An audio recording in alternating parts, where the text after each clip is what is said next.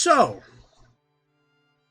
the only thing I fully remembered last session was Scott got turned into a wheel of goat cheese.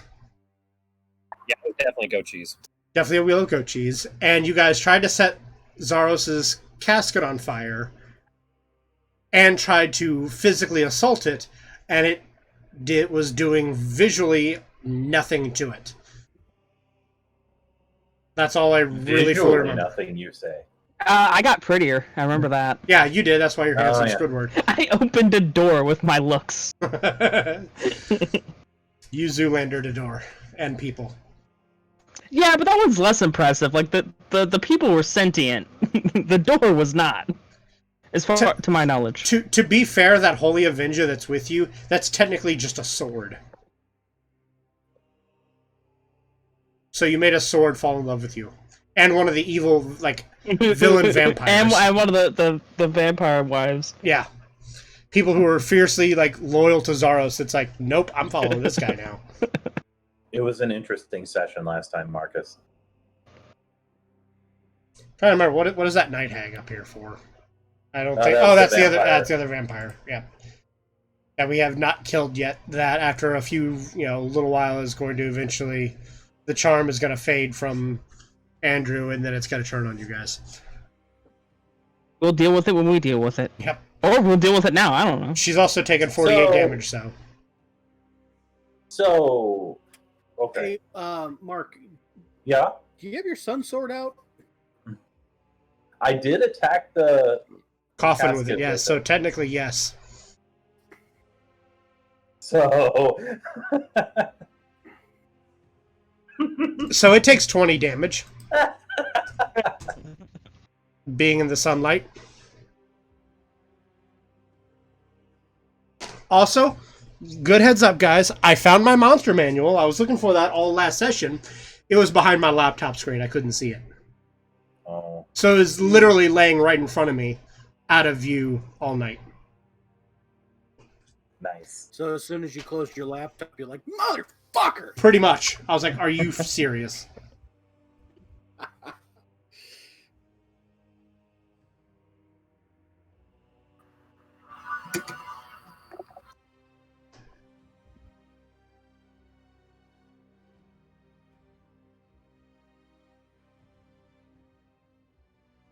Believe it or not, that does not kill that vampire, but it definitely did take 20 damage, just being in the sunlight.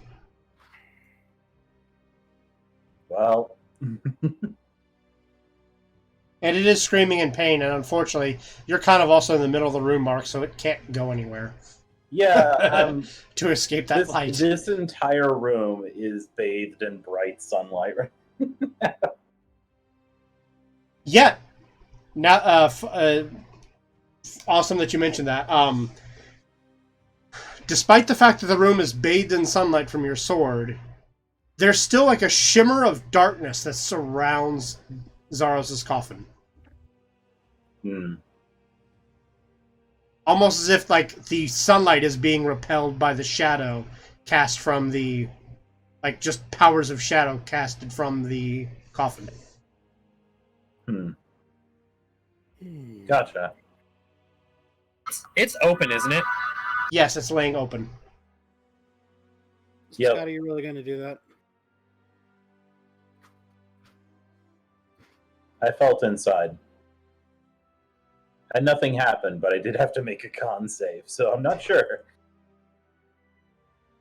You become the big bad evil guy. Yeah, right. Listen, might as well try. I have an eye on my toe. Things have been weird today.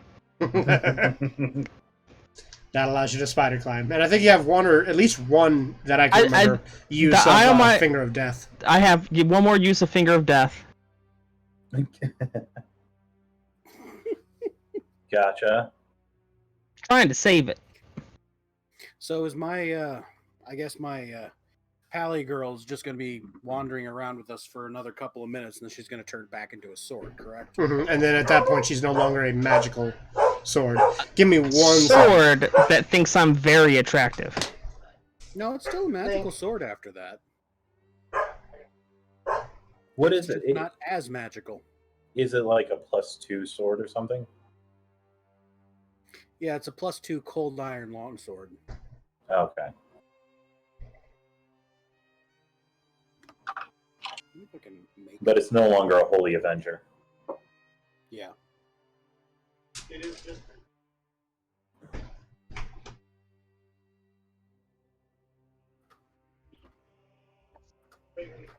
Right.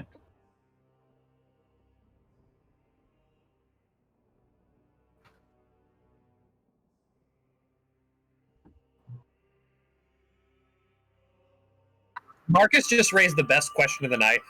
Marcus was like, "Wait, no one has a metal stake, like or a wooden stake. None of us have anything that's like the the day one Vampire Slayer shit." No, but we have like a couple of day 5 vampire slaying things. Yeah, we don't have any day one stables. Wait until we get to my trump card where he's like, "You can't defeat me," and I'm gonna be like, "Yeah, because you a bitch. Guess your brother was right about you." And then he just kills me, and you guys get the book back. Well, and also we used up all of our day one vampire killing shit whenever we killed those like 6 vampires in the attic. Oh, WrestleMania? Yeah. WrestleMania, Barovia. That was... I remember that was a really sweet moment between me and Scott. That was a sweet moment with all of us. Oh, with like using you as a grapple. Where like we hugged each other and then stabbed the vampire behind him. Yeah, that's right.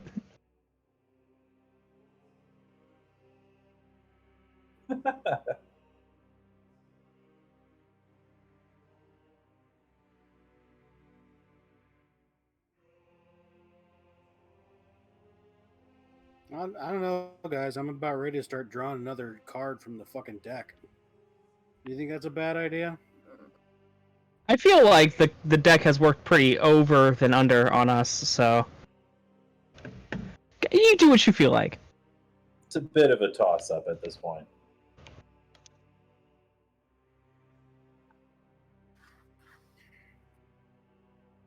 Hmm.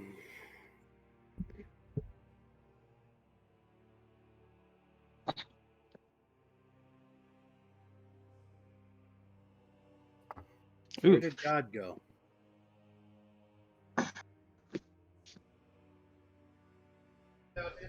Nietzsche got rid of him in the middle of, like, what? 1800s? Got rid of who? Nietzsche. The philosopher. Nietzsche. God Right. is dead and we have killed him. Well, Nietzsche is dead, so God killed him. Well, I mean, as far as we're concerned, I mean, I'm pretty sure that was just liver disease. A little bit of column A, a little bit of column B.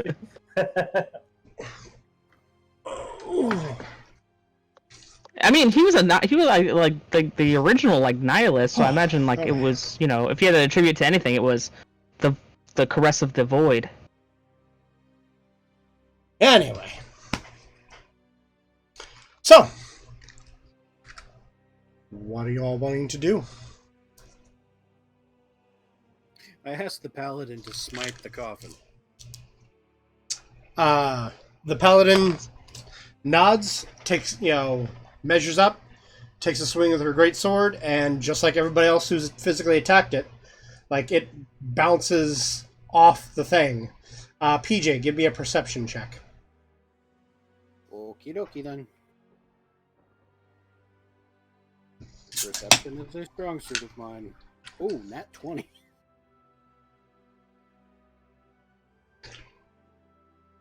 I saw everybody's thoughts. So, because you yourself are not attacking her this time, and you gave someone a command, you're watching actually goes to hit it. You notice as she brings the sword down to strike, when it's reflected and bounced back, she never even physically made contact with the coffin itself. It seems that there's some kind of protective dark energy source protecting the coffin. And it was completely, like, it repelled and was not even touched. Hence why the fire has not affected it at all. Ooh. Does it look like it's secured to the ground? Yes. Well, I mean, it like there's nothing visible to make it seem like it, but any attempts to try and move it, you're certain that it is secure to the ground in some way. I've got stone shape. Can make it not be attached to the ground. How bad do we want to piss this guy off? Hey, we can go put it in my mansion.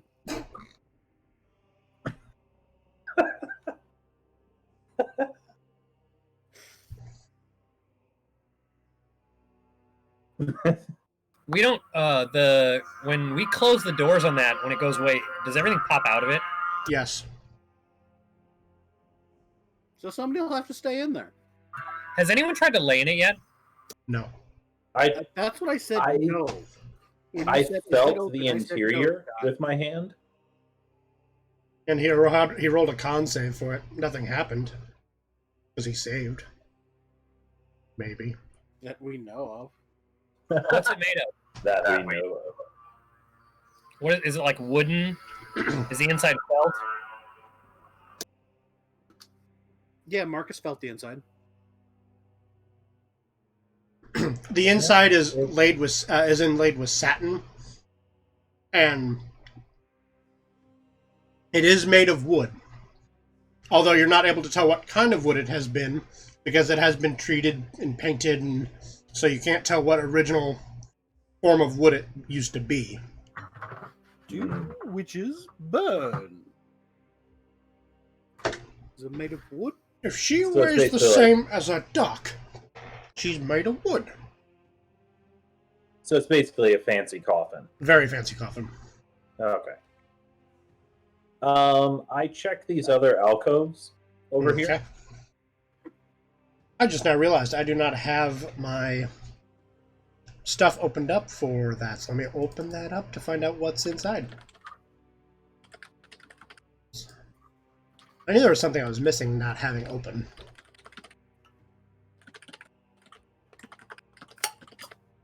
What's in the alcove? Waiting for it That's to how you load open a up. beer with a bottle of nail polish. Oh yeah. God, that beer's fucking weird. Pecan pumpkin pie from a Fallon brewery. Sounds lovely. I mean, I wouldn't drink it often, but. Yeah, I don't think I'm going to. I did find out today that gin mixes remarkably well with lemonade. Nice. Oh yeah. 6. I'm gonna make that stuff a little bit brighter for me so I can see the opacity and see these numbers a little bit clearer. I mean, you guys can't see the overlay anyway, so it doesn't matter. Which I was so relieved to find out that all those numbers and crap on here is all overlay stuff that you guys can't see. Ah, so nice to hear. Anyway, so we need to go to that room. Is Marcus talking? Because I can't hear him. Hey James, delete follow him so Marcus can create it because he can't move him. Oh, okay, the character on the map, got it. Actually, I should just be able to double-click on volume and allow him to control of it. Select move. Tokens. Yeah, if you right-click on the token and say controllable by, you could do that. Marcus. Or if you edit the tokens property. Okay, now try Marcus. Can you move the token now? There we go. I just gave you control of the token on the map for the time being.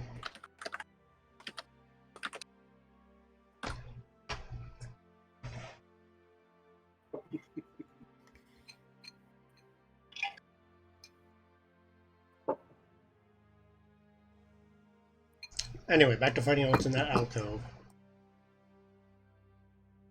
We're not fighting with the alcove. We're trying to figure out how to destroy a box. Well, Mark's asking what's in the alcoves, though. Yeah.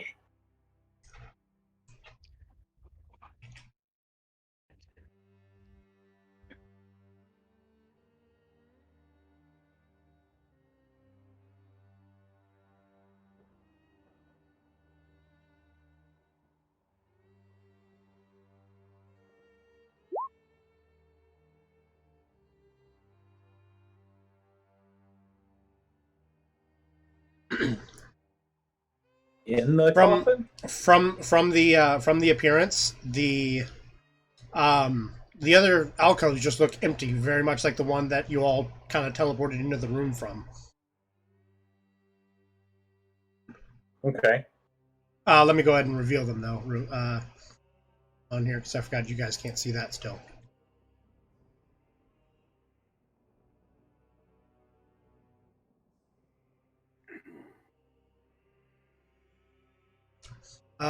Scott, on the other hand, because he has an eye patch of true seeing, you can see you see that both the eastern and western alcoves radiate strong auras of conjuration magic. Just like the teleporter. Yep.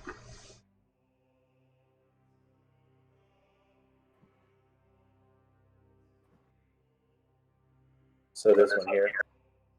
Do you step into it? No. I was doing an indicator. No. So yes, the eastern and western alcoves are radiating the conjuration magic. The one in the middle is, I mean, they all appear empty to the naked eye, but there's nothing, no magical readings coming from the middle one.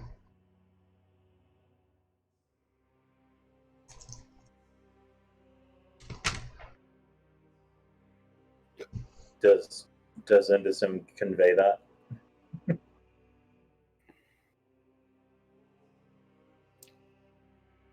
I'm guessing not. I'm guessing not because he's laying down in the coffin.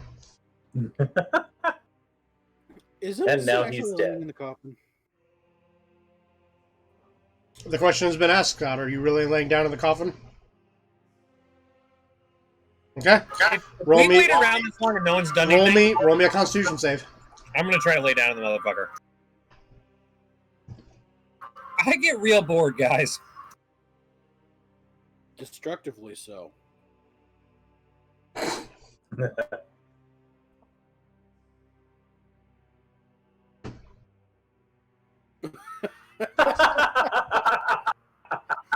Fuck you, Zaros! I rolled a nat 20.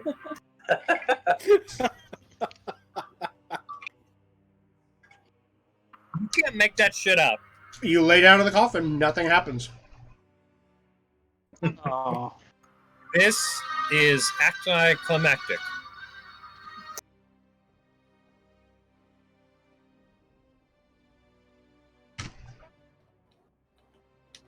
Right.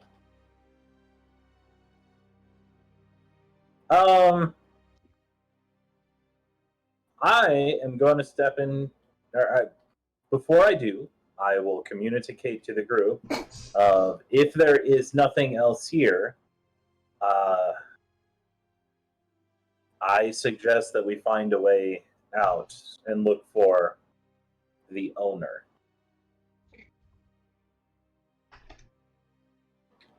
And I step through. Okay.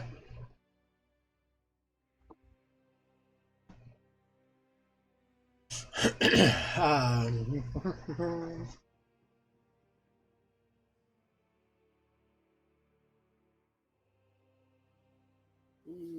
Shit. That's wrong. I kind of supposed to.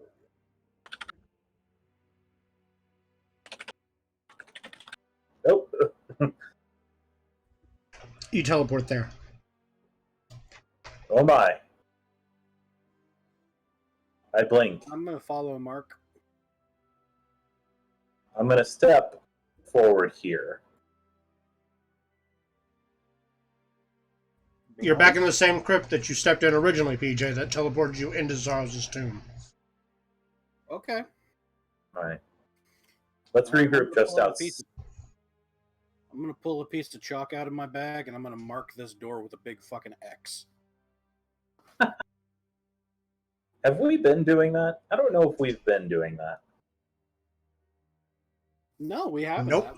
That's what makes this one special. Fair enough. This one's important. All right.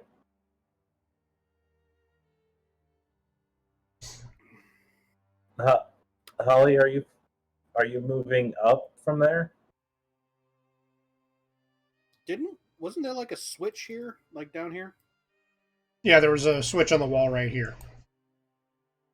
Is the hag dead yet? That's the other vampire, and no, it is not. Can we go kill her first before we? I'm gonna try and move up again. We're gonna see what happens, I guess. Okay, so you pass through this area here again, Holly? I put her there. Holly was in the room with us. Oh. Oh. Oh, okay. So Scott was the one who did that. I put her in there when we first got in there. I was like, fuck this, I'm gonna put Holly on the teleporter thing again. Holly, go to the right. We haven't tried that one yet. Do what Mark said with my body. You're probably going to get teleported. So you want to move to the right one? Yes. Okay. Holly, you step into the area. And you get teleported. But you're the best one to do this because you can literally just like fly out. You are standing in a room with 11 whites. They all turn to you. Roll me initiative. Don't worry, they're shitty. Yeah, they also cause level drain, don't they? Health drain. No, health drain. Nothing in 5th edition does level drain. Holy fuck. You only rolled a 19. Only a 19. Gotcha. Okie dokie. I don't think I can even reach that high with the others, so Holly, you're going before all the whites. I'm not even going to worry about that. Oh! What level are we? It should be level 8. I want to fly. And there's another white standing here.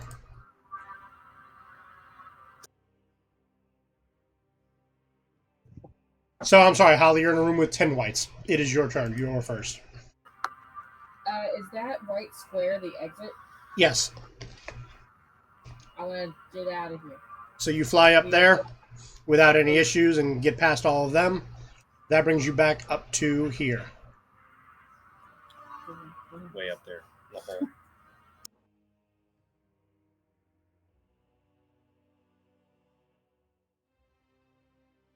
We are out of combat again. Well, I mean, other than that one white that's down there. So this is a dick thing to ask. Can this white see Andrew?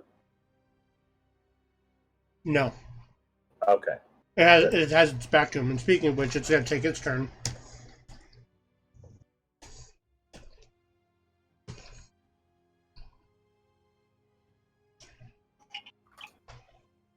That is the white's turn. He moved.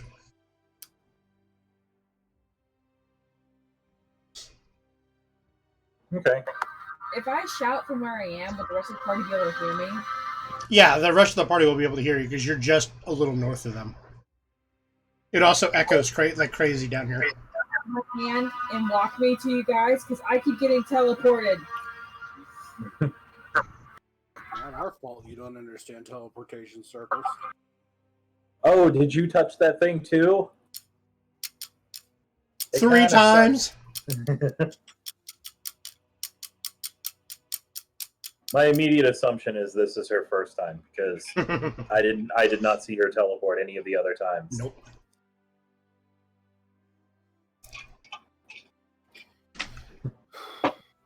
Oh, I'm glad you were able to make it back up the hole. It's kind of a pain in the ass. What? Someone in the Twitch chat said your visual's down, but as player characters, we can't see it, but as an audience, you can see it because you're seeing the DM screen. Mm-hmm. So we just try to do the honor system and not really pay attention to that as players.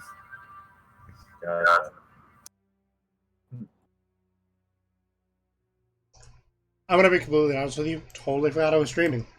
And you're like, you mentioned that. I'm like, what are you talking about? Oh, yeah. That's a pretty poor habit to develop. That's the thing. Like James thinks he's safe, he's closed out everything, and then just pulls out a white hood. They'll never know. Or I just start wanking it. Ooh. Yeah, that's probably like the word. I think one time I had to. My daughter came walking through naked in the background, and I didn't realize I was still streaming, and I had to go back and retroactively delete the stream. Yep. Oh crap! I just disconnected my. I stepped on my cord and disconnected my headphones, so I can't hear anything. Now I can hear things again. Welcome back. Did anybody open up the fucking portcullis down at the bottom? Yes, they did, because a white came wandering down and you guys killed it. One of the times that Holly wandered off. Or wandered through and got teleported away. So yes, you guys have opened the portcullis. Alright.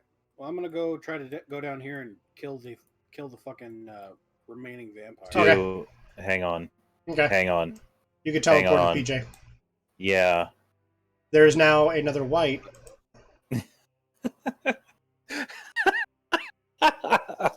I've not seen this happen before. No, you have not. Yes. Yes. And there is a white This here. is our brilliant scheme to whittle PJ. them down. PJ, you look around the room and you are now surrounded by about 9 whites. Okay, see here. What do I have available to me? 1, 2, 3, 4, 5, 6, 7, 8, 9. Did your paladin at least follow you? I don't know. Did she? Not yet. Okay, she did now. Now there's 8 in the room.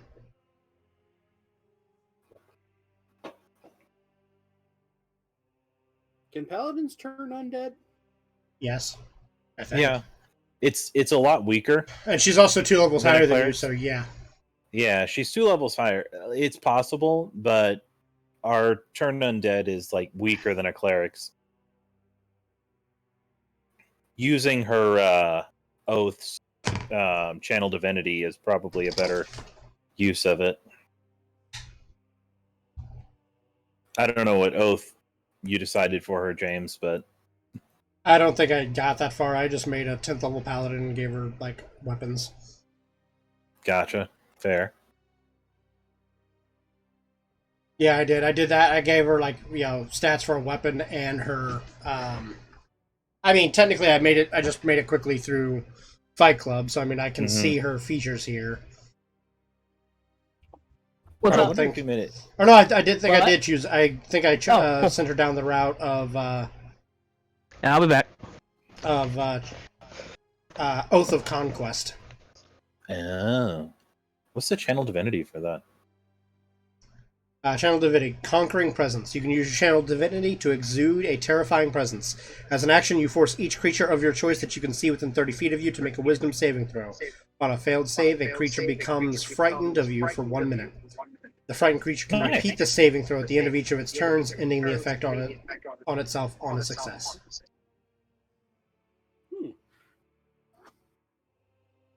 So that's not bad, Yeah. especially since you're in a really small room. Mm-hmm.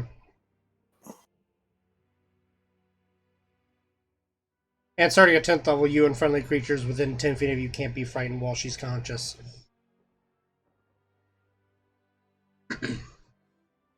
So yeah, it's now going to be combat because because PJ and the Paladin are in the room with what looks like a remaining 8 Night Hags. Yeah, Slash Whites. we're probably about to throw down with 3 of our own Mm-hmm. up here. We clearly have the more difficult fight up here. So if everybody will, okay. So whoever has roll 20, or who has entered their character stats into roll 20, click on your character, and then roll your initiative. So click on your token first, and then click on your initiative, because it will add you into the turn order here. Here we go. And then whoever Six. does not Is have it all- that, I will add them in. I will just ask you all to roll and tell me what you got. Not a bad roll.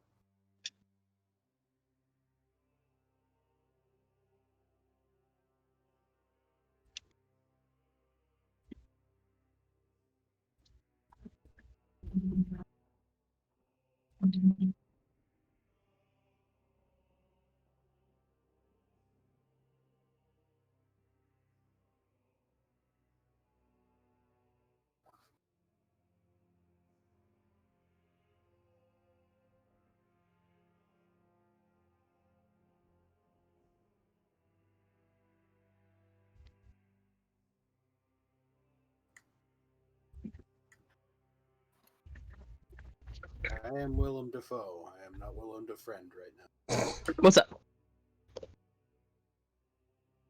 Oh, we're in combat. Oh shit! Do I need a inish? Yes, if you have stuff in roll 20, click on your icon and then do roll your initiative. If not, just roll your initiative like normal and tell me what you got. And I will was saying add you I everything. have Benji almost remade completely. 18. Okay. Nice. Yeah, you can jump straight to level like 8 with this app. Like, Does it give you just like all of the here's what you would have gotten in this level? yeah. Nice. Basically, it just told me, hey, do 2 ability things, and I'm like, oh, we don't really do abilities, so I just picked my feats again. Couldn't remember what my second feat was, so I picked lucky, and I can't remember what the other one was. But I'm gonna have to recalculate my health here in a second because it's never accurate. Where did my dice go? I had some. Oh, there it is. And I'll just roll a flat initiative for all the whites. Okay. That's brilliant.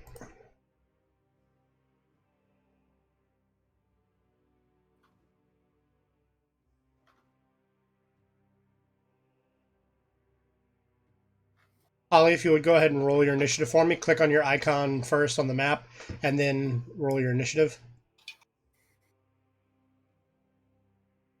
And Marcus, if you'll go ahead and click on the icon on your icon on the map as well, and roll your initiative again, but I will just add your 18.2 to your character when it adds it in. Okay, there we go. That added Holly in there.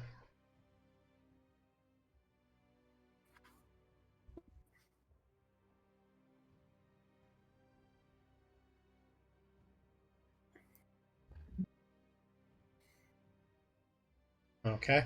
And same with you, Scott. If you will click on your icon and then roll the initiative again, I'll just type in what you rolled first. Okay, Marcus had 18.2.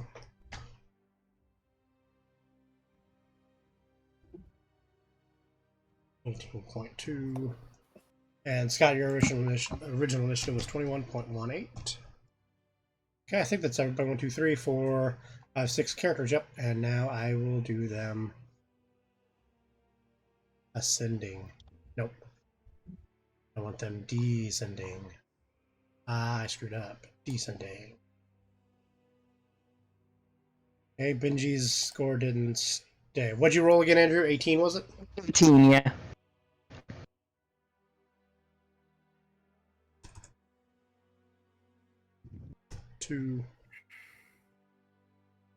Man, I rolled really well for my initiative, and I'm still last.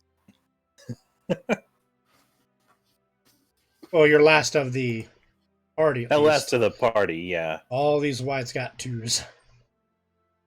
Hell yeah. Who's? Yeah, I made them all just roll a flat initiative.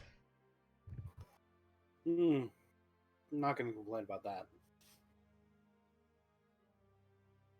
I mean, that's both good and bad. That's good because, that means they're all at the end, but bad because that means all of them can gang up one person in a turn.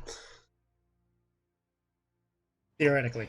And then we'll add the paladin. Add a turn in for the paladin.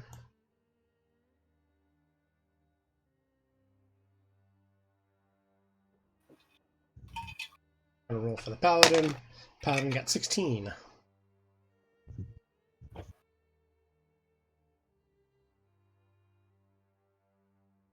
Okay. First one in initiative order is Holly. So you're back up with way up north here with the rest of the party. You called out. You hear them call to you from the south. Pretty much all you can do at the moment, unfortunately, is just kind of move down to them and use your entire turn to get to them. That brings us to Scott.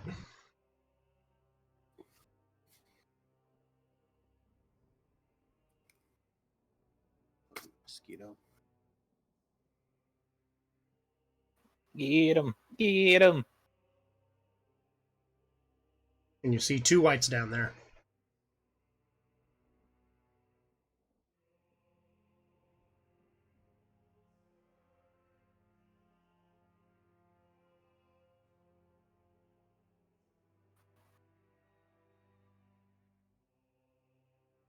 I'm gonna do flaming spear.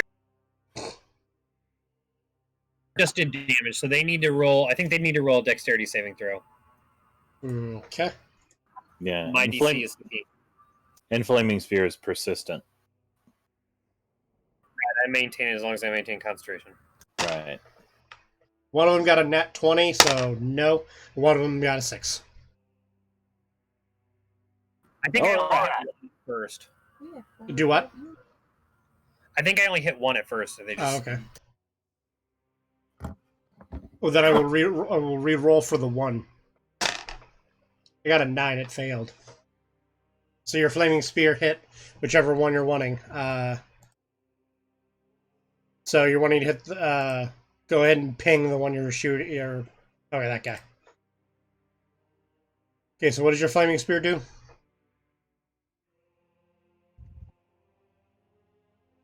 Because they failed. It failed to save.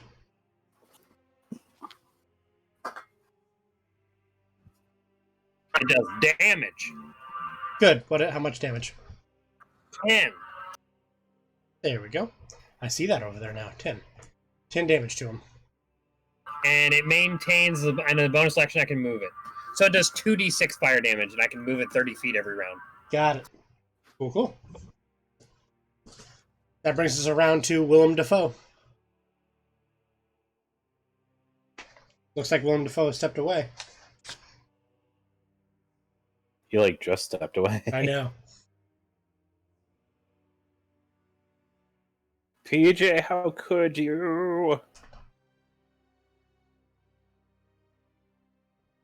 So, for something completely off topic, has anybody here seen the Google Translate of the scene from Star Wars where Anakin and Obi-Wan are fighting? But it's Google translated from Japanese to English. That sounds amazing. It's hilarious. It sounds like Japanese. It's the Japanese voice they use for the Google Translate, and they literally just replace the audio with that for the lines that Obi-Wan and Anakin are saying, screaming at one another. It's funny as shit. See the song the dude made with a Japanese Google Translate? Mm-hmm.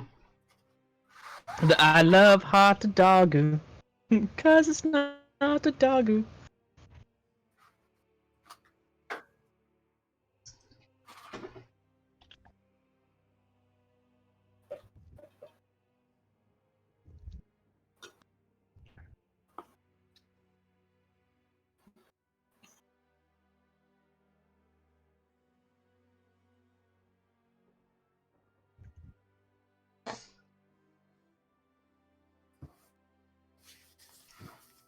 It's your turn, Willem Dafoe.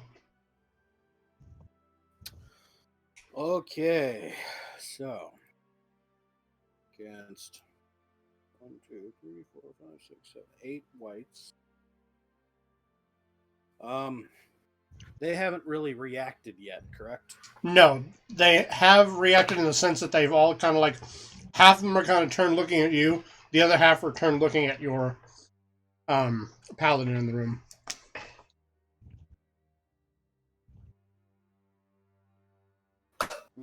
Okay.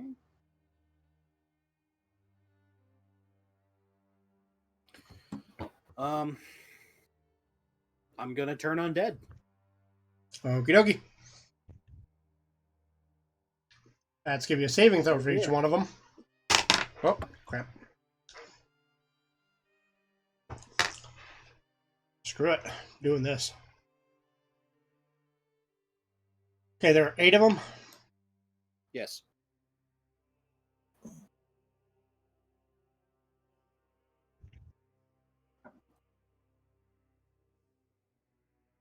And it's a plus Nice. 1. So technically add a 1 onto all of those. So ignore the actual total there. But add a plus 1 to all of their things. So one of them got a 20, 18, so on and so forth, all the way down the line. So I assume at least 2 of them saved. The rest probably failed. Right. The 17 and the 19 succeeded. Everyone else failed. Okay. So I'm going to start from the top. So this one was the 2, failed. I'm going to put an F on there so I recognize that for later. That guy saved. Okay, 3, and then this will be the 19. F's in the chat for turn undead. Okay. So I have the 2 marked that have saved, so I'm just not going to worry about making them all fail. So typing fail out for the rest of them. But the 2 that succeeded have an S on their thing for me to see that says they saved and they are fine from. Yeah. So, is that it for your turn? Yeah, I don't have any bonus actions. Got it. Okay. So that brings us around to Marcus. So you saw Scott's character go rushing down and chuck a flaming spear at a group of whites. You talk. Shouldn't the whites be throwing the flaming spear? Do you hear Marcus? Not very well, no. Marcus punches it as hard as he can. Okay. This is a legitimate 5, strategy. 10, 15, 20, 25. He has enough movements to get to it. Go ahead and roll me an attack to hit. I think you did. Oh, so go ahead and on the character sheet you should have a thing. He has fire, sword, and like fists. Yeah, I think he usually did like 1 fire sword and then 2 punches. Mm-hmm. I think that was his normal turn. Okay, so that 11, Damn. believe it or not, is not going to hit. Sad day. But you can attack at least twice.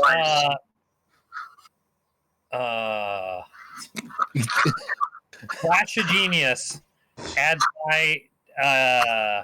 my intelligence modifier to a roll. Let me see if I can do it on attacks. I mean, he gets 2 attacks a turn. Right. Plus, he can key strike 2 more attacks. Mm-hmm. If he gets 2 attacks, he can attack again with a sword. Does he get 2 attacks? I think he gets just 2 attacks in general at the level of monkey is, I think. Okay. Then go ahead and click that. Yeah, it's like the 2 martial arts. That one fucking way higher. Ooh, that's definitely going to hit. Come on. That's a spicy boy. And now if you click on the word underneath the 22, it will roll the damage. Now it's white hot.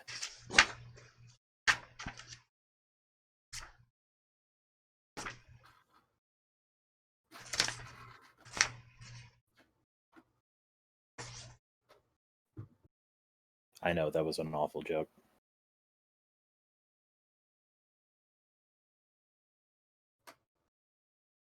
Boom.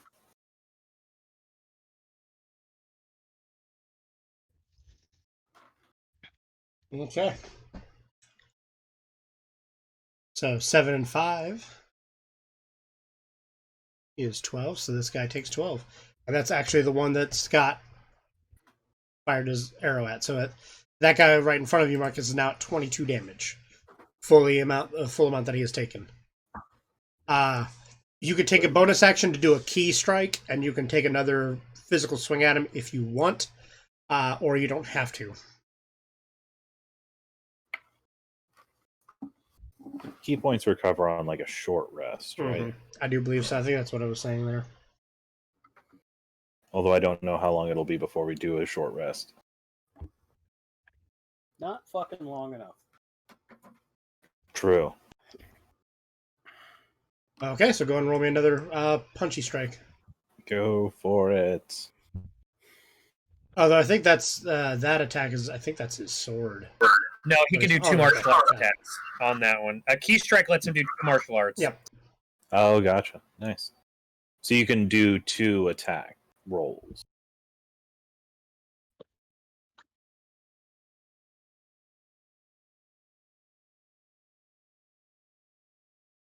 So 1 hit. And 1 missed.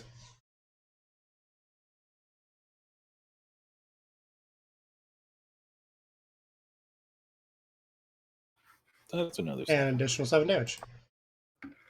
Yay. Okay. It's looking unstable. It's definitely taken, you've done half of its life in damage so far. So it's not doing well, but there is another one there. And that brings us around to Handsome Squidward. I'm gonna run up, and I'm gonna throw some shade. Okay. So you're at the bottom of the stairs. You will not be able to see them. You will have to at least walk up to the top of the stairs to throw it. Is that not where I was at when we started? No, you started right here. Oh, okay. Yeah, because you're the Handsome He Squidward. added, his he added token. Benji back over here. Oh, okay, yeah, that's what. Okay. Yeah. Well, in that case, I'll come up to the top of the stairs, and then survey the area, and see one of these bitches looking So a yeah, bit. you see 2 whites directly ahead of you to the north, and then one that doesn't look like it has any idea what's going on, walking off to the east there. The one that. Okay, yeah, I'm gonna aim for the one that wasn't that. It's not looking too good. Okay, so that's the one directly straight north of you. Okay, I'm gonna throw shade. Okay. I'm gonna shout out. You look ratchet. And you do get sneak attack on it because there is an enemy next to it within 5 feet. Does anyone know what level 8 sneak attack is? It's been forever since I got one off. It's 3 plus 3d6. 3d6. Okay. So to hit, that's a 27. That's definitely gonna hit. And then damage is 7, and then 3d6. Oh. Oh, okay. 14. It's 14. That's okay. Okay, that white is dead. Nice. As all white should be.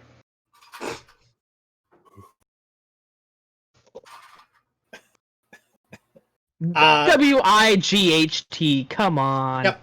Wait, is that how you spell white? Yep. I don't. Yeah. W-I-G-H-T. Anything else you got to do this turn, Andrew? Vampire.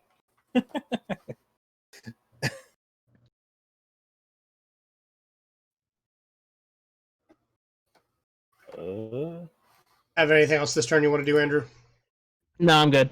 Okay. So you're just going to stay in place. That's good to know.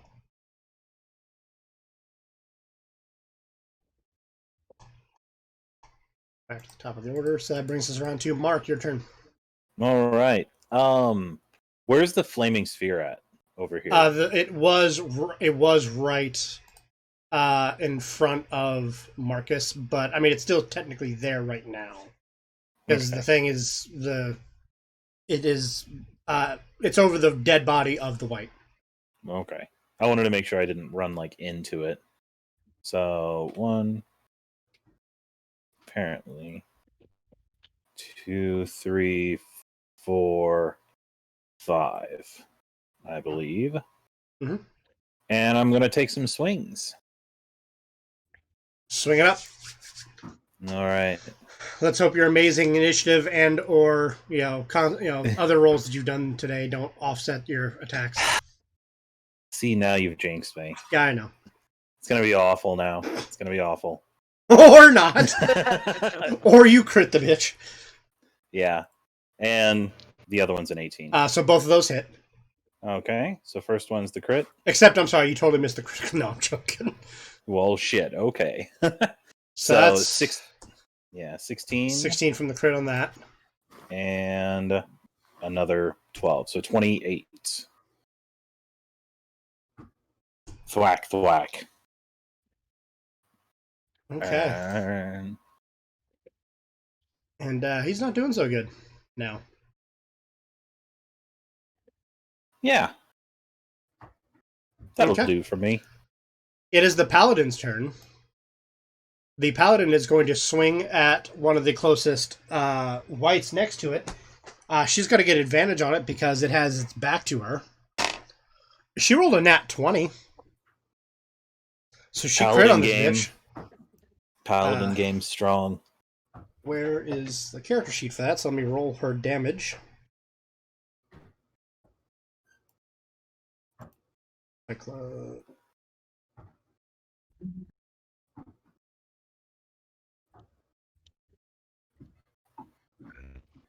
Oh, shit.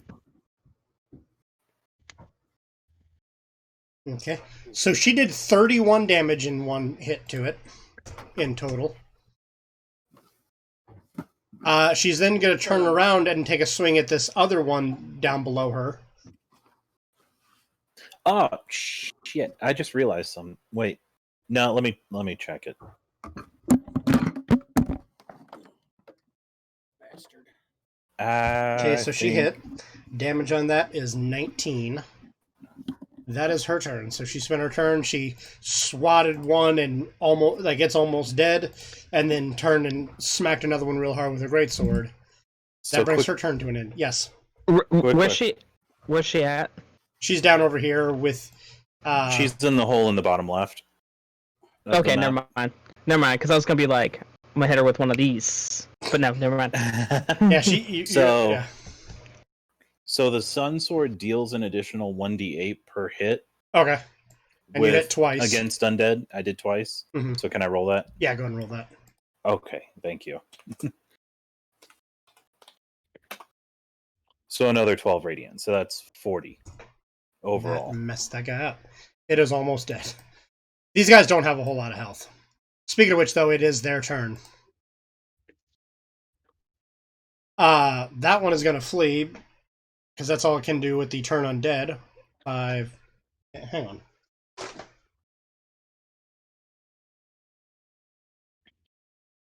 Okay, I just wanted to double check, because I can't remember. I think it's Revenants that have, turn, immunity or, resistance. Whites do not. Yeah. So, 5, 10, 15, 20, 25, 30. This one failed too. 5, 10, 15, 20, 25, 30.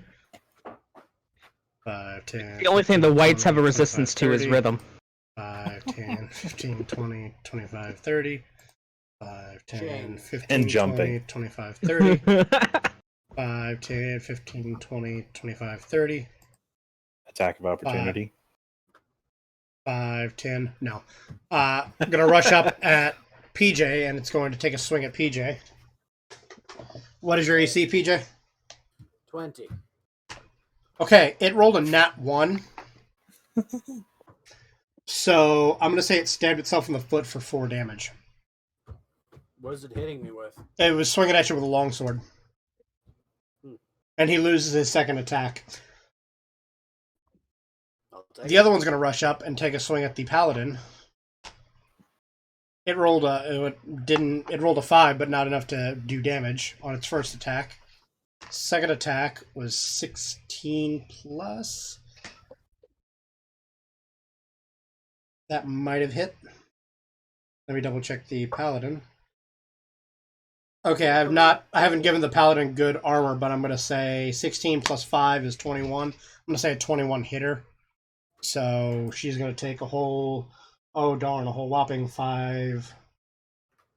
I'm sorry, a whole whopping 6 damage. Yeah. Not that bad. That is those whites' turn. Now it's the ones that are up by the rest of you guys. Yeah, shut up. I know. That one directly in front of Mark. Mark, what is your AC? 26. Okay, I gotta. It has to roll a critical to hit you. It rolled a critical to hit you. Fair enough. So you take 10 necrotic damage. Okay. I need you to roll me a Constitution saving throw. Boop, boop. And this is when I get the shit roll. Okay. Or another nat 20. Beautiful. Or another nat 20. I think you got enough shit rolls in the last session. I think Yeah. That fate is taking pity on you this The time. last, like, 3 sessions Yeah. where I had, I think, a total of, like, 13 nat 1s. So, yeah, you don't... I mean, you still take the 10 damage, but it's not... he hits you with his life drain. So, yeah. you don't lose the HP I don't lose permanently the till max rest, HP. yeah. So you just take the damage. That would be unfortunate. Yep. Because that'd be down 10 damage until you take a long rest. It is this one's turn. He hears commotion. 5, 10, 15, 20, 25, 30. It's going to end its turn there. Unfortunately, just out of reach of Andrew, so it can't do anything. That's its turn. I'm just going to look over. You look What's up? menaced. And it is what Holly's you doing turn. there?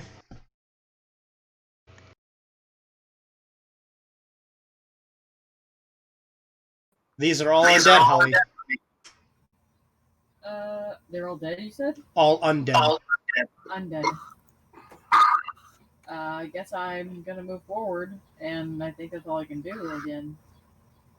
You have a bow. You would be able to shoot this guy here. Fucking super range bow. Oh, well then, I will hit him in wherever I can hit him. Okay. Give me 1 second.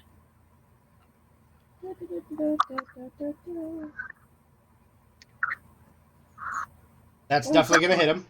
There you go. You killed it, Holly. Woo! Yay! That one is dead. Team Hey, you effort. feel proud of yourself? Feel like a big man, bird? I'm Big Bird.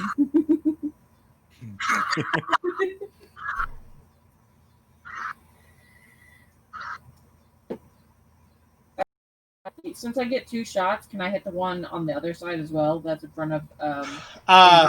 You will have to move forward a little bit, and I'm pretty sure you would be able to move to right here to where you would be able to shoot it still.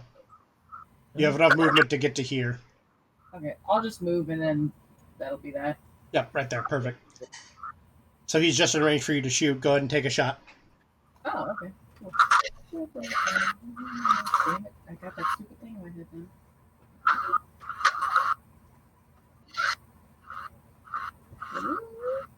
Okay, a 19 is going to hit it. Okay. And 8 damage to him. Yay!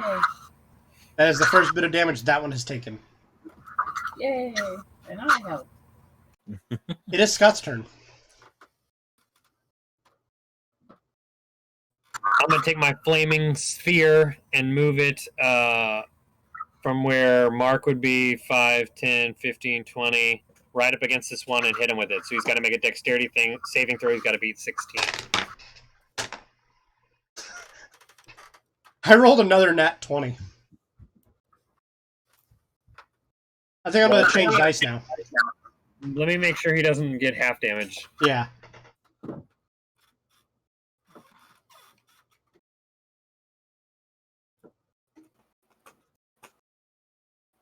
There we go. Different die.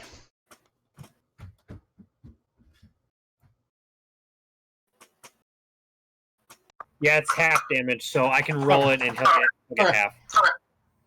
So go ahead and hit him with the half damage.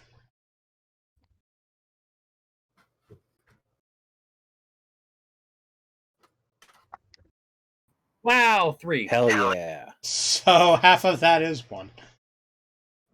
That is, yeah, half of that is 1 damage, yep. Plus 1. Nice. He has taken 9 damage in total so far. That brings us to Willem Dafoe. 1,000 paper cuts. Okay, so how do these guys look? Like, have they been attacked at all? No, they are both. Well, other than the one that's right next to you, he's the one that stabbed himself in the foot with his own sword and took 4 damage. He's a clumsy white. All right, well, I'm gonna smack him upside the head with St. Markovius thigh bone. Okay. And I rolled a 25. That's definitely going to hit. And because it's not a vampire, it's not going to disintegrate after you use it. Right. I know that. Does 10 damage. Plus 10. And then, hold on a second. It takes an extra 2d6 damage. For its like radiant, holy goddess power.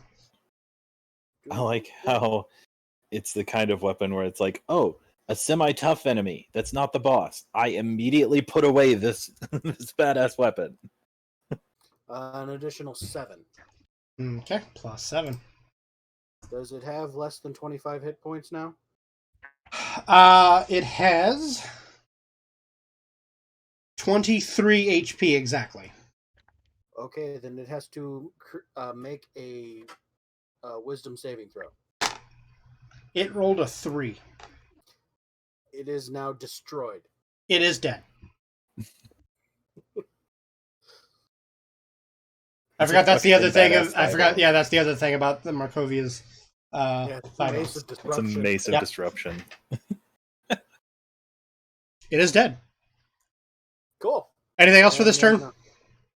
I'm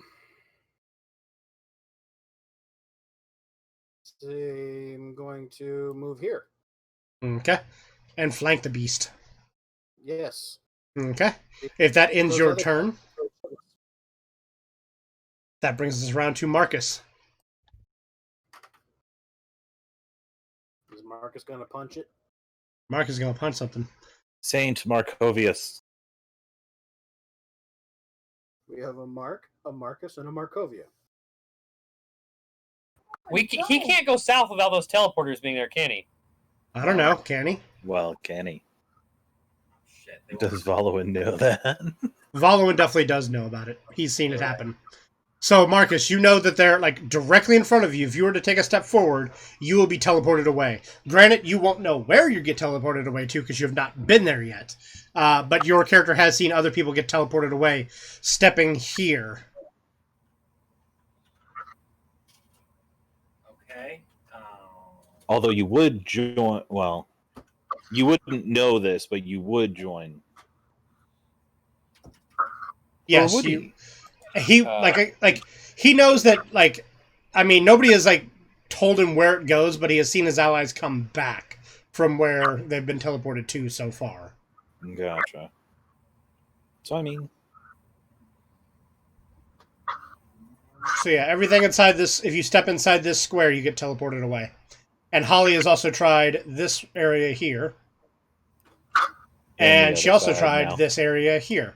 So if you step anywhere in that area, you get teleported away. Okay, well, those are all my options.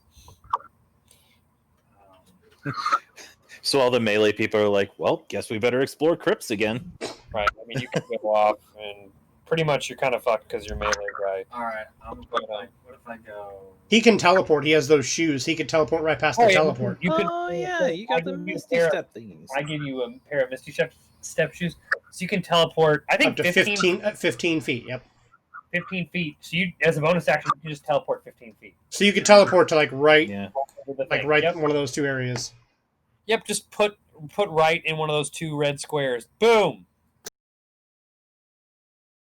Fuck him up, motherfucker. And then this undead guy is just like, wait, what? Huh? What the fuck? I F up. Now go ahead and take a swing. Sword. You get.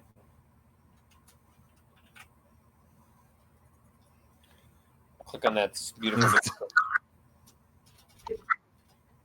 It's that Rajuka Jijakan thing. 20. That's definitely going to hit. So roll me the damage. Roll that juju. Roll that Jaka. Did. That's a good chunk of damage. You get another one too without burning any key because you get 2 sword swings.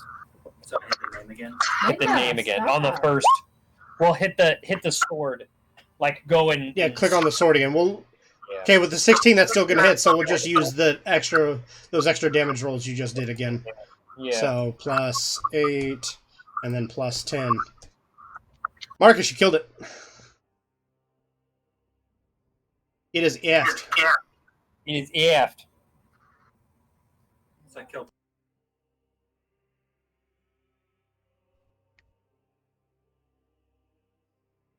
Yeah, you can't really move unless you get teleported Yep. back into God knows where. It is Benji's turn.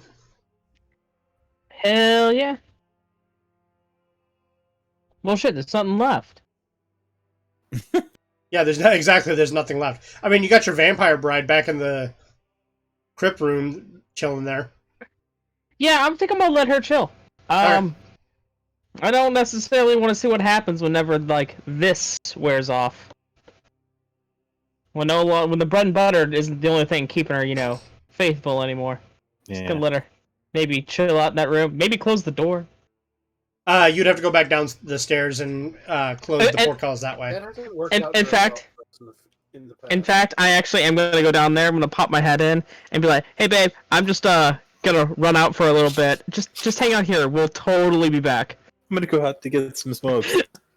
And then we close the door. She goes over to this far west wall that you can see where she is. You notice that there were 3 kind of like holes in the ground, roughly body shaped. She climbs back into one of the holes and lays there. Yeah, that's probably an okay thing. I'm just gonna close the door. She's cool, guys. Like, don't. She's totally okay. We might pick her up on the way out. I don't know. I don't know how I feel about this yet. I can't get tied down just yet. Benji, not one woman man. Like, I already got a weird thing going on with the sword. Like,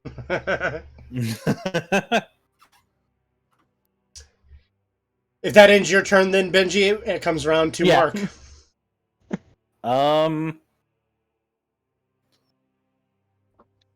Yeah. Do I know that Myzrael stepped through the teleporter? Yes.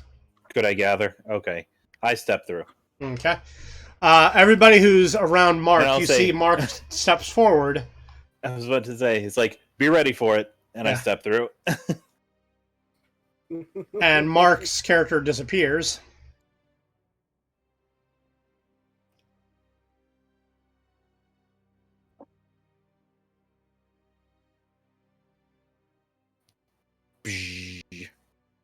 And in its place, where Mark disappeared, a white appears. a boogan. Now, with the Sun Sword, read the description to me yet again. Does it do damage just to vampires with its like crazy plus 20, or is that any undead that's in the sunlight? That's anything that has sunlight hypersensitivity. Okay, yeah. There are like a bunch of undead that have like special debuffs when they're in sunlight. Like I think some of them have like disadvantage on attacks. Yeah. And For instance, all these whites that are now in your range all have regular sunlight sensitivity, so they have disadvantage on everything they do, on all their attacks and any wisdom saving throws they make. Oh, okay. Cool. And all the ones that are there are also fleeing from from PJ anyway. Hey, Myzrael. Hello. So I stepped. You could still attack, because I mean, all you did was move, and it teleported you there into a room surrounded by whites. And I look up at this one, and I start thwacking. Give me the thwacking. Not to be confused with Thaco, which was confusing and stupid as shit. Both of those are going to hit. Starting to think that thwacking is starting to sound a bit dirty. Not at all. Well, yeah. Oh, okay. I thwack it I nightly. Well, I mean, what? 8 and 7. And you also do plus- additional damage because it is a Sun Sword and radiant damage and stuff. Well, so 5. So 20 overall on this one. Up above. It is dead. Yay! So it is one that the Paladin smacked earlier with its greatsword, and I you was wrecked it. wondering, whenever you were just like, yeah, no, these over here are completely not damaged. I was like, wait, is it one of these? Yep, one of those. I did not remember which one it was. Yep, I was leaving that completely random because Good you have no guessing. idea. Yeah, you hit the one that had already took like 30 plus damage from the paladin. Speaking of the paladin, it is the paladin's turn. It is going to take a swing at the one that's directly in front of it. It's going to take a swing. It gets one hit and hits it twice. So let's roll the damage. First bit does 14 damage to it. 1 hit, 2 hit, red hit, blue hit. And then the second hit does 15. For a total overall of 29 damage. That brings us to the whites.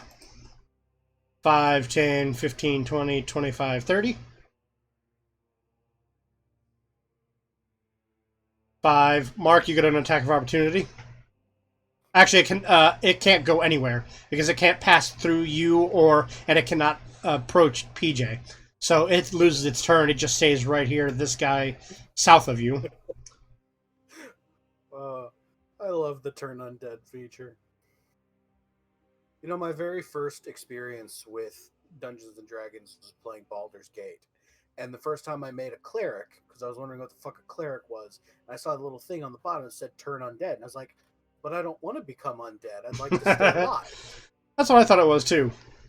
Holly, what's your AC? Doesn't matter. It rolled a 3, so it missed you. But there is a white standing directly in front of you that's rushed at you and is trying to attack you. It gets 2 attacks and it missed it missed both of its attacks on you. That is his turn. That one's turn. Mark, you get an attack of opportunity as this one tries to flee from you. This one here to the left of you. Okay. Let's see how this works. You roll me a D100, Mark. Okay. I knew it would happen. I was waiting for it. Those green numbers. 68. Your head explodes. Critical fail table. Actually, if we were rolling on the Wabbajack, I think that's what would have happened. It was like 67 to 69. That was like 40s. I think it was like, I don't know. Yeah, it could be. Oh well, we don't have it anymore. So you rolled a 68.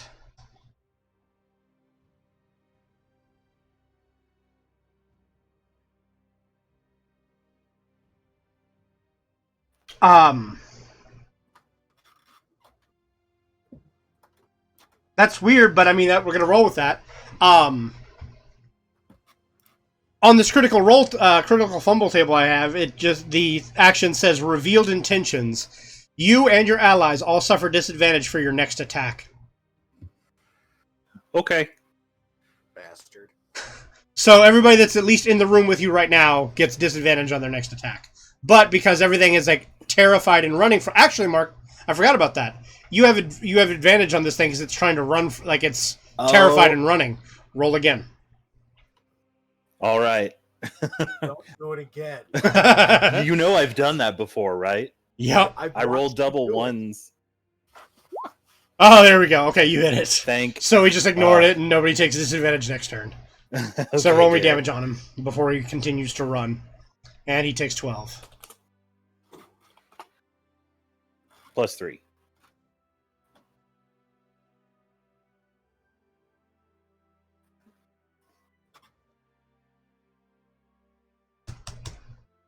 So that's a total of plus 15. That was the most bullshit roll when I rolled double ones. I hated that. I was so frustrated. I think I win or I have the record right now for rolling the most ones for this campaign. So far for this campaign, I believe you're right. I think I'm like in a solid lead for nat ones. It is this guy's turn. He is going to take a swing at the paladin because that's the last person who hit him. He misses the first hit. Misses on the second hit. So that ends his turn. It is this guy's turn. He can't go anywhere because he's as far away from PJ as he can get. So that ends his turn. That brings us around to Holly. Your turn. I just realized this sounds like intense Dark Souls music. Yeah. Like Dark Souls boss music. I just want to shoot the one that's right in front of my face. Shoot the motherfucker in the face. That's in your face. Hopefully I don't shoot my face. Hopefully not. That's a big backfire on Don't a let bow. Mark touch your dice. 25. That's gonna hit. Hit her right in the face. Peekaboo, fucker. And again, because why not? Double tap. Wow, your second shot missed, Holly. Holy She crap. rolled 3. I got cocky. But you still did hit it, though, and it took 9 damage from the first shot. Anything else you want to do, Holly? You want to try and move from the area, or just going to stay there? You want to move? Yes. Where to? I think you have control of her character, Scott, so I think you can also, drag her and move her as well if need be. We just only have one mic. We're all three of Yeah. us in this room are sharing one mic. Do more actions, right? Right. Oh, so you guys have to like shout Pretty back much. behind you or something. Otherwise, you can hear Marcus. No one's shouting. If they No, I am not shouting. This is how I talk. if they open their mics up, they get crazy reverberation through my thing, so it just sucks. Oh yeah.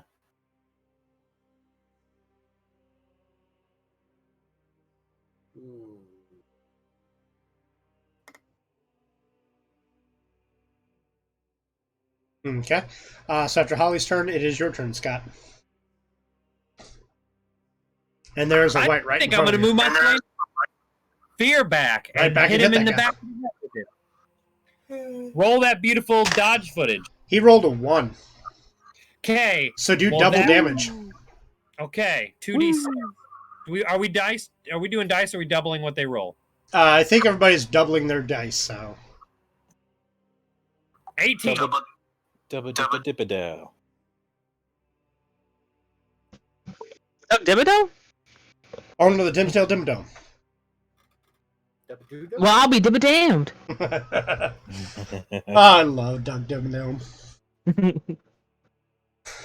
Okay, is that it for your Flaming Spear turn, Scott? Yep, it does 18 damage. I'm going to stay right where I am. Okay, you flamer. It is Willem Dafoe's turn. Yeah, how's this guy looking? He is not looking well. I'm going to make him look Because even he's less undead. Make him look dead. I'm Make going him to re-dead. Yeah, I'm going to re-deadify. Man, fuck Redads. Those things scared the shit out of me in Zelda. Especially the ones in Castletown and Ocarina of Time that would scream at you. And freeze and freeze you in place for a few seconds while they shamble towards you to hump your head. Does a 16 hit? Yes, it does. Yes, it does. Does he have less than 25 hit points? He does now. Regardless of how many hit points I give him? Yes. Alright, I do 8. He's dead. He's dead. Okay. Granted, he's dead because of the 8 wouldn't have killed him. But the fact that he is under 25 HP would. Well, he's got to make a wisdom saving throw to avoid being destroyed. Yeah, he rolled a 2. Okay, he's dead. He is dead. So there you go. we got to make sure of these things. Going to approach this motherfucker. Okay. He's not going to like it very much. No, he is not. He is scared now because he is trapped and cornered and trying to flee from you. And he now cannot. Marcus, it is your turn.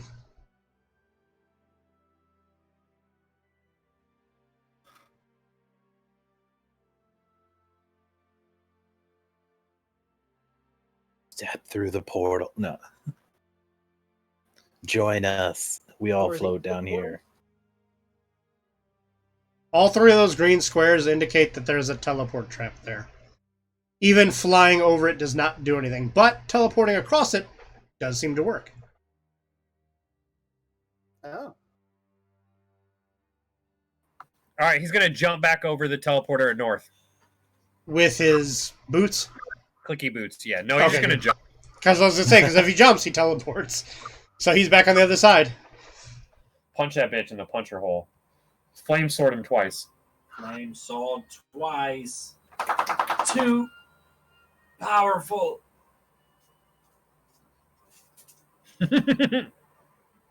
Slow but powerful. An 11 misses. Roll again. You have 2 hits on him. Go. 17 will hit. So you can roll the damage on the second one.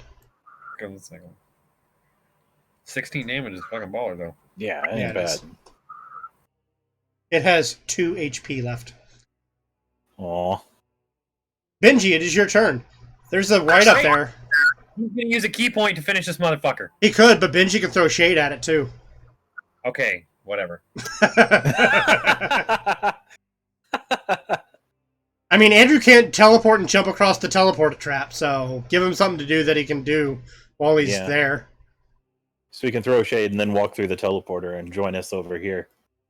In the zombie room of hell. We can't hear it's you, not Andrew. so much of a... It's hell for them, not us. Yeah, I was about to it say, is it's now. not really... Yeah, when you cleric and 2 when you drop paladins. when you drop a cleric and 2 paladins into a room full of whites, yeah, that shit's sucked for them. Yeah, I guess I'm gonna jump. Are you gonna jump? I'm gonna jump. Were you gonna throw shade first? No, I'm just gonna jump in. I don't know what's going on in there. I was just like, Okay, you jump into the let's see. portal to the north, east, or west. North. Okay, doesn't matter. You get dropped right here. Regardless, you're now here.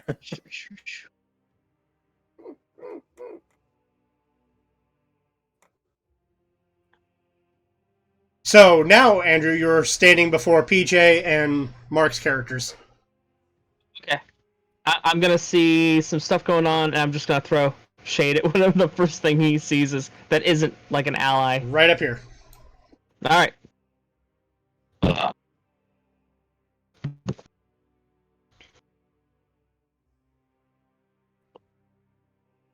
Got a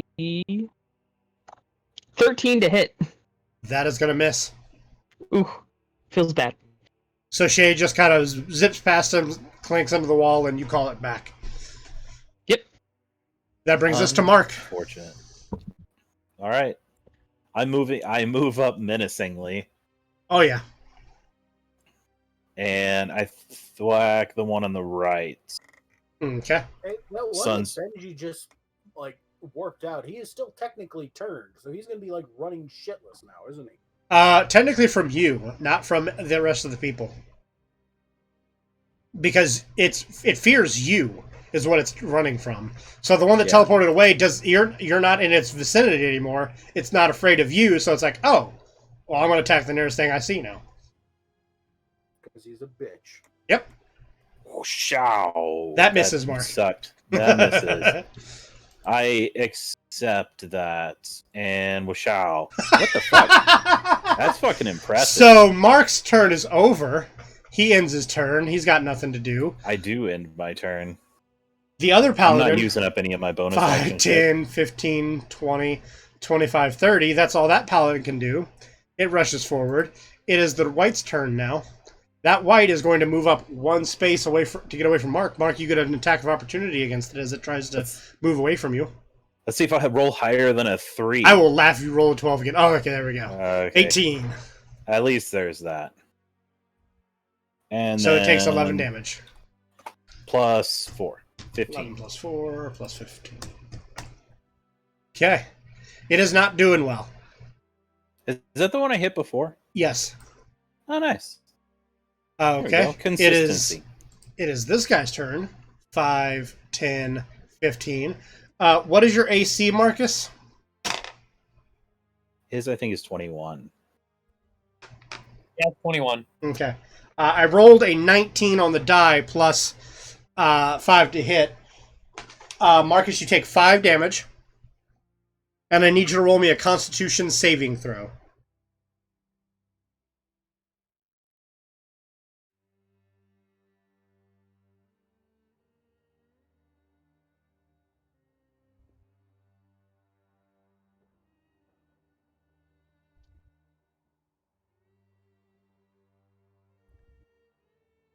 Not bad. 20! You save, so your maximum HP is not reduced. That's You just an lose 5 unnatural HP. 20 there, boy. Yep. That saves not natural. That is that guy's turn. Natural. The one south of you, Marcus, is going to take a swing at you. It rolled a 18 plus 5. That's going to hit you. I need you to roll me another Constitution saving throw, Marcus. And you take another 5. You save. So you take another 5 damage. So you've taken a total of 10 damage so far.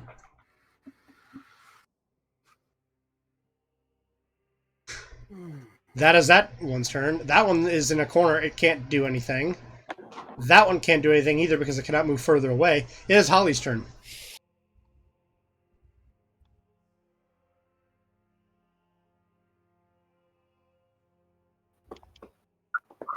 I'm going to shoot one close to me.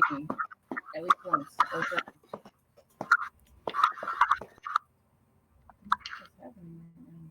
I mean, there should be footage. I mean, like people are set. Like somebody mentioned in the chat again a few moments ago that says, "Oh, still no footage." Huh? I'm like, they should see everything. I mean, I'm literally just showing my screen. I can see it. Right, we can see it. Yeah. Yeah, that would be an OBS thing if it's anything.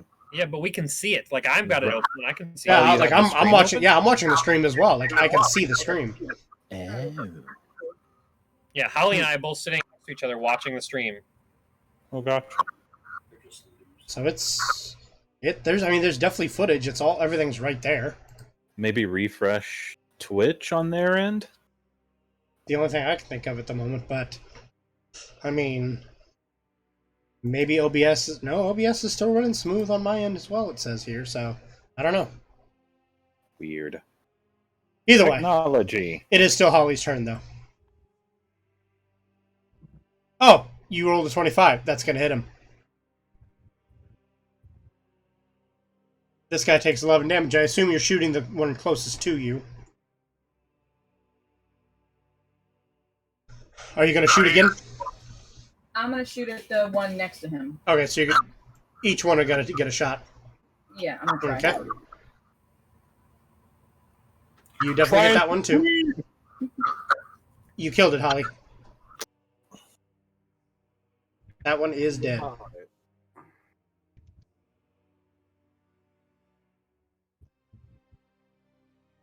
That brings us to Scott's turn.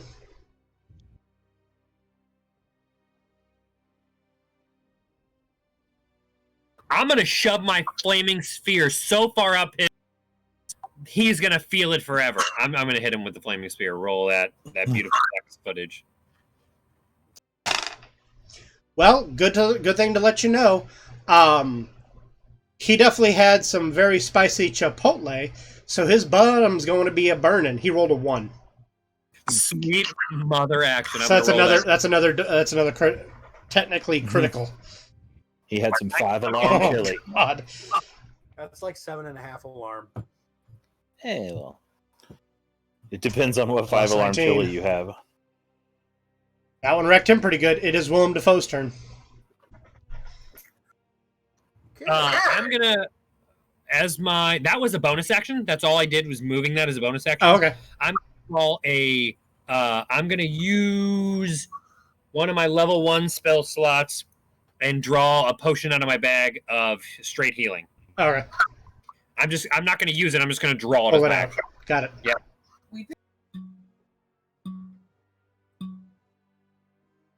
Sorry. Holly just pointed out that I've been calling the guy that's watching our stream Lint Liquor, and his name is Link Liquor. I think this is the first time you've actually said it on stream, though. So. Yeah. Okay. Then. I think all the other times you were muted. Yeah. Well, that's good. I mean, he knows it now if he's still watching. Yeah. Sorry for the things that weren't caught on camera. That are now come to light. It is Willem Dafoe's turn. Okay. There are 3 whites in the corner that are scared, and one of the whites turned into Andrew, i.e. Benji. Benji, you're a white? All right, I'm going to... We didn't hear you, Andrew. Yet nothing, man. Same thing from Mark. There we go. I did have my mic muted. Got it. He just said, yeah. Like, you're a white? Yeah. All right, I'm going to mark it. Okay, I rolled a 12. to smack. Rolled a 12. You missed. I missed. Okay. That is not a hit. No, that is not hit. I tested that twice. Yes, in a row. Scientific method there. 12's scientific method. Consistently, a 12 does not hit. Consider this a corroboration then. You're right. There we go. I should have said a hit just to see what would have happened. I would have been like, you son of a bitch. Although then the argument would be like, yeah, no, my sword, the one that actually hit, like chipped off some armor. Okay, so that's all I got. Okay. That brings us around to Marcus. There is one white standing next to you. You got a flaming sword him. Shove the sword down his throat where the flaming sphere went up his butt. Get him going at both ends. No, That's gonna hit him. Right?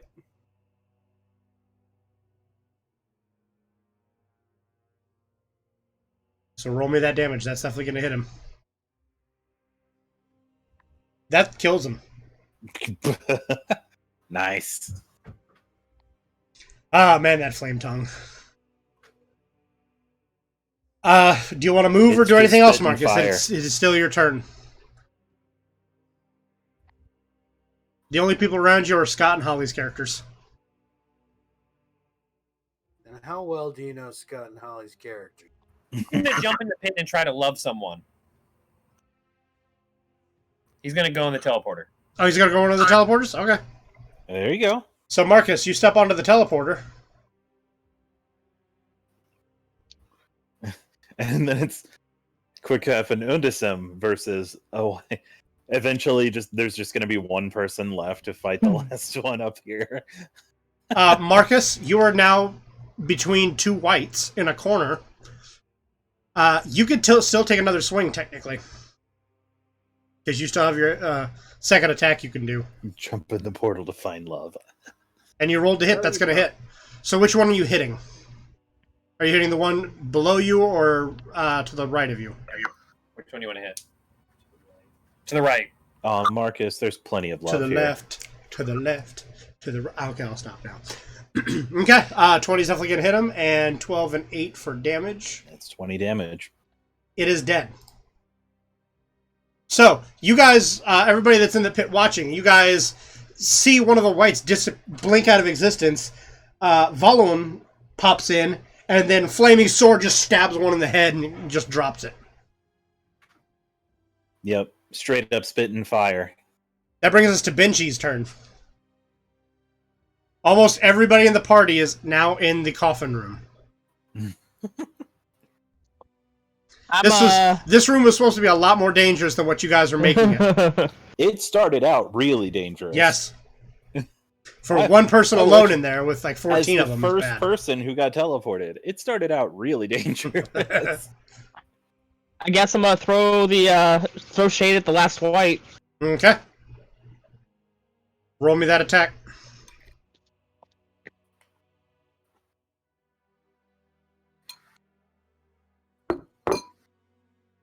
$24 to hit. Did you say 24? That's going to hit him. Okay. 10 damage.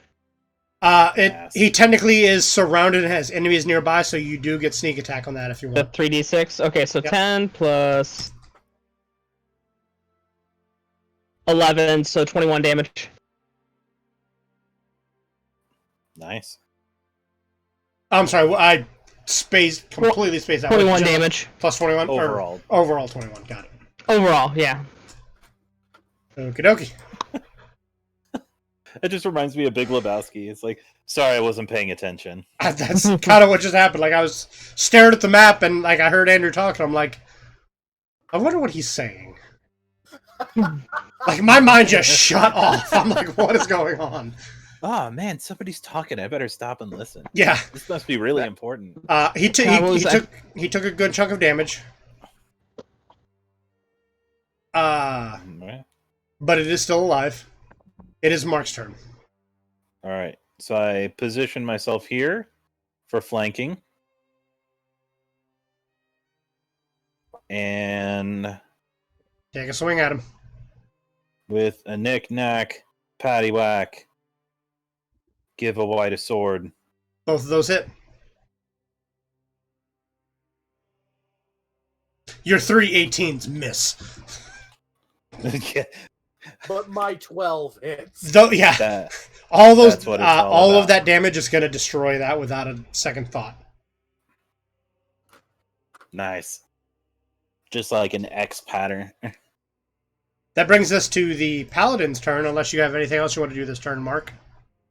I'm gonna start moving over Towards 3, the exit. 4, 5. That's as far as I can go. Yeah, I'll move towards the exit, and I'll tell people it's like Gotta climb. if we we gotta climb, but if we help each other up, hopefully it'll be easier. Andrew Do can we just have walk up rope? the shaft. Andrew can spider climb up. I can't spider climb. I have 50 feet of rope. There is also, there are, handholds and stuff to help you climb up, so it's not that Right. terrible of a climb. Now that we're not in danger, Exactly. That you know of. we should be. That you know of. We open the coffins. There's another. They're all vampire spawn. It is. No, all the coffins are technically open because all of them had whites inside and they all climbed out. Because remember, when you teleported in here first, you teleported into one of the coffins. Right. Because the white was in your coffin. When all the others climbed out, whenever you step in, everybody teleports where the whites were from. I remember that teleport because I was just like, oh no, Tim. oh Scott, this is bad. What's your AC? My AC is 18. I need you to roll me a Constitution saving throw. Yes. How did everyone get out of this hole before? Is there a ladder? There's Holly just flew up from here. But there's handholds and kind of loose bricks and stuff to where you can climb up. Mark was the first one who climbed out. Got it. I was worried that everyone was going to be stuck down here and half the party was just stuck in this freaking hole. This is where you die. That's why there's so many whites down there. When you come down here, you die and turn into a white. Well, that would suck. Scott, what is your? I need you to roll me a Constitution saving throw, and you take 5 damage.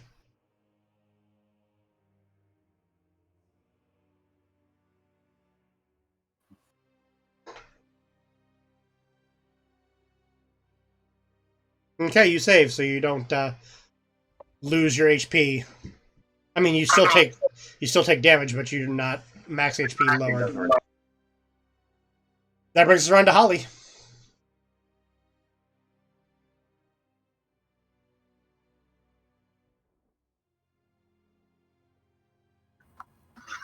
I'm gonna try and shoot the one that's right in front of me. Well, The only one left. Take a shot. take it. Take it. Take it. Take it. Take it. Wow. That's gonna hit. Shit, what the fuck did I just do? You used a longbow. You hit a white with a longbow? She separated the dialogue from the... I don't even know how she did it. But she opened the chat in its own window. I broke it. Nice. I don't even know how she... Her chat is a separate window. I know you could do that, in one way. it's I'm possible. not... Apparently that way. Yeah. Shit. I've done it before when I'm streaming. That's an option that, from your Twitch dashboard, you can do that. Oh, you mean, or her thing on the side here, her dialogue. Roll 20 Oh. chat. Yeah, that one, if you grab the little icon way up at the top, you can drag it and move it around. I did not know that. Yep, there's a little 3 lines up by the chat tab that, if you click on that and drag it, you can move it around. Are you going to take another shot at him, Holly? He's still standing. Take another shot. You know, if you turn off the animation, it'll pop up right away. How do I do that? That's in settings somewhere. I want to 26 is gonna hit. Roll. Well, I mean, she can. That's fine. It's just I look and it waits. Yeah. Same here. I've gotten used to it. It's dramatic tension now. Right. It drives me nuts. I'm like, what fucking number is it? Plus 13 damage.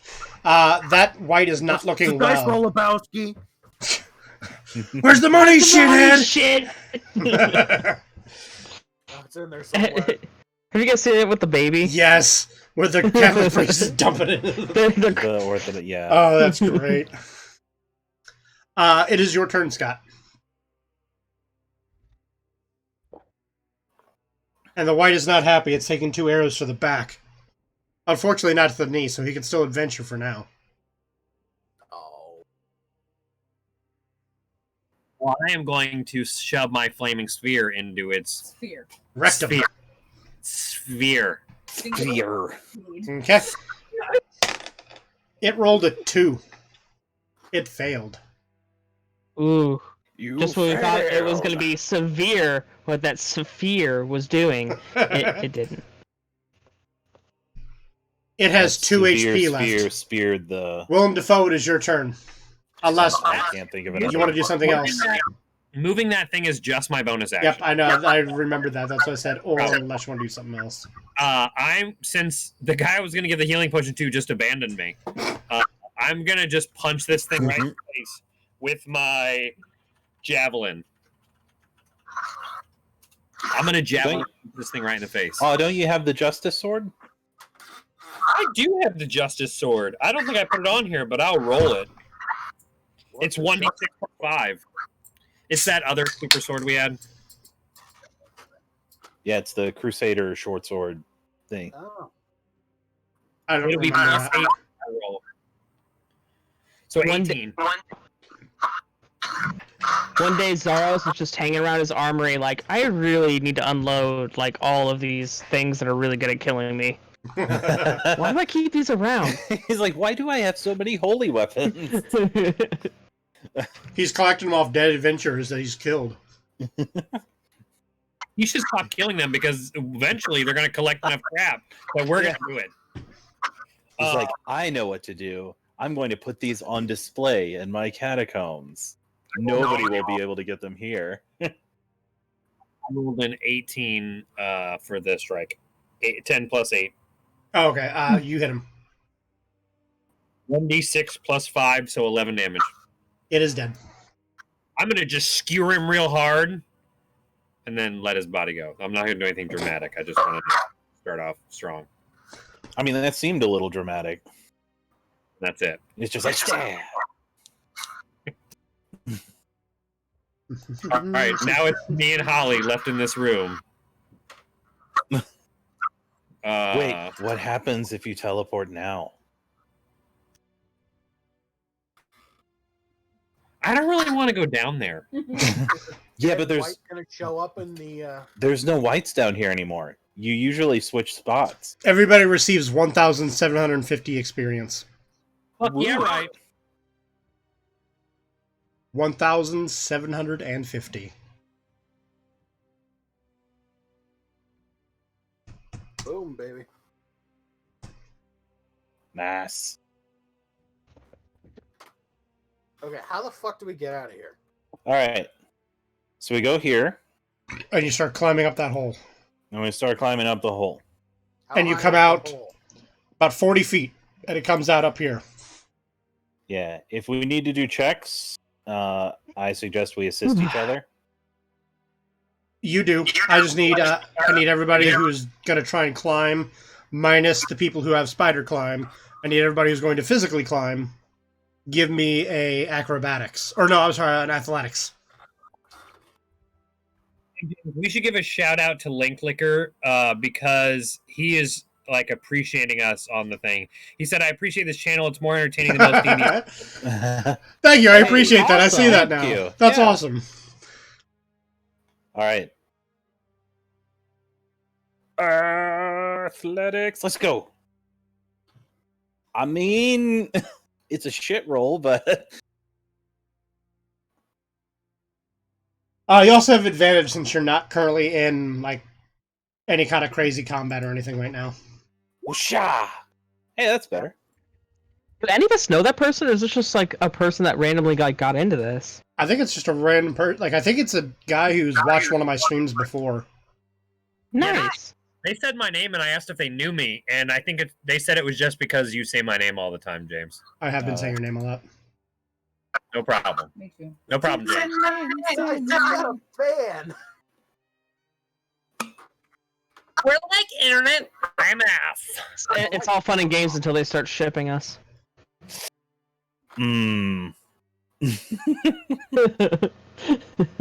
So how high above my head is the opening of the hole? So I'm So hoping from standing a from the 16 is a success. yes, that is. Yay! Standing from the ground, like at the bottom of this chasm, it is 40 feet up. I will can't be up jump here. 40 feet. I have 50 feet of rope. So I'm gonna like hold an end once I get up to the top, toss it down, and I'm hoping that will like assist anybody going up. Or like at least make the roll a bit easier. Pretty much as long as you roll above 10, I just need it twice from everybody who's physically climbing up, and you're able to get out. Climbing. Okay.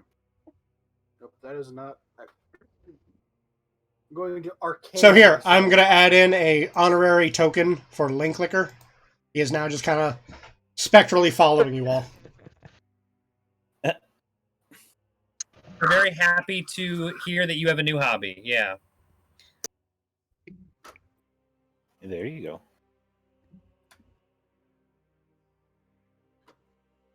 I have now added him as a his little Twitch icon as a icon on the map to just kind of follow around and watch on the thing for the rest of the stream.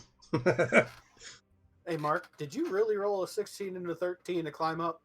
Yes. Because Despite- so the fuck did I. Nice. Nice. Nice. Andrew, you just walk right up because that's no problem for you. Oh, Marcus. Like hands in pockets, just like strutting his way out. Yeah. In fact, if anything, like there's a bit of the Bee Gees playing in the background. No time to time. I don't know the words. To that Marcus, song. I just need I need 2 acrobatics or I'm sorry, athletics checks from you.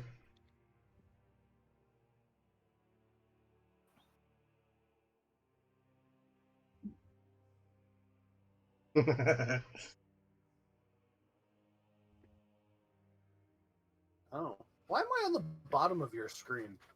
Everybody's up at the top of mine.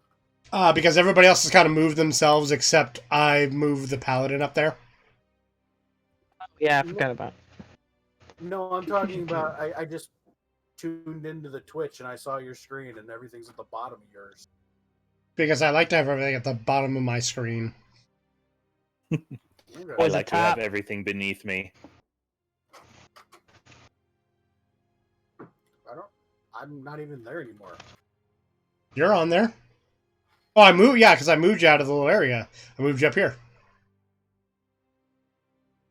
I don't see myself anywhere. Same. Alright. You're up here. You're right next to my icon. Okay. Hey, Mark, I'm going to look at you and I'm going to say, we've got one more vampire spawn down there that we need to take care of. Let's go do that now.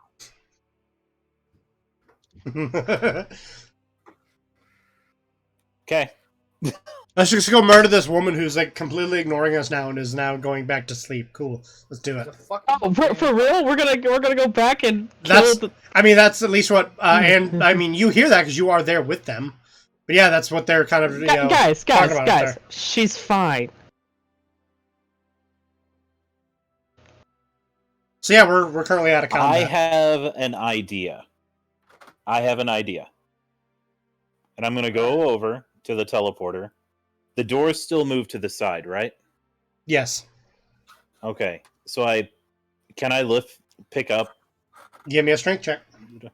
You are gonna close this poor woman in this room, aren't you?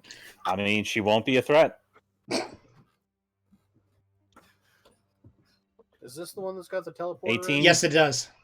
So and yes, you move it. I want to bring the door into the crypt and set it where the exit is. The exit teleport space. Nice. Because as you guys do recall, if there is something blocking that space, the teleporter does not work. So he just slides the entire Magic door skill. into the crypt and is blocking the exit teleport of the crypt. And I turn back to Mizrael and I say, "Good enough?" I go and I point at the gaping open hole here. And I point at the 3 spots for teleporting here. And I point at the picture of the cool cat person in our Hmm. Y'all just mad because I romanced your sword. Yeah, speaking of the sword, is the time expired on that yet? I don't know. What is the time on it? I don't fully remember what it is. 30 minutes. No, because combat's only going on for like 3 minutes. So you still have like another 10 minutes at least with this paladin. All right. Well, Benji, I think you've got enough time to make an honest woman of her in 10 minutes, don't you? What, you guys? Okay. You guys want to watch? I. Okay. So, where did we? Are you suggesting that I marry the sword? Where's the next crypt that we haven't opened yet? I. Speaking of changing the subject, That's a good question. Let me read the crypts and read the last one that you guys. Okay, so the next one that needs to be opened would be. You still have not opened this one, or any of the ones to the south of you. okay.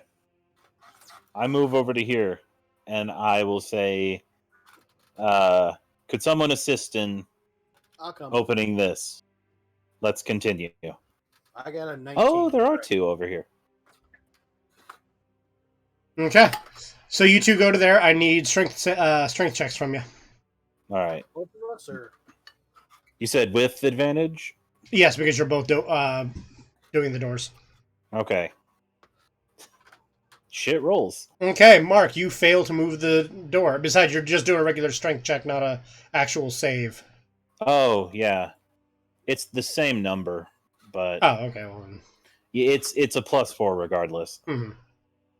Well, because I think if you do a save, I don't know if strength is a proficiency for you. I don't have proficiency on a strength save. Okay, so that's so that's the same thing for you then.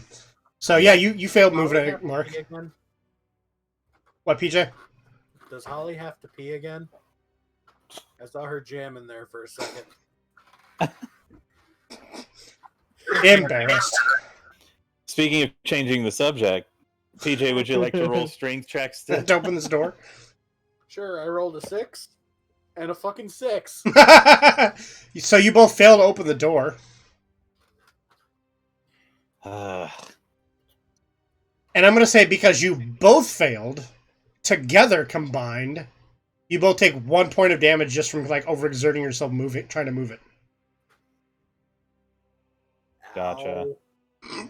You kind of like jam your fingers or whatever and kind of, or scrape your hand across the stone We door. probably get irritated and punch the fucking wall. Probably could. I mean, you'd And probably hurt do a lot ourselves. better at this chance. Scott, are you at that coffin trying to open that one? I am with Will's help. With Okay, with Marcus. How dare. Go ahead and give me a strength saving check, or strength check. With I will. advantage, since there's 2 of you. But whatever just happened made me think of the Wakanda Forever thing that was going on in the other campaign. Oh. So I brought in, you guys didn't see, but I brought in I have a Luxodon elephant NPC in the other campaign, and her name is Wakanda. And every time I fucking say her name, someone does the goddamn arm thing and is like, Wakanda Forever! There's in Tomb of Annihilation, there's one character that joke will never ever fucking end with that NPC. There was a Apollo Crews did a Wakanda Forever thing during his title match on Sunday, and then he lost. Yeah, that was sad. Like, Oh, that how sucks. can I have him do the thing and then he loses? I mean, look who owns the WWE. It's Vince McMahon. Okay, yeah. the one dude in wrestling history that hasn't been word passed because that one time he did it. Oh. PJ, that's beautiful. Uh-oh. I think my internet might be dying. I think you have advantage if somebody's helping you, Scott. Then I will try again. No, but okay, everything's good. Also, you guys have been forgetting to read the That is true. engravings outside the doors. That's dumb. We will. So, Scott, you failed moving it. Misrael and I will take the time to read it the next time that we try. So the crypt you guys are standing in front of PJ and Mark. Since we're out of combat, I'm gonna give Voluim the potion that I pulled earlier, which is 2d4 plus 5. 2d4 plus 5 health. So I'm gonna give it to him. So he has it. That's fine.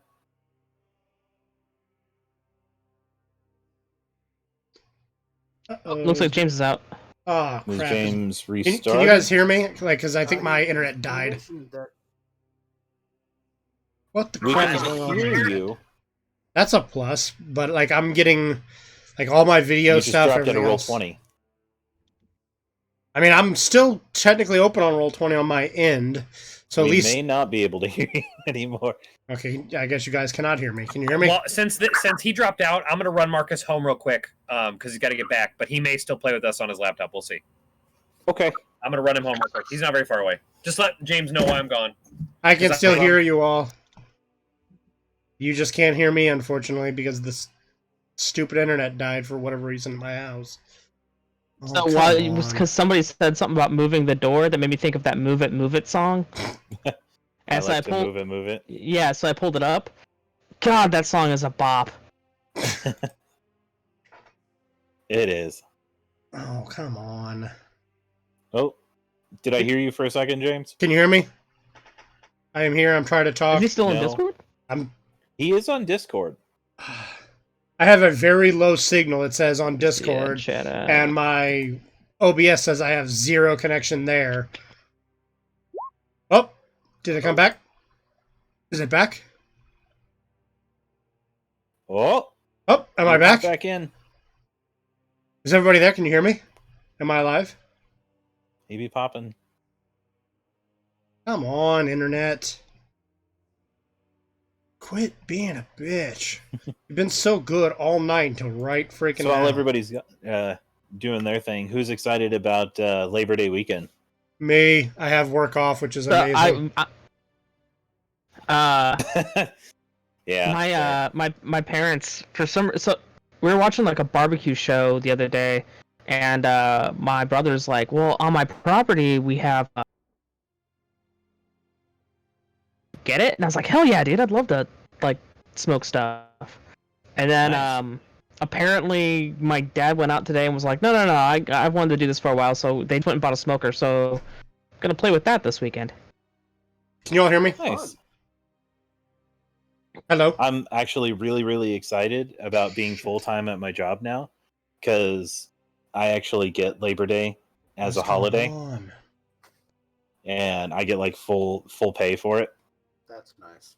So Nice. I'm all about that. I don't get any paid holidays. Oh, I'm sorry. That's dumb. Who's having their stuff worked on Labor Day? I don't have any. This is so dumb. I think we're hearing you, James. Can you hear me? I'm Yes. talking. Yes. Yeah, I don't know what the hell happened. My internet just freaking crashed down on me, and it still says OBS has no signal. But my Discord says I have signal, and then every few seconds, all your guys' pictures on Roll20 disappear for a second and then pop back in. Oof. And what I don't understand is I'm hardwired to the internet. I'm connected via a Ethernet cable. So I don't understand what's going on and why it's doing that. I probably need a new modem because the modem I have is old as shit. Okay, so Yeah, you guys all look stable on Roll20 now, and I'm starting to get connection back on OBS, which is a plus. And I can see the stream again, so cool. Everything looks like it's coming back up. My computer just decided to have a idiotic moment and crash. Did it go full retard? Pretty much. I actually tried to Scott, avoid using that word though, just because I don't Scott know. went Some to people drop get. Shane back Marcus. off. I've heard all Shane's of you guys his last listen. name. Yeah. Okay. Avery is less. Is Yeah. it? I thought his. Yeah, Avery. I thought his. Marcus Huh. Shane Avery. Shane is his middle name, I believe. Yeah. Oh, okay. But yeah, no, I've heard everything you guys have said while I was gone. Like, I just like Oh, you I had heard just that? I heard everything. Yeah, not a clue. Well, all right. But yeah, like everything on my end just kind of crashed for a second. Well, if you heard everything, then Yeah. I'm sorry. I mean, you guys weren't Sorry talking anything bad about about me. Yeah, exactly. Move Yeah. it is a bop. What are you Yeah, it talking was. Exactly. I heard that. That's one of the conversations we all had. It makes me want to watch those awful No, he doesn't. Madagascar. Yeah, there we go. Yeah, the Madagascar movies. Oh god, Yeah. I hate those. Because that's what kids need more of is more David Schwimmer in a movie. God. Whose decision was that? Anyway, back to what we were doing. PJ and Mark, you guys are standing outside your crypt. You failed to open it. Mhm. Do you decide to actually read it? We read it. and The we'll try again. the epitaph on the crypt Going to reads. read it and hopefully not weep. Read it first. The epitaph on the Maybe that will crypt. Give us the strength. Here lies Lopez the Heavy. The epitaph reads: Sir Klutz Tripolotsky. He fell on his own sword. James, are you locked again? I think so, probably. Oh god, that face! Someone Oh. screen cap this real quick. Yeah. You're Oh, it's gone. The freeze Okay. frame on your face was kind of priceless. It was one of pure joy. Yeah, I noticed that on my It end, was everything ecstasy. was freaking hiccuping and just having extremely dumb moments right now, and I don't understand why. I think I need to get a new modem because the one I have is older than crap. So I'm going to blame it on that. All right, but we read it first. Yes. then we'll So try to I'm gonna open try and read it again. This will be the third time I've read it because the internet keeps dying on me like that. I'm sorry. The crypt says Sir Klutz Tripolotsky. He fell on his own sword. I thought it was going to be like Sir Klutz, the port connection. Crash.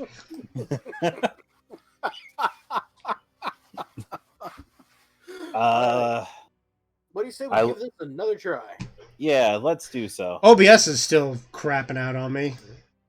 The stream died again, which is so annoying. Yeah, special apologies to Link Licker. I He mean, can't hear us if there's no stream. Yeah, unfortunately. So I'm just talking to him in the chat. So I got for advantage The 10 strength. and 20. What did you get? 10 and 20. Nice. Okay, you did better than me. I had a 5 and a 17. I'm glad that was with advantage. I rolled 2 6s in a row. It was just beautiful last time. I rolled the one before was a 5 and an 8. Okay, On this one, everything looks like it's stabling out again. I went ahead and just turned off my Ethernet cable, so now I'm running this wirelessly, and let's see how that handles it. It's like whatever you do, don't touch it. Yeah, don't even think about it. With the 17, you are able to open the door. Yeah, Mizrael got a 20, so his was better. In the center of this crypt, atop a marble slab, human bones lie amid the empty shell of a suit of rusty plate armor. Plunged through the armor's breastplate is a longsword. Do I detect any magic coming off the longsword? No. Oh, do you have? I have detected I'm- magic at will. Although Will's not in the group anymore. Oh, is there magic in the room? No, there is not. Okay. I'm still not touching any of the stuff in there because of the Sir Klutz. I'm No, he fell on his sword. yeah. Yeah. So this is just a clumsy-ass dude who killed himself, and they just buried him with the sword plunged through his armor. Bury Is it a me nice with sword, my anyway? sword. James, is it a nice sword? I mean, it looks like a pretty, like, despite the fact that it's been laying in a crypt for who knows how long, it looks like it is still extremely polished and well taken care of. Take the sword with the body attached. I think I'm gonna regret this, but I'm going to grab the sword. Are you going to pull the sword from the stone? Yes. Okay. I'm going to remove the sword from the dickhead. As you pull it out, a phantom appears. Sword in me. Ooh.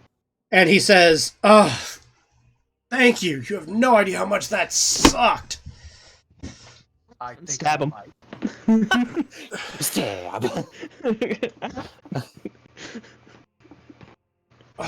So he kind of looks around. He's like, "So what year is it?" It is the year 735. Okay, I would tell him it's the year 735. Dude, I've been dead for 200 years. Whoa. Well, I mean, I was born 176 years ago, so I mean, you've been dead for for longer than I've been alive. What's your name? Awesome. Would your name happen to be Bill and or Ted? No. Why? You killed Ted! You medieval dickweed! That's kind of what I'm going with here. It's Rihanna Keeves. Oh, shit. Oh gosh. Fucking close to Correction. He's gonna get out. Correction. This guy. He's actually older than 200. He's actually been dead longer than 200 years. I just read the extra note. He died before Zaros became a vampire, so he's been dead for like 400 or 500 years. Oof. Does anyone want to tell him, or are we just gonna be? Well, Do we even know? need anything to pass over, or are you good? I think I'm good now. Do you want your sword? He's like, "What? You mean this one?" He reaches to his side and he pulls out a sword, like phantom-wise.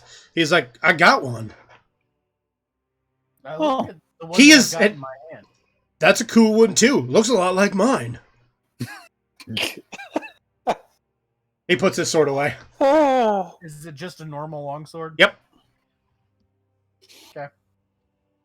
He is paying no attention. He has no idea that there's a the corpse laying on the slab is actually his. Nor does he care, probably. But he knows he's dead. Yeah. Yeah. Okay. So I'm going to set that longsword like right in the corner. I'm just gonna like prop it up about here. Cool. You guys doing anything? Well, we're trying to kill an immortal Want to hang vampire. out? I mean, I don't know what else I can do. You're welcome to help us out. We're trying to find things that will help us to kill an immortal vampire. Whoa. I'm in. That sounds awesome. Welcome aboard. What's your name? My name, I am Sir Klutz Tripolotsky. I love it. And I am the Earl of Ted.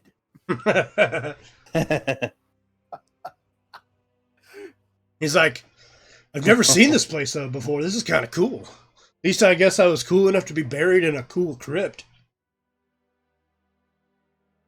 Hey, what's my paladin doing hanging out up here?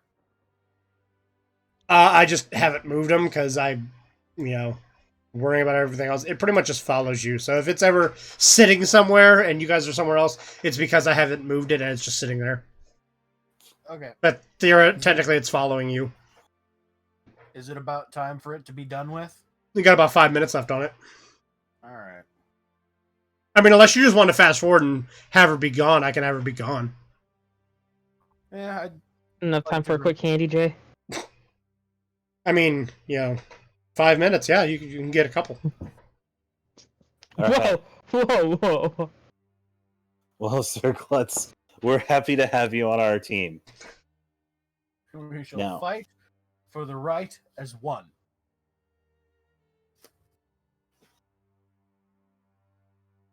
Be excellent. The universal greeting.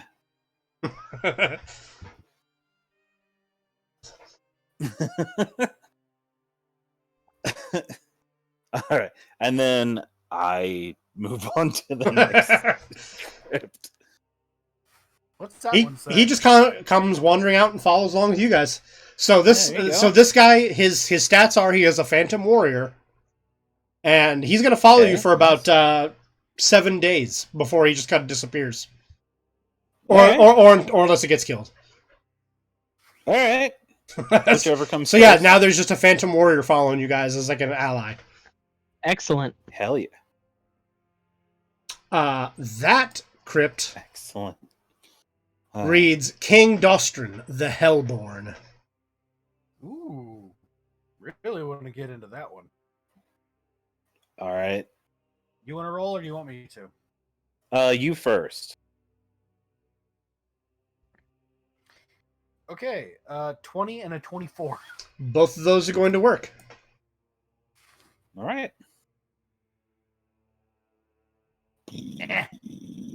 Resting in the center of this crypt is a 7-foot-long gilded sarcophagus. Its lid painted with the likeness of a screaming king wearing a crown of thorns. Looming behind the sarcophagus is a stuffed owlbear frozen in a roar with claws outstretched. All good omens. Yeah. Got a magical read on this one. Mr. Game Master. Magical. I'm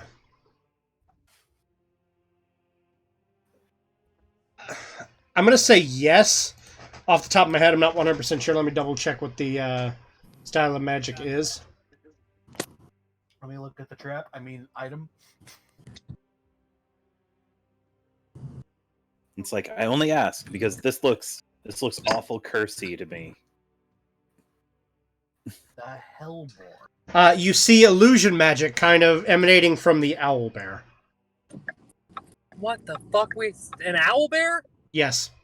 Yeah. An owlbear statue in the room they're in. They open a crypt and there's an... Oh, you also pretty much have Ted Theodore Logan on your team. Or Bill S. Preston Esquire, whichever you want. They open the crypt of a guy named Sir Klutz Tripolotsky. He died way back before Zaros even became a vampire. He was a knight who fell upon his own sword and died. So they buried him in the crypt here. And I'm making him talk like Bill and Ted.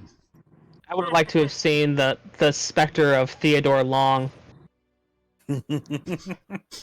Just every 10 seconds, it's either a tag team match or going one-on-one with The Undertaker.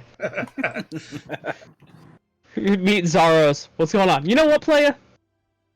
Let me holler at you, player. Alright, I'm going to go grab the sword, and I'm going to poke the sarcophagus. Hey. So you go back into the room and pick up this, Sir Klutz Tripolotsky sword and poke the coffin with it? While he's picking it up, are there any like loose rocks or anything nearby?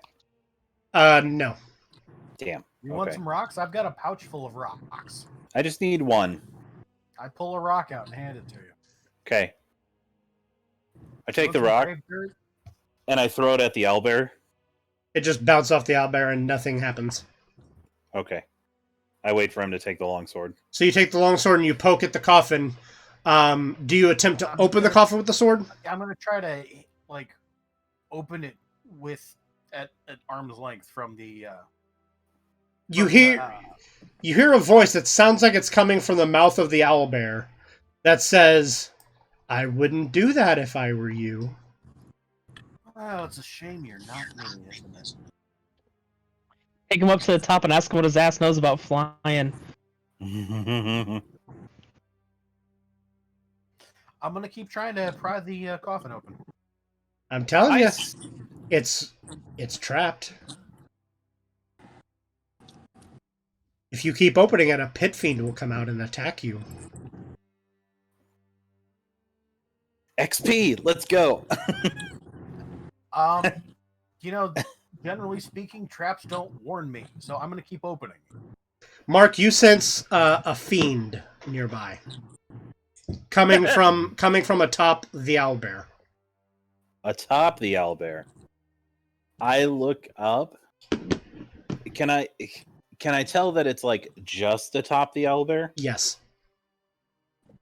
I start walking forward, and I just go, It's a fucking method, isn't it? "You're a tad small for a pit fiend." Shut the fuck up. Appearing above the owlbear, it shimmered like its illusion shimmers away, and standing there is just a little imp. It's like, oh, you saw through my trick, huh? I just smile. What's in the coffin? That's Nothing. not my buddy from the statue, is it? No, this looks like the imp from the similar to the one that was with Lady Solidor that you killed. God. Yeah, I stabbed the other one. It looks like him, but this one's a whole lot more chill and just kind of relaxing here, and just Which is why I'm playing not tricks. immediately attacking. So far. Because the one, talked a big game. So I was Mhm. like, okay, I'm going to call your bluff. And you And I did. He's stabbed like, him in the face. yeah. He's like, yep. But this one, I basically just look up and I go, is there something special in the coffin? No, just the remains of the guy who used to be there. Gotcha. I opened the coffin. You open the coffin and there's remains inside. just an old skeleton. Nothing of value inside. Told ya. I mean, I'm not about to mess with you guys now. Like, you guys knew I was here. You called my bluff. I'm not gonna. I ain't lying to you anymore. I just nod Do and an I say, insight check. Go ahead. You are not lying anymore. I rolled an 18 to see if he was telling the truth about not wanting to lie anymore. He looks like he is telling the truth. He looks like he is afraid that if he says something cross, you guys are just gonna obliterate him. yeah. Thinking about obliterating him anyway. He's evil. We've got bigger fish to fry. This guy's not a threat. He's like, if you pry the gold off that, you could pry the gold off that sarcophagus, that would sell that if you want. What are you gonna do when we leave? Nothing. I like it here. All right, we'll close the door on. Cool. Aw. How much gold is on the sarcophagus? Roughly 500 gold worth. You'd be able to pry off roughly about 500 gold worth of precious metals. Is somebody driving? Yes, Scott is. Oh. Yeah. Can you hear me driving? Yes. Yeah. We can hear some of the, the car action. Car Car noises. action. So is Marcus going to be joining us from his laptop? I don't know if he is or not. I assume he is, but his grandma wanted him home, so Yeah, got him it'll back to be... his house. Yeah. I can always Might- cover for Valuim if we need to. Mm-hmm. Yeah. Okay. I do not pry off the stuff in the sarcophagus. I just kind of move on. Yeah, I'm not interested in it either. Okay. So you guys leave and just close the door on that one. The imp just stays in there. It ain't gonna try anything. It's too afraid. All right. I give just a casual salute as we seal the tomb again. And it nods, and you see it kind of shimmer out and reactivate its invisibility. Yeah. I just look over to Misrael and I go, if he's just going to spawn again in the hells, there's no point in wasting our resources. Scott's turning. Yep. You guys are fucking nuts. Remember what happened the last time you stepped into one of those areas, Mark? Remember I did. Remember it was trapped? This one's I not. do. Have fun. Oh, yay. Okay. Oh, there's one over here. I very much so remember that time when I got shit constant save rolls. Yeah, this one. What's the slab say? Tatsul Eris, last of the line. Okay. All right, let's do it. Okay, Pow. that's gonna do it. You open the crypt. Inside, you find a skeleton draped in rags, lies atop a marble slab in the center of the crypt. Mounted on the north, east, and south walls are 3 unlit torches in iron brackets.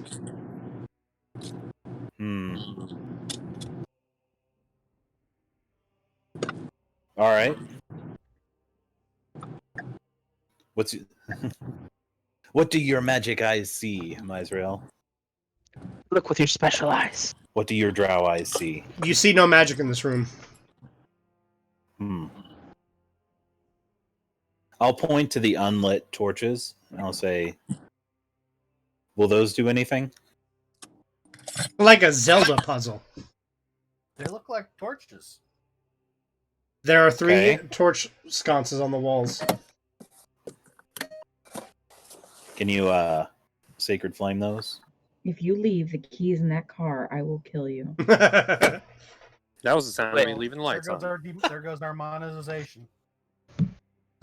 I'm pretty sure any monetization was gone well long ago. Hey, So you want me? it's just a wife, threatening to murder her husband. That happens all the time. All you gotta do is It's say good. in a video game afterwards. In Minecraft. In Minecraft. I don't know. Does Sacred Flame actually create a fire? Because it's No, it's more- radiant light. Well, shit. We literally just had that in my other campaign. Let's see, what do I got? Fairy fire is not actual fire. It's not an actual flame. Are you telling me none of you guys are just carrying, I don't know, like flint and tinder? I mean, I have got it. tinderbox and I'm pretty sure everybody probably has I that do. because that's something that everybody starts with as Oh, I part do of have like a tinderbox. almost any like adventuring pack when you start the game. It gives you. I have a tinderbox. You want to go All try and right. light any of them? I will light the north one. As you step into the room, all 3 burst to life and like are now on fire. I put away my tinderbox. No 2 people are not on fire. And I look to the center of the room, I suppose.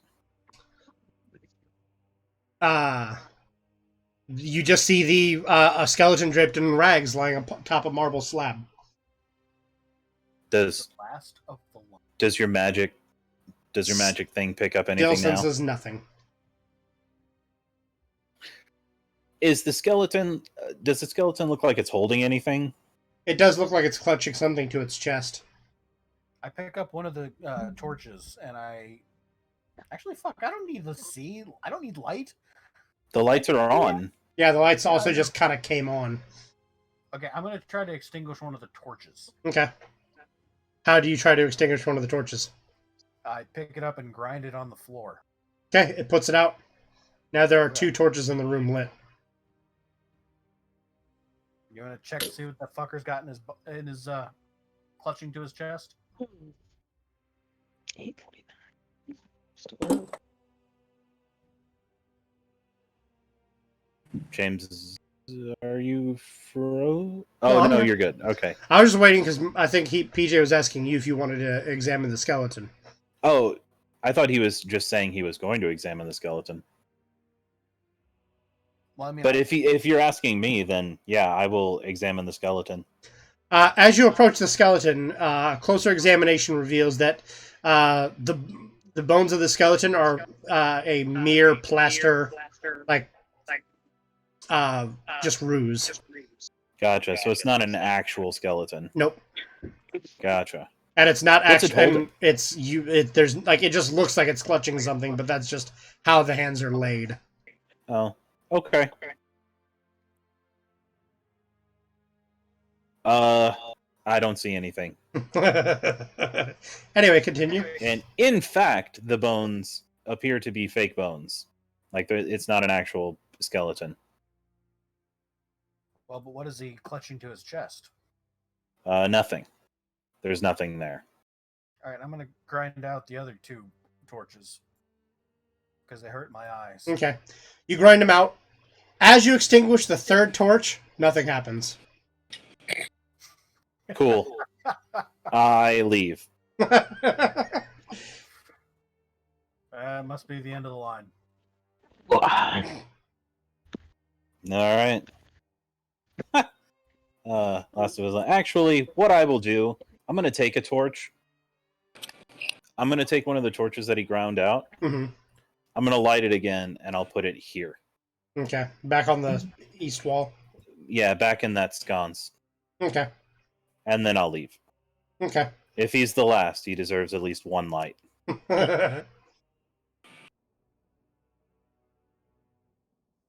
That's all you got in that one. Nothing happens. Right.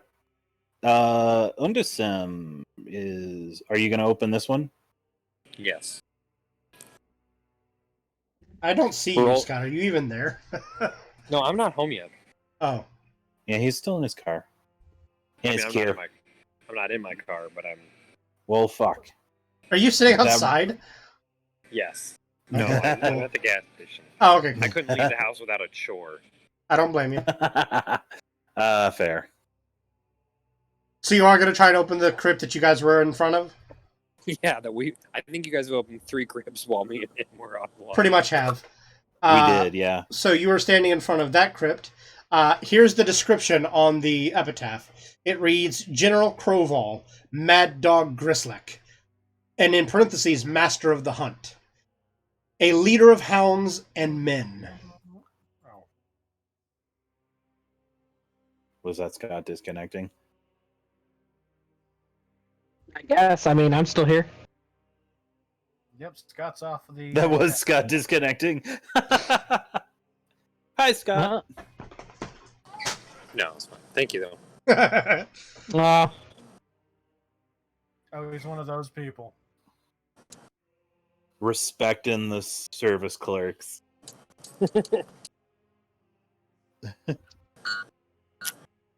Thank you very much. You have a good one. Have a good one. Don't tell her what to do. I'll have whatever day I want. Thank you very much. No problem. You don't own me. Straight face isn't the easiest task in the world when a bunch of people are saying really dumb shit in my ear. Oh, it's beautiful. What if I don't? What if I don't want to have a good day? What are you going to do about it? Nothing. Someone roll for me. There's fucking 17 of you motherfuckers. You can't roll a 20 for me? I used to say that all the time, too. All right, have a good day. Or don't. You're an adult. You can make your own decisions. Right. I believe that, Andrew. There's your D20. Okay, the 17 will pass. The 17 will pass. Did you hear the description on the coffin, though, Scott? Yeah, Master of the Hunt or something. Yep. Here's the description of inside the tomb. The stench of brimstone and burnt fur spills from the crypt. In its darkness are 3 pairs of glowing red eyes. Ooh. 3 pairs? Yes. Ooh. Can I see anything with my true sight goggle? With true sight, you're looking in, and you're pretty sure you are eye to eye with a Cerberus. Oh. Can you say that again, but without the bullshit involved? You are staring eye to eye with a big doggy with 3 heads, and it's on fire. Oh, that sounds way better. I'm going to call Hades down, and I'm going to tell him to get his shit together, because I don't want to play with this right now. Wouldn't you be calling him up? Whatever, motherfucker. How deep's this catacombs? It fills this tomb. So it's like, there's just like a gigantic dog with 3 heads standing in front of you. Just like slowly move the door back. I mean, you could. I'm just gonna... Is it doing anything? It's growling and staring at you. And it's like smoke is billowing out from its mouth. It is... All 3 eyes are staring at you intently. All 3 sets of eyes? Yes. Or do they each have 1 eye piece? They all have 2 eyes. Okay, just checking. Just being a shithead. The middle head has 3 eyes. I will look back to Valuin and just say, fan of dogs? He's and like, now with 3 heads.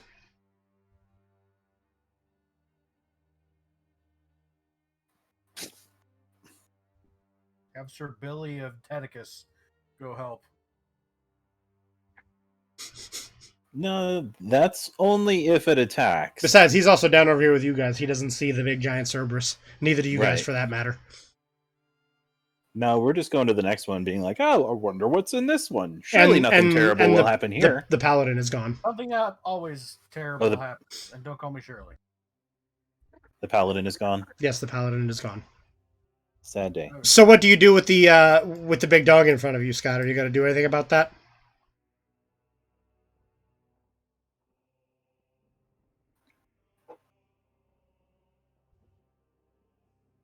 Hello. Long deliberation. Okay, we'll pretend he hasn't opened his crypt yet. So we go over to Willem Dafoe and the dragon. Hell yeah! We This is where can't the hear action you, is. but I can hear you inside the house.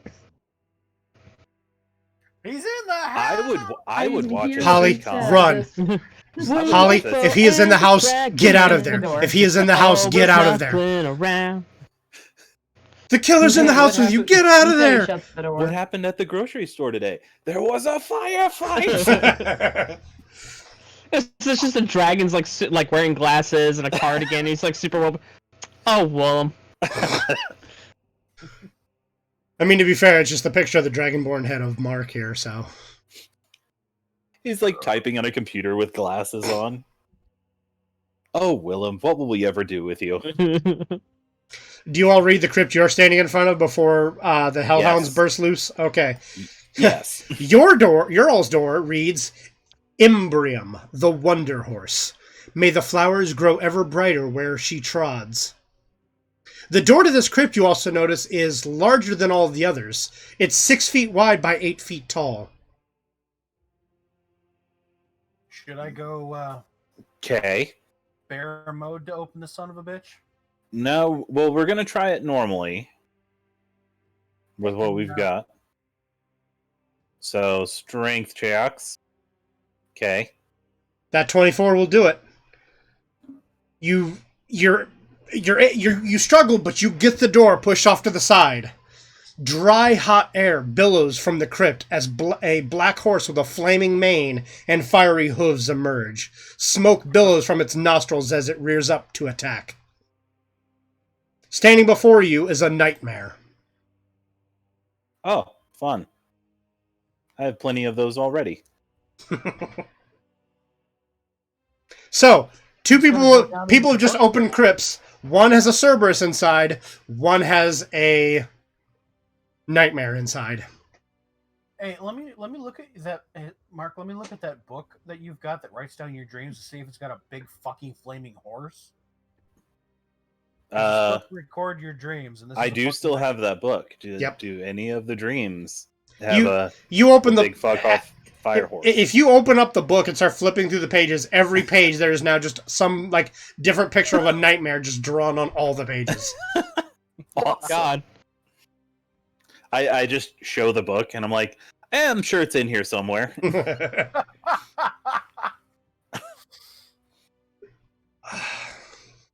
So, before we go to figure out what you guys are going to do with your nightmare, Scott, what are you doing about the Cerberus standing in front of you?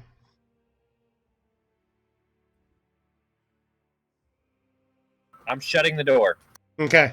I You don't close the think door. that- Roll me initiative to see if you react before the Cerberus does.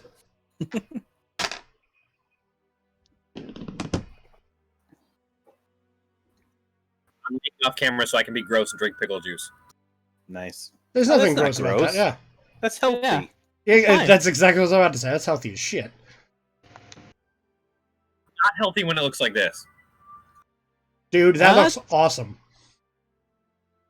It makes me wish I had some pickle juice now. Need to run you some pickle juice? Gimme just a sec. I probably got some up front. It's probably older than all get out because I think it's been a jar of pickles in my fridge since I moved here. I rolled a 6.18. I don't think I'm making it. He rolled a 4.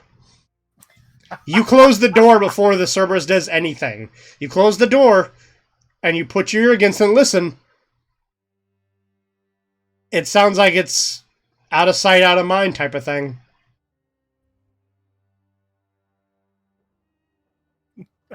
Sweet, next room. Fuck that thing. So back to the other two who have just opened the door to a nightmare.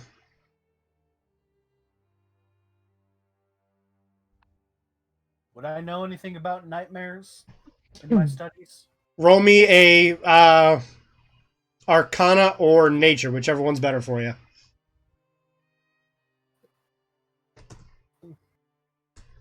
Now they're both +4. Ooh, unnatural 20. Okay. You know a lot about nightmares. Okay. You know that they are immune to fire. Okay.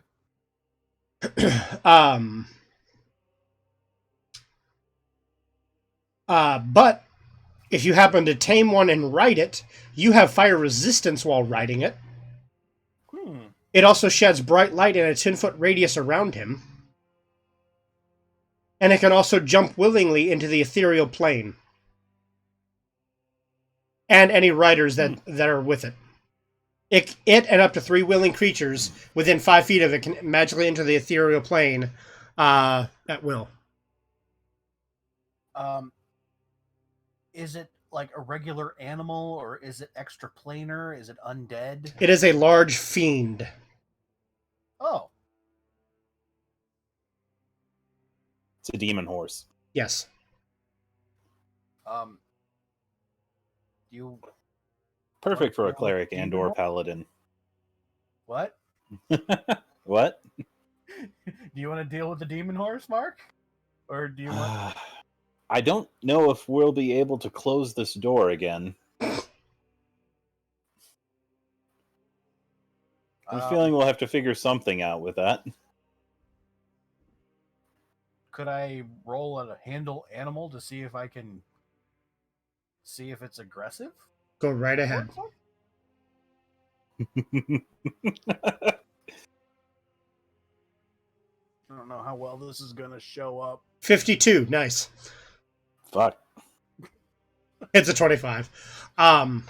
It looks like it is ready to start stomping bitches. I have a It is feeling it's not it is here to aggressive. Um, Everyone also echoing throughout the halls of Drakenloft Castle now.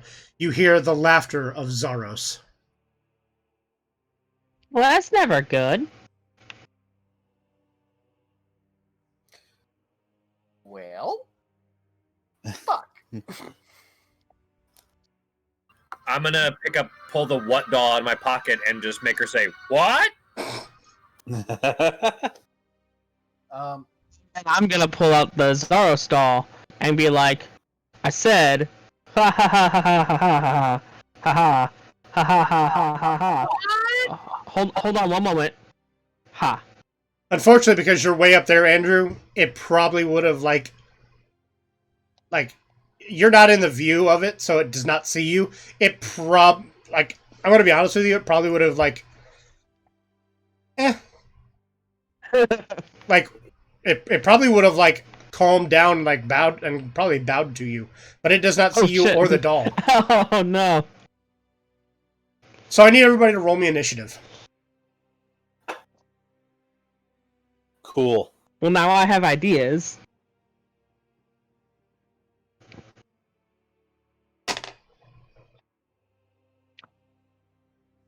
Yeah, that's not bad. That's a 19. How come it didn't go to the turn tracker? Because you have to click on your icon when you do it. Oh. So if you roll it in this, you have to click on your icon first. If not, I could just go in and manually edit everyone's when I see it. All right, well, I got 7.16. 7.16 for PJ. We're just going to ignore Will for now. Andrew, what did you get for your initiative? 19. 19. Mark. Mine's on the turn order. 18.13. Oh, okay, cool. Holly. 23, 21. That was your roll? I don't see a roll over here for you. 23.21. That's what she got. She's right under me in the chat. He's above Romulus. Oh, there it is. Okay, I see it now. Got it. So yeah, or Scott, yours updated, but your first one was actually 15.18. So we'll put you back to that.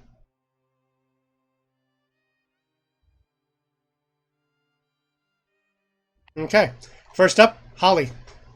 You hear like the frenzied, like almost a demonic sound, but a frenzied neigh of a horse coming from this direction down here.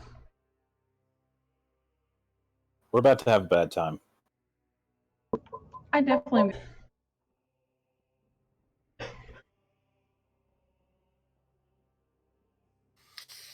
I'm gonna go over there.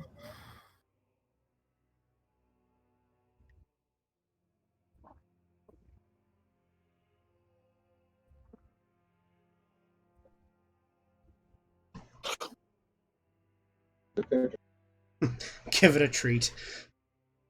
Says Link Licker in the chat. Anybody got anybody? Salt lick. Yeah, I was about to say. Anybody got sugar cubes? I think he did that for the Cerberus because he Probably. said 3. Or 3, yeah. Either way, still the Cerberus is now hidden, so, or it is now closed in the door.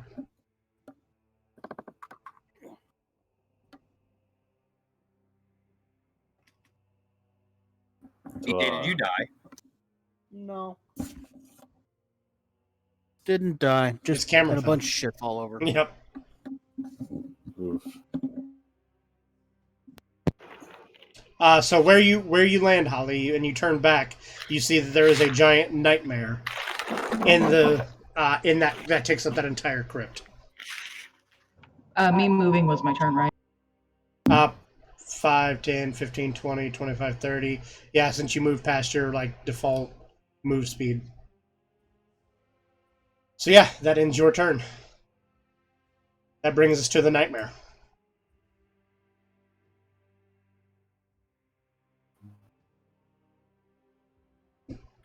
There's the die. Okay. Can you guys hear me? Yep. Yeah. All right, cool. Yeah. You're back just in time for the nightmare to rear up and try to strike, excuse me, Mark with its hooves. So it rolled a nat 20. Mark, you take... wow, this one doesn't give me the default thing for it, so I'm going to roll it on here, and so you'll see it. So it doesn't have like the average for it, which most of these things usually have just like an average.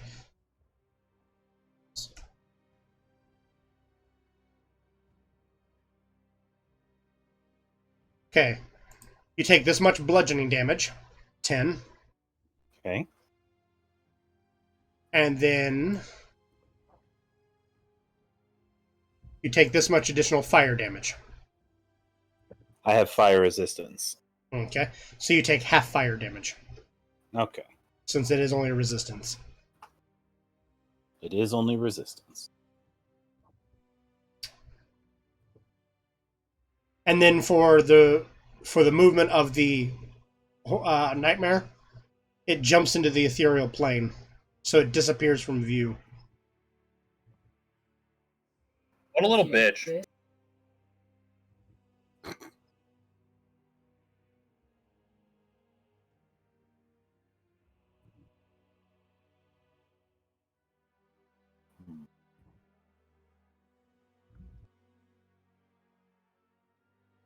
I was trying to see if there's like a little status thingy, if I could like make it invisible on the thing to remove You it just from move the it to view. the GM layer. I could, but that takes a lot of effort.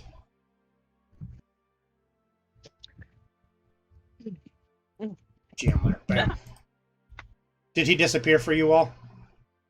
Yeah. Yes. Good. Now I will move him before we jump over to PJ's turn. Or, I'm sorry, Andrew's next. What is his movement speed? Wow.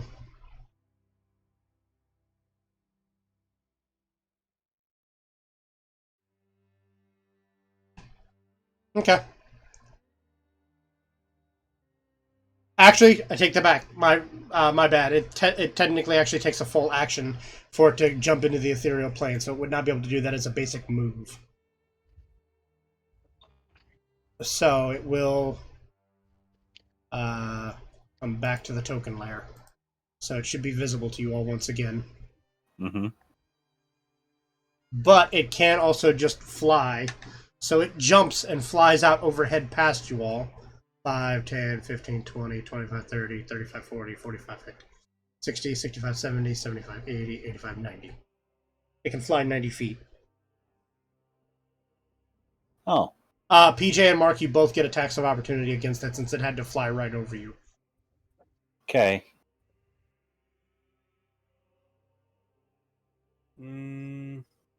Just the first one. Yeah, that does hit it. Okay. Okay, so it takes 8 damage there. And the plus D8 is only against undead. And it is not undead. And what you also get a swing at it, PJ? 16. 16 does hit it. Oh, nice. 11 damage. And that is a fiend, right? Yes, it is classified as a fiend. Alright, so if I hit a fiend, it takes an extra 2d6 radiant damage. Shit, okay. Nice. So you got the 11, right? Mm-hmm. Plus 11 radiant. It's 11. Okay. I like St. Markovia's thigh bone. I might hold on to it. Until you hit a vampire with it. Well, see, that's the thing. I don't hit a vampire with it. Vampires with. That brings us to Andrew, your turn. You saw a gigantic demon horse come flying out above Mark and PJ's character. Flies overhead past you and up to the north there. Yeah, so I'm not gonna fuck with that. Please fuck with that. Kill it. Why? Because it attacked us? Fool. Let me chase this giant, fire horse down for you. I'd appreciate that. I'm gonna come over here to these guys and be like, hey, what's going on over here? You could throw shade. Volum turns to you. It's like, there's a big-ass 3-headed dog in that room. And he points to the crypt that they're next to. Well, I mean, does he seem nice? No. It looks like it wanted to eat our faces off and then shit them back onto our heads. No treats. Well, at that point, I'm gonna pull out the Zaros puppet and be like, I have a toy. Do you think he wants? Do you think he wants a toy? I'm gonna start to open the crypt back up. Oh my god! Okie dokie.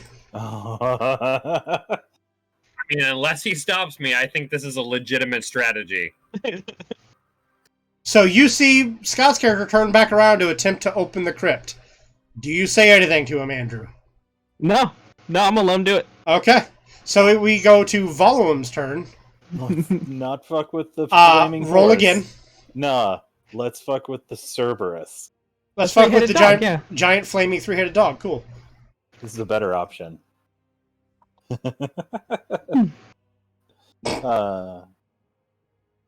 love our group. Scott, you take...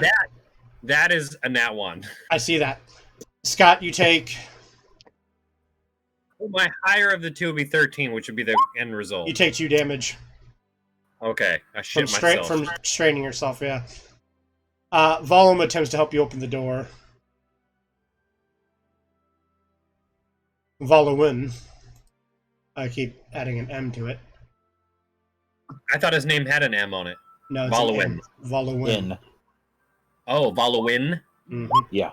I legitimately have been calling him wrong this entire campaign. He is able to successfully open the door with you. Do you think, okay. To be fair though, well, he's not here, so you GM rule, but do you think Voluim is dumb enough to open the door like Unisim is? No. Good point. That's fair enough. He's like, yeah, like he turns to you to Benji. He's like, no, we're not opening that. I mean, one of you guys can. I'm not. Instead, let's kill the horse. Volume looks like the horse is running away. I ain't going after that either, unless it comes at me. Okay. That brings us around to Scott's turn. Just let a nightmare Scott's actual loose turn. into the. I kind of love it, but Link Liquor says we need to use carrots on the horse to make it go faster. I'm paraphrasing. My carrots on my other character sheet. Maybe it's going to find carrots. So, attack horse. I'll say with like a questionable inflection. Go for it. I don't. you hear a muffled "yes" across the room, like as other people are saying things like "yes, do that." What are you gonna do? Your flaming sphere on him? I'm gonna chuck a javelin at him from here, from the safety of. No, actually, you know what I'm gonna do because I'm a shitbag. Are you gonna fight fire with fire? I'm gonna fight fire with firearms. Nice. Yes. Ears. Well, we don't like cops be firefighters. +7 to that roll, so 23. That hits. All right, 2d12 plus 4. 11 damage. Okay. You guys hear earth shattering, just like explosion go off. Slightly to the north of you all. Benji, you see it. You see Undasum pull out a long silver shaft. Yeah. This again. Points it. Looks like he fondles one end of it, and something explodes out the other end. It's gonna, You've seen the you've seen the gun before. This has happened to me before. Yeah. So yeah, you see him pull that out, and you go for your ears and cover them. You gotta stroke it at the base.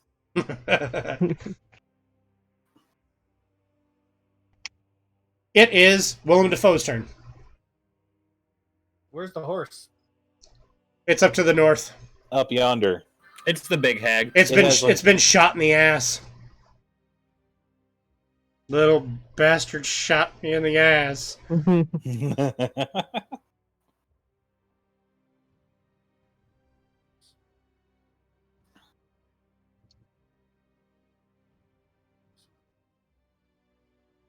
Like how we're all just like, get back here, fucker. All right, Benji, could you scoot over? Would you be willing to let me pass? He says yes, in case you didn't hear him. Yeah, I'll let you pass. All right, I'm going to cast a spell. You cast that spell. Okay. The spell has been cast. He is going to make a dexterity saving throw. That's a good thing. That's this bitch's specialty. It's a fucking giant flaming horse. Actually, wow, dexterity is not its best stat. Strength is. That's weird. Whatever, we'll roll with that. But it still rolled a 19 plus 2, so it rolled 21. Okay, so nothing fucking happens. Okay. I was curious what it was. Maybe it was one of those things that did half damage. I didn't know. No, I was casting Sacred Flame. It's a cantrip. Got it. No damage on a successful save. Holly, it is your turn. I'm gonna fly towards that horse. Okay. I think you have a fly speed You have a fly speed of 40 or 50. Gotta go out there and eat that horse. What are you on about?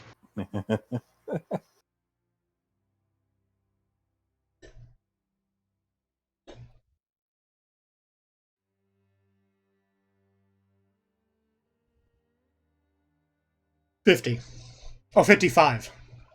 Okay. Oh, is it 55? So 50, 5, just 50. 10, 15, 20, 5, 10, 15, 20, 25, 30, 35, 40, 45, 50.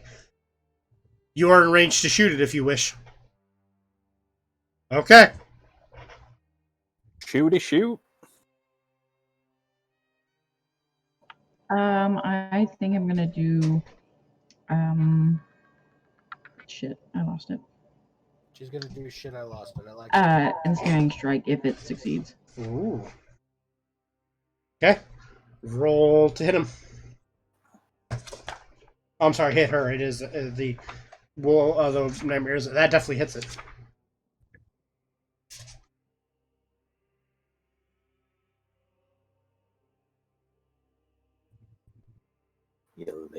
Okay, so it takes 11 damage.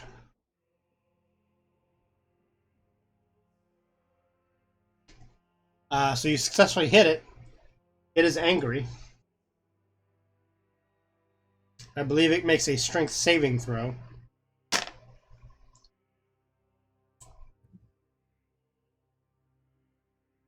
A total of 18.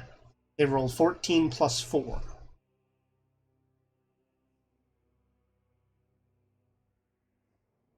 Your spell DC is 15.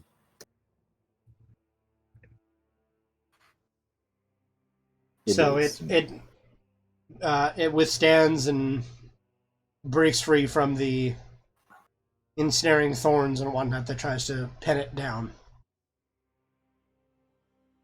Do you want to take another shot at, or can you shoot? I don't think I can since I did ensnaring strike first. Yeah, you did the spell with it.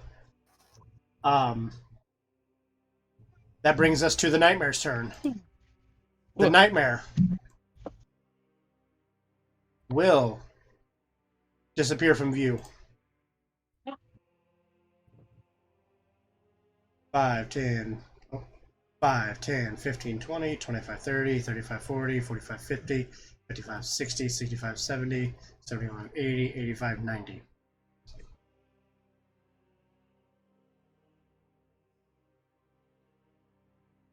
You all are technically out of combat now because the thing is flown. It is not even technically on the same plane as you all anymore. Damn it, I wanted a pony. You all were trying to kill Pony. I was just trying to ensnare Pony. I need excuses to use my rifle. You almost, Holly, you almost killed it with your shot. Holy shit! It doesn't have much health left. I had no idea. I thought it was like a beast. No, nightmares are actually notoriously weak. All right, well, my dot damage goes off and it dies. Your what? My damage over time. My dot damage.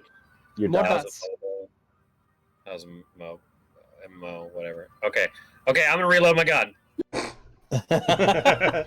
So you reload the gun and ready for the next shot. But you all are out of combat, though. Right. Is there anything in this crypt That is a good question. other than a giant flaming horse monster? Nothing else inside the crypt. It's empty. Shit. Okay. Well, I guess we regroup back here. And I look over at the crypt, and I have not heard yet about the Cerberus, so I'm just like... Valo points. There's a 3-headed dog in there. He's big and angry. Cool. Did you see anything else in there? All I saw were glowing red eyes, and then its head's kind of poked out, and we said nope and put the door back. Gotcha. All right. Fair enough. So I move over to the side, and I start going for this door.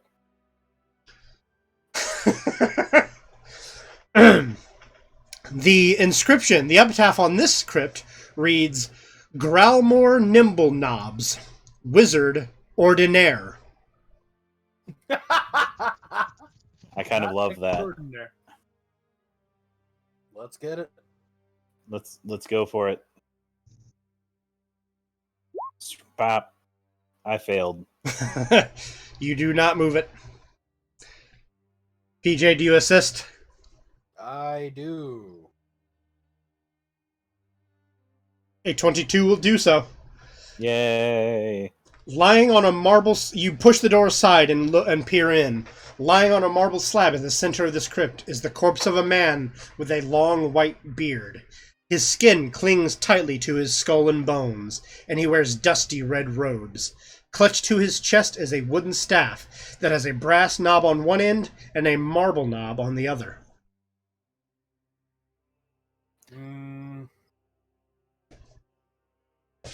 What is this guy's name again?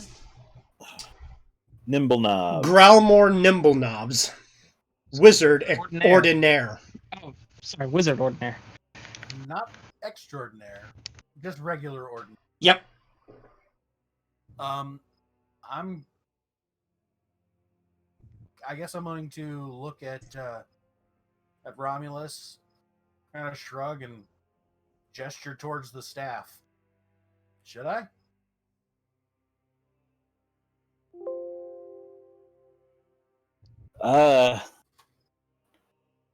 Let's be ready for something if anything happens. Okay.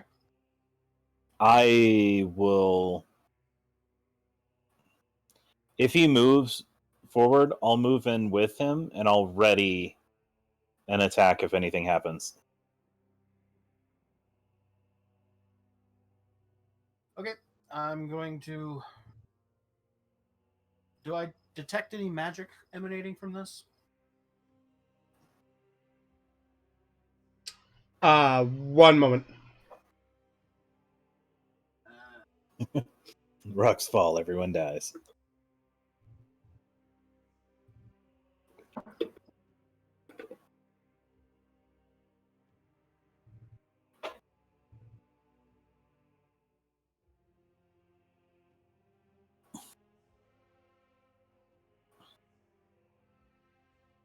Oh, come on.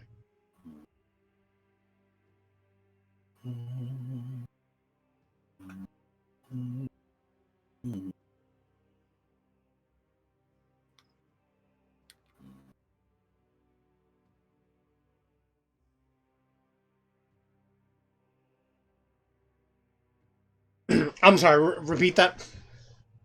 I was seeing if detect magic shows anything. Yes, a faint aura of magic emanates from the staff.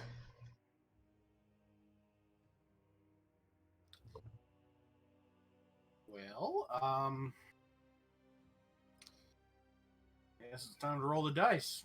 I gingerly pick up the staff. Nothing seems to happen as you pick up the staff.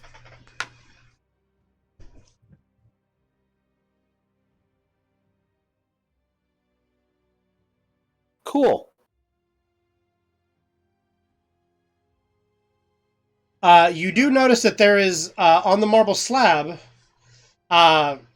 you notice that there's a shallow concave recess at one end. It looks as though one of the ends of the staff would fit into the recess. Okay, so we got marble or brass. Mm-hmm. One sec. What's the okay. What is the slab say? Grimgar Growlmore Nimble Knobs, Wizard Growlmore. Ordinaire. It's always doorknobs with you, James. Yeah.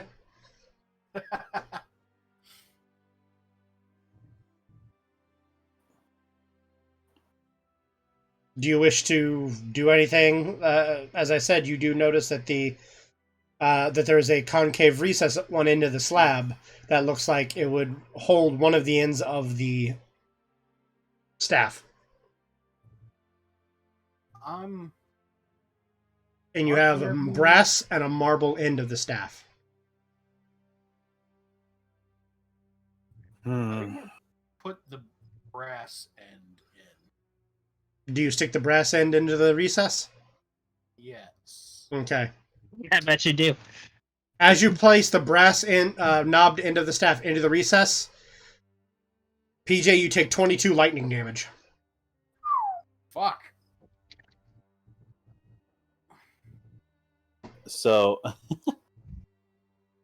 Ow. You want to see what happens when you put in the marble? Let me heal myself first. Yeah.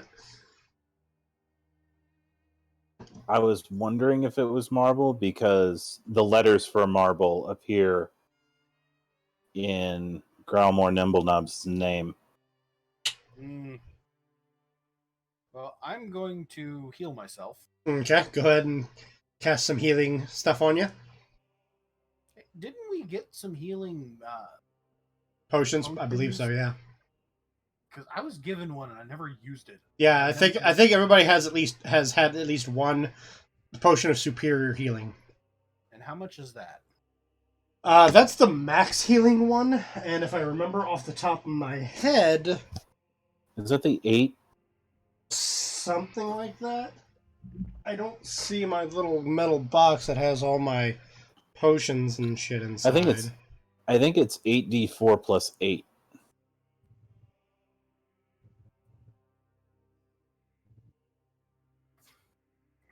Which I might have to do here pretty soon. Actually, what I'm going to do...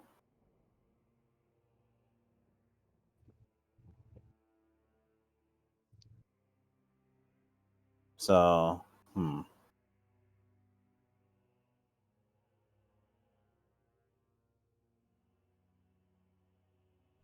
going to use, just while we're deliberating here, I'm going to use all but 5 points of my Lay on Hands pool, which is 35. On who? Me, because I really need it.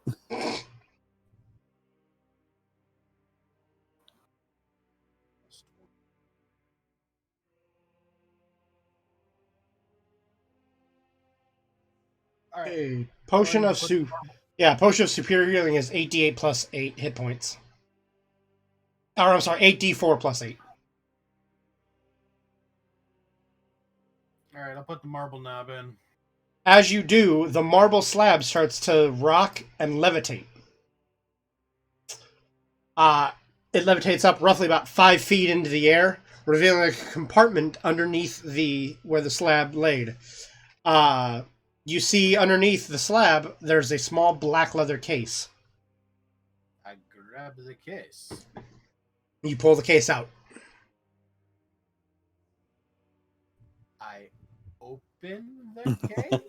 Inside the case, you notice that there are what appear to be 3 scrolls inside the case. Ooh. I look at the scroll. You read the scrolls. You're pretty sure you have one scroll of Cone of Cold, one scroll of Fireball, one scroll of Lightning Bolt. Okay. Not bad. Not bad at all.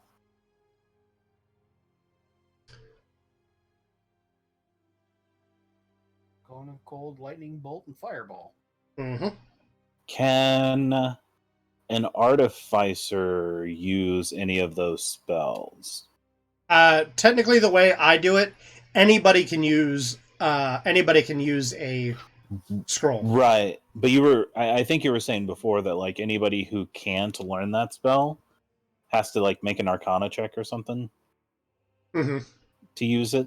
Yeah, I was wondering if Undecim could use any of them. That's a good question. Scott just got back, so now would be the time to ask him. What? Hey. The team just found 3 scrolls before TJ took 22 lightning damage from sticking the wrong end of a shaft into a hole and got electrocuted for it. Then he flipped the staff around, stuck the opposite end in, raised a slab up 5 feet off the ground, revealed a case. Inside the case was a scroll of Cone of Cold, scroll of Fireball, scroll of Lightning Bolt. And we were wondering if an artificer can learn any of those spells.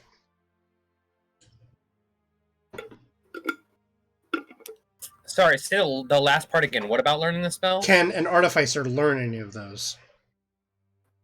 No, technically I can't add them to my repertoire. We were just asking because the way I do it is if you cannot learn the spell on your own, it takes an Arcana check just to be able to cast the spell.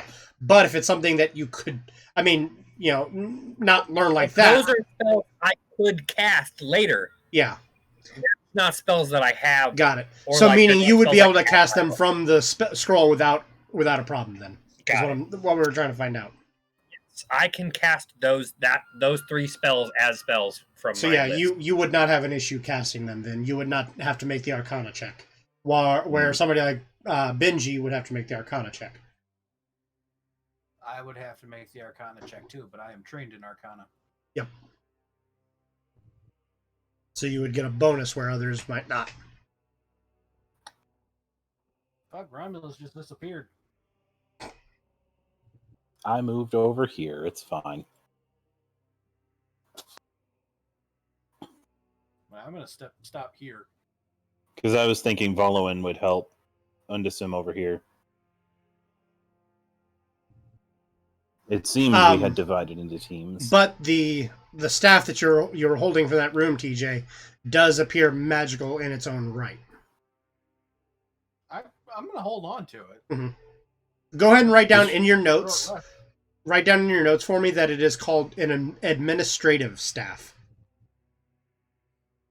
Okay.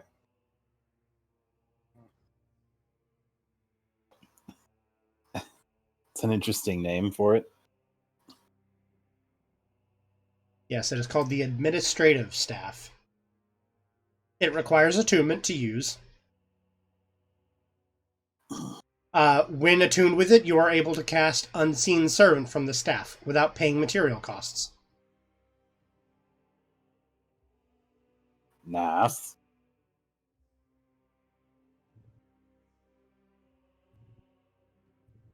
Undecim, would you like these scrolls?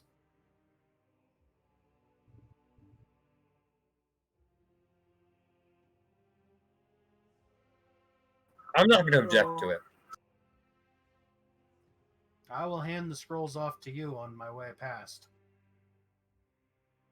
I will take said scrolls. That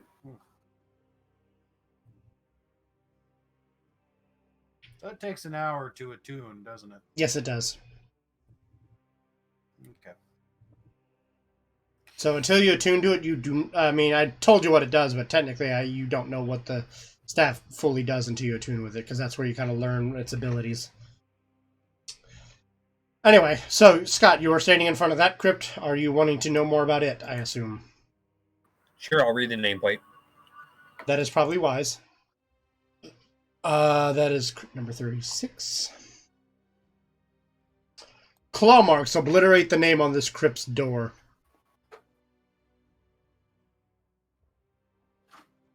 Okay.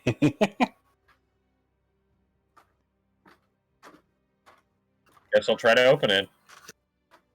Okay, go ahead and roll me an attempt to open.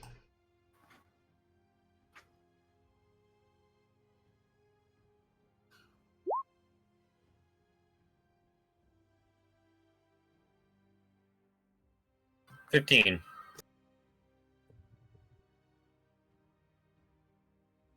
That's just enough to open it. You push the door aside, and inside the crypt, in the center of the crypt... Hold on, where'd it go? Oh. A skeleton draped in rags lies atop a marble slab in the center of this crypt. Nothing else out of the ordinary seems to jump out at you as you peer into it. I guess I'll search the body for anything. Like, I have the true seeing thingy on. You see nothing. Nothing out of the ordinary. Do you see anything in the ordinary? Alrighty. I guess I'll leave that one. Last tomb opening up here. All right. The epitaph. The tomb. The epitaph on this tomb reads: Sir Jarnwald the Trickster. The joke was on him. Okay. All right. These riddles are fun. I probably failed. Yes. Maybe barely, but probably failed.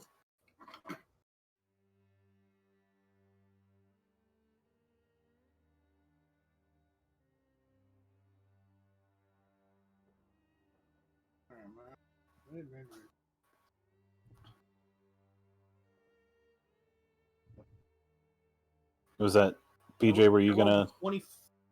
I rolled a 24 and a 23 for my. Okay, that will nice. that will slide it to the side. As you open the room, there is no marble slab in this one. It appears to be an empty room, but with your detect magic, you faintly sense illusionary magic in the back of the the back wall of the crypt, so the western wall from where you're standing. All right. I'm going to reach into one of my pouches and pull out a handful of dirt. Okay. And cast it into the room. Okay. The dirt is thrown out and lands to the floor, passes through the floor.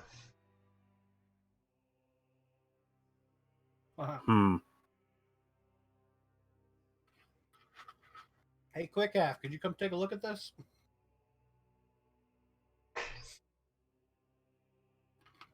Also, Undisem, since you have the true sight. That's a good idea, too. Quick F has that as well. Oh, okay. Quick F and Undisem have abilities of true seeing. Undisem from an eye patch and Quick F from a pair of goggles. Oh yeah, she's got the goggles. Nice. I just figure, fall damage sucks. Yeah.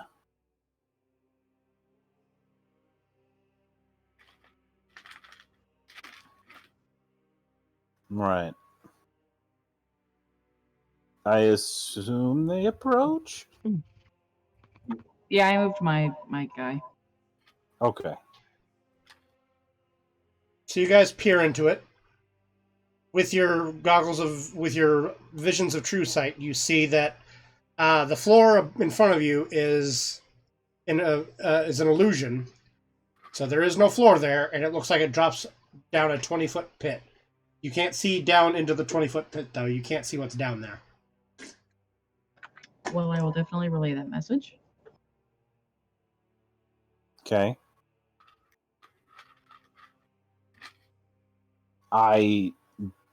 There aren't any handholds or anything. No.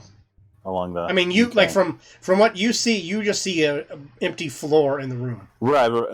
Sorry, I was asking. But yes, through Quick F, there are no handholds. It looks like it is made of almost algae slicked, polished stone. Gotcha. Comprised the shafts there, or just to be a pain in the ass to get It would be down? a pain in the ass to climb out of if one were to fall in, unless you can, I don't know, something like spider climb and or fly. Right. If you guys want me to, I'll go down there and check it out. Be careful. No. No. Well, No, I was gonna jump in face first. You're just gonna dive a swan dive? Yeah. Vulture dive.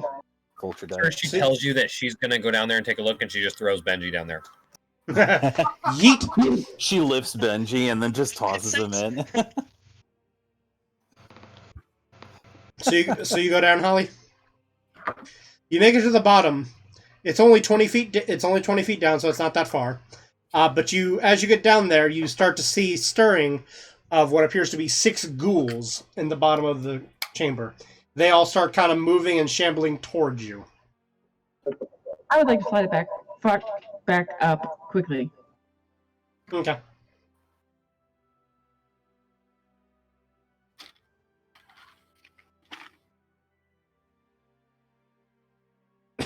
Quick F returns and says that she's counted roughly 6 ghouls down at the bottom of the pit that look like they're ravaged. And roll me a perception real quick, Holly, as if you were still down there. I'm going to add this in, and this is what you saw, depending on what you rolled.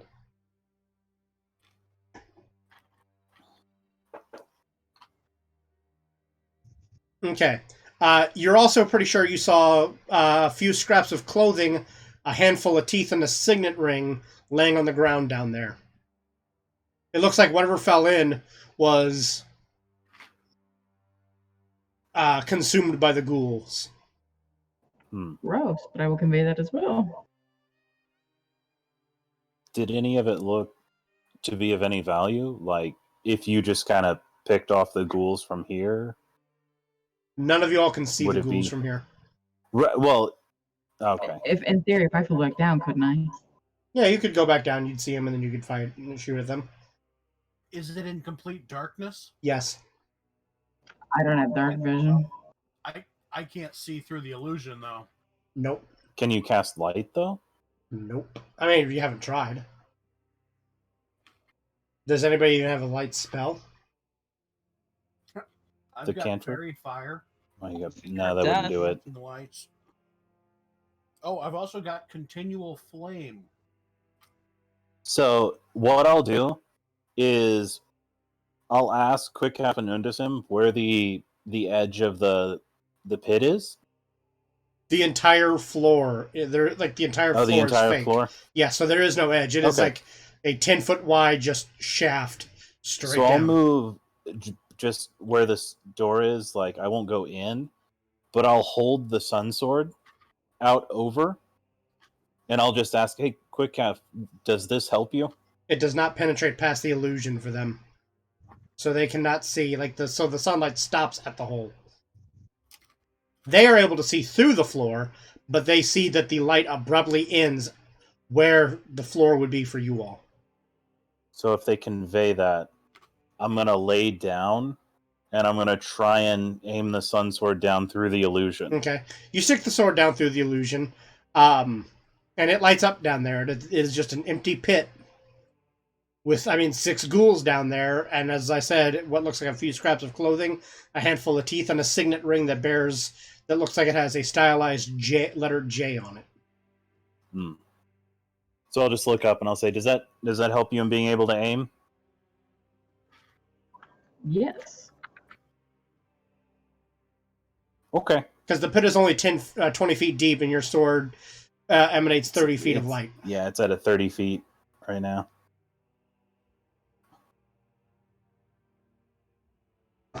So I guess I'll just start shooting.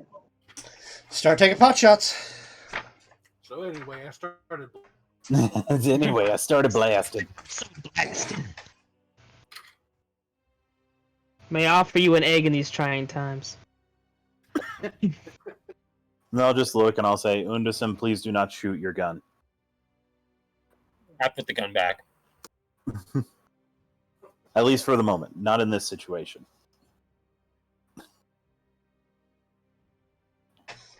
Just a heads up, these are extremely weak. They're just ghouls, so they are extremely weak.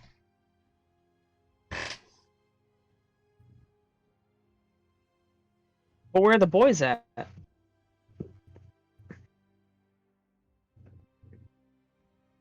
Vincent Price would be like, "Good evening, boys and ghouls." I can't do a Vincent Price impersonation, so I'm not actually gonna try. He had way too unique of a voice for me to even attempt. For the 100-year anniversary, I went to St. Louis, and his daughter she just did sort of a presentation thing. The place was packed, so I literally had to look at it by putting my compact mirror on the corner so I could just fucking see her. Vincent Price's daughter? Like, what does she do? I don't remember. This was literally 8 years ago, if not longer. I'm sitting here thinking that there's no way Vincent Price was so famous that his daughter just like packs, a room of people just from being his daughter. It was like 100th anniversary. There was it was called like Vincentennial or something. It wasn't at the art museum, but it was in that area. Nice. Oh, I just now noticed you shot. Yeah, you hit. You kill one of the ghouls. Got one. Nice. How many are left? 5. 5. Okay. Okay, that one's hurt. Just to skip all this, undead? Yes, they are considered undead.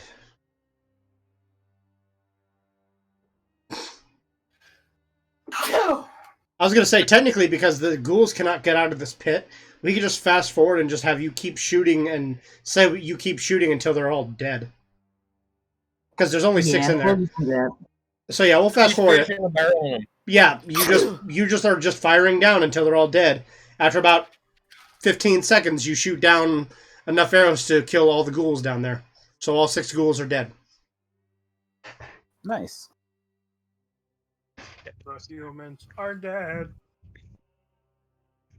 Binary solo. Everybody gets 200 experience points for killing the 6 ghouls. I did all the work. I'm just You know kidding, what? I'm not that butthurt about it. You know what? Technically, it's you and Mark did it. Mark revealed it. You shot him. But it's a party thing, so everybody gets it. In her defense, if Mark revealed it to me, I'd probably also shoot him. Like you gotta test the waters first, take me on a date or something. You can't just be flipping it out. So anyway, I started blasting. Thinking adults can do whatever they want. So what was the number? 200. 200. Cool. That. Well, yes, it is very nice. That doesn't make the difference, though. I did not level, but I'm okay. I did not. All right. You guys have effectively opened all of the crypts. The only crypts you have not been in was the one way up to the north, which had the portcullis. Yeah. And then the one that had the shimmering light curtain to the east. I want to check out that one in the north, since this portcullis was brought down with that lever. I'd like to see if the other one went down. So if you all venture back up there, you notice that the portcullis is still down. I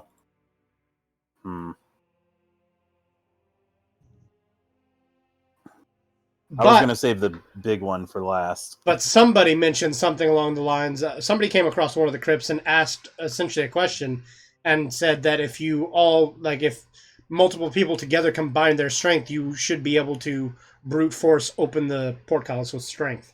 Gotcha. Hey, Voluin. Yeah. Hey, Misrael. Hey, Undasim. Hey, Quickcalf. You can get 4 people. Hey, yeah, I was about to say, who's got the highest strengths? I've got 19. Quickcalf is strong as fuck. Yeah, I've got a strength of 19. So Voluin pops up. It's like, so we wanted to get in there? We're gonna, yeah. He misty steps through the door, takes a few steps down into the room, and turns and looks for the wall, opposite of the one from the tomb way to the south. And you guys see him reach out of sight and grabs like a little lever, pulls it down, and the portcullis goes up. We can do that too. That works too. That's what we call GMS Ex Machina. Yep. All right.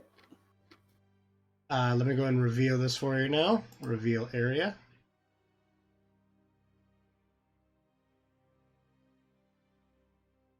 Did it reveal anything? No, it No. turned it. It did the opposite. I even clicked on reveal area, and it's like, nope, just Chuck Testa. Oh, fancy. What does that say? It says the actual name of the person, but you can just ignore that. Okay. Oh, this is the dude, isn't it? Mm-hmm. White marble steps descend to a tomb that has a vaulted ceiling 30 feet overhead. A stillness, a calm amid the storm is felt here. In the center of the tomb, a white marble slab supports an intricately inlaid coffin. Chiseled into the slab is a name, Elizul von Tempest. To the north, behind the coffin, are 3 alcoves. A beautifully carved statue stands in each alcove.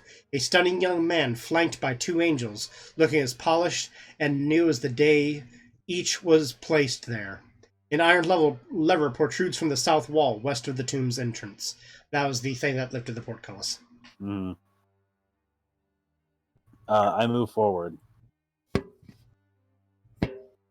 And I go up to the the tomb, and I place my hand onto the casket. You feel a sense of just peace that none of you have felt or experienced being here in this land.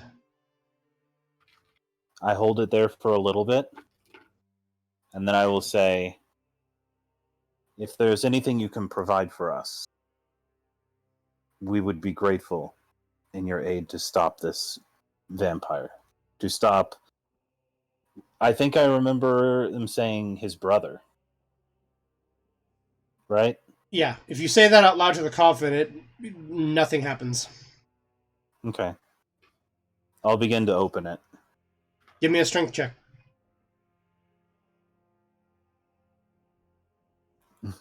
Does anyone assist? I will.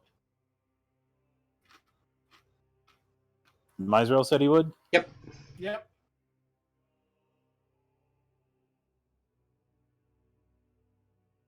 Where are you? Actually, oh, there you are.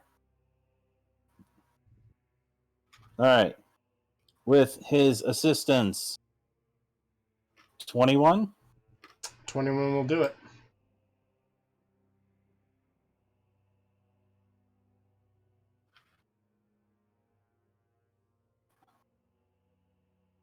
Huh. I didn't know I can grab the GM overlay crap and move it around on here, actually. I just now noticed that. That's kind of interesting and weird. Huh. Cool. Well, there you go. Well, isn't that just nifty? Anyway. Iron Golems attack.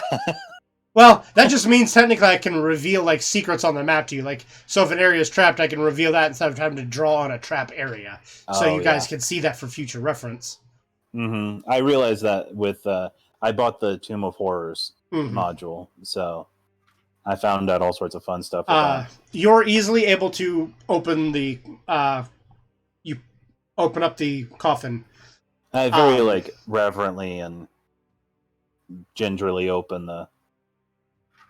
You open it gently and peacefully. Inside, you see a body that looks like... At first glance, it looks like this man who is inside is merely sleeping in the casket. But it looks a lot like Zaros. But you could tell it's not. But he has the same familiar, facial, structure. It is his brother. Hmm. The brother is the one that, that's the one that Zaros was jealous of, right? Yes. Right. When they get it open, I'm going to set the doll that looks like her in with him, peacefully sleeping. Aww. Nice. Everybody who has true seeing and or magic, detection going off, you see magic emanating from the armor that Elizul is wearing.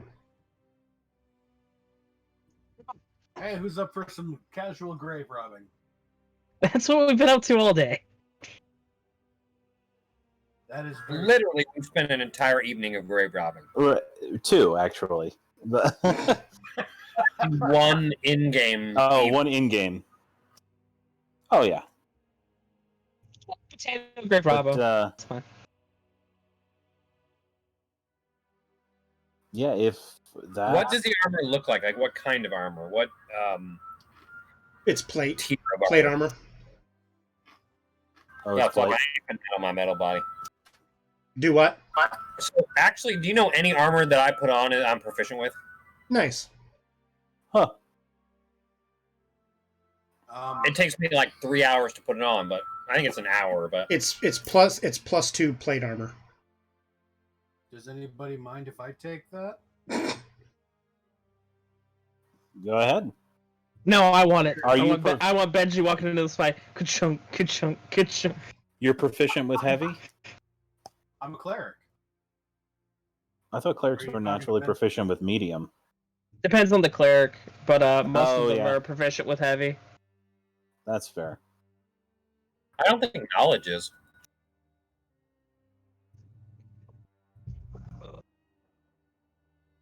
No, I'm not proficient in heavy armor. Am I the only one who's proficient in heavy? You and me. I believe so. Well, I don't know. Is the vulture? No, the vulture's not.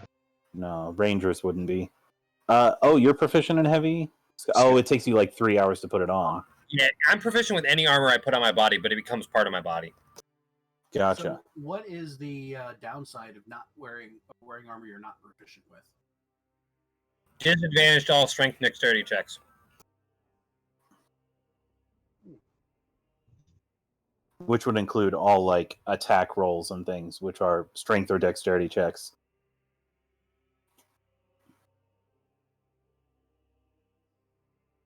Okay then. So, Never if mind. nobody else is interested or willing, then, I mean, I could grab it. If we do a short rest, Undasim, I can pass it off to you, and then you'd be able to put it on. Past what? The armor that you have on? The +2 armor, because it's one of those, like, if it takes 3 hours, then it'd be good to like explore stuff, and if we do a short rest that'll take 3 hours, then we'd be able to do something with it for you. I mean, I'm not dying for the armor. I don't really care. I'm playing more healer than anything. But I mean, I'm not dying for the armor, but if I'm the only one who can use it, or we just leave it here on this dead guy. Or we do that. Check real quick and see what it says, how long it takes to put it on.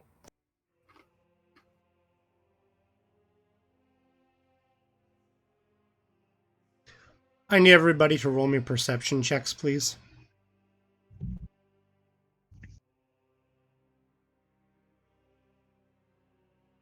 Oh, I almost did it with advantage. Normal. 10. Wow, everyone's sucking. Yeah, we're all awful at this, huh?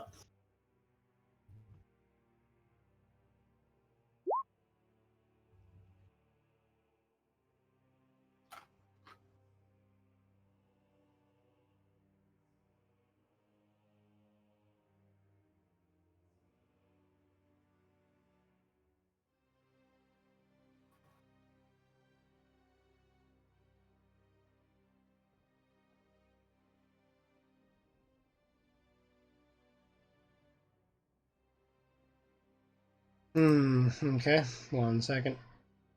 My computer is just wanting to go extremely slow opening up this file. What was your perception, Misrael? PJ? Yeah.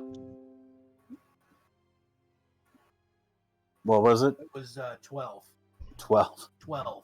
The best one. Cool. So I can't put it on. I can only put on... I misread it. I can only put on what I'm proficient with, and it takes an hour. Oh. But it becomes part of my body.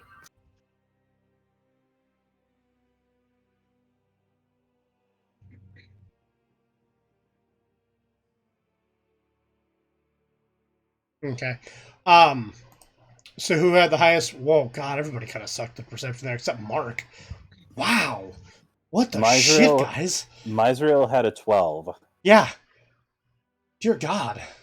Yeah, well, Mark. I will Flash of Genius Misrael and give him a +5. It won't be enough to match Mark. Essentially, I want to know who was that. Wait, Mark rolled a strength. No, that was a strength. No, mine was yeah. a 10. So I was PJ, right in PJ there. rolled the highest. I was right in there with everybody. Wow. Body of Christ, sweet slender that's fine. Muscled up and Flash of Genius and Misrael is a 17. PJ, no, without it, PJ. Like, I just need to know who had the highest perception. Is going to be the person who spotted this, and it was PJ. Okay, PJ. As everyone's talking, debating on what they're going to do with this armor, you hear almost like. How do I describe this? You almost hear like what would sound like a flutter and a flap of wings. And you...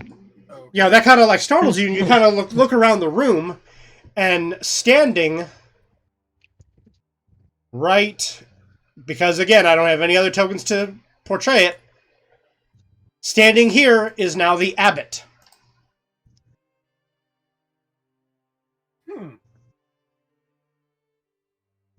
What's he doing here? I kind of try to get everybody's attention and point out the abbot who was. So he makes note of that and points it out to all of you. So you all turn around and see the abbot standing there by the portcullis door, or by the lever to the portcullis.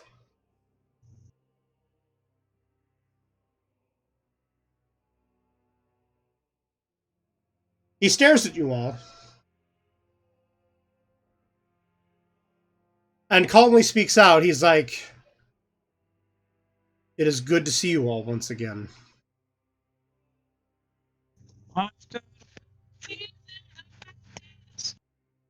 What'd you say, Benji? Didn't hear you. Oh no, I was literally just talking to myself at that point. Oh, okay. Wouldn't have been loud enough for the other guy to hear. It was just him singing to himself. I've got a bad feeling about this. Does Benji ever have good feelings about anything? Not here. Not since we've gotten here. No. Not with this crew. There was a moment where we met the dudes that made the alcohol, and they were like, "Here's some more alcohol," and he sort of felt good about that. Have you had a change of heart? The abbot looks around the room and looks at each of you and says, "Unfortunately, no. And you all are interfering too much with my plans. I've agreed to help Zaros. You all must be stopped." In a blinding flash, the abbot disappears. Standing in its place is a deva, i.e., an angel. You guys gotta be such a deva. Look, I got 2 bags of popcorn in me. I'm ready to take this motherfucker. Standing before you in all of its, holy glory, with its gigantic, angry mace, it says that your all's time of reckoning is at hand. Roll me initiative.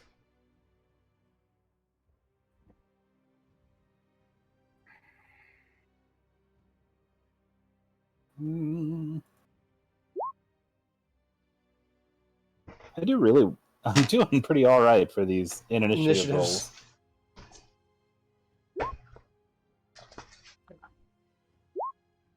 Oh, is there a way to...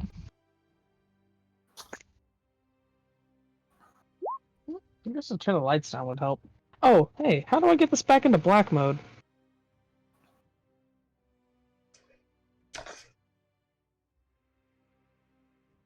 Dark mode. There we go. Our rolls are on point right now.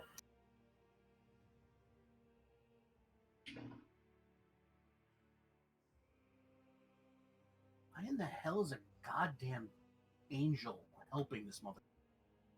Because he's been stuck here for so long, he's essentially become brainwashed and tainted. Yeah. I knew he was an angel for a while. Because I did the Divine Sense back in the Abbey. Or no, it was back in the Burgomaster's house.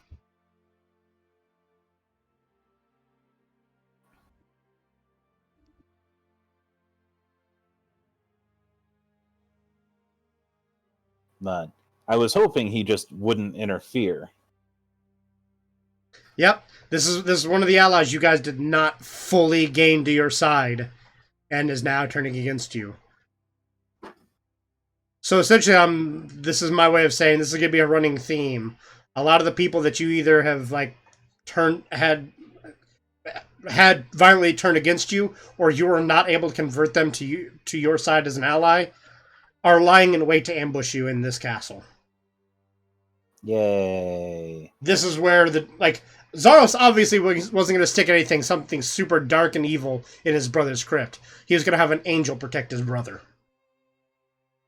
Where's Steve Perry? Come here. We got to revive this guy.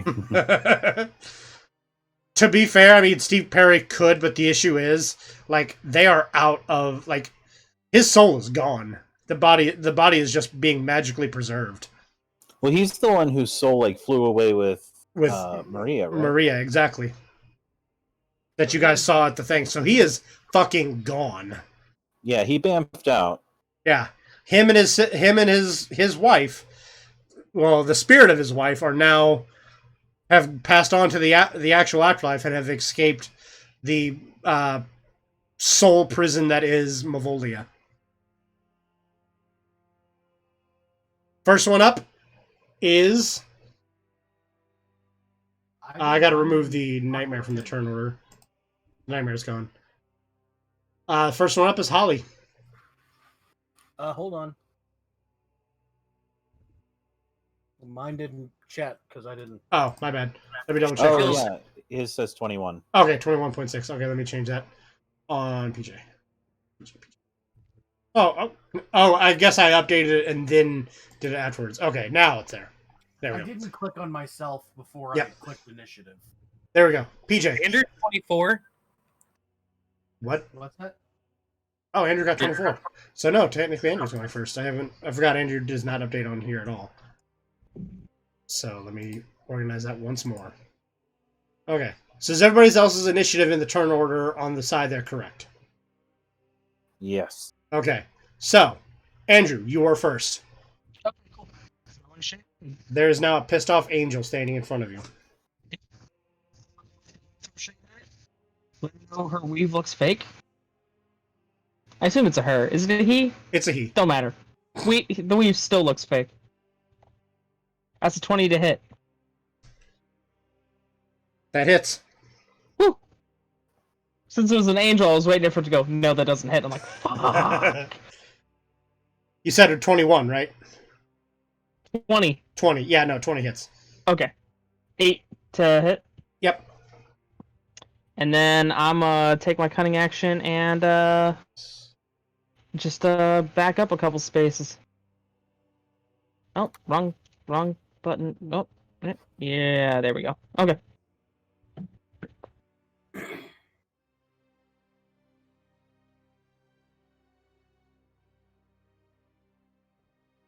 And that's it. I'm Gucci.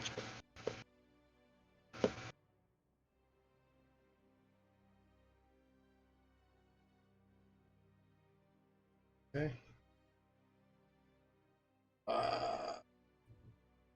So, how much damage did you do? I'm sorry. 8? Mm-hmm. Okay. So let me go ahead and add that in. Plus 8. Okay. That brings us around to PJ.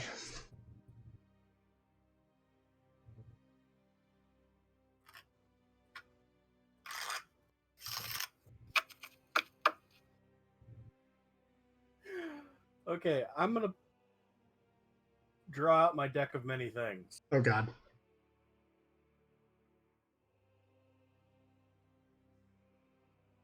Alright, so Oh boy, the deck. hey, you shouldn't have given it to me if you didn't want me to play. To be fair, Scott gave it to you. Right. You He didn't shouldn't give have you given it to anything. Scott. Honestly, I'm just glad you don't have the Wabbajack anymore as well with that. Having the mixture of the Wabbajack with the deck of many things is ridiculous.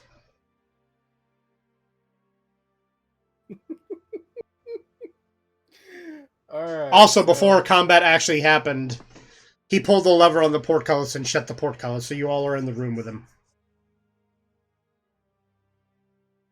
I figured we were trapped. And then he then proceeded to break off the handle. Okay, I just sent you a picture. That's my action. I'm Through drawing Discord? or Facebook or something? Facebook Messenger. Okay. Did our Phantom Warrior get a initiative roll? I'm gonna say because he's a klutz, he didn't make it into the room. Fair. You know what? I forgot he is just a phantom. He can just pass through fucking walls though, so screw it.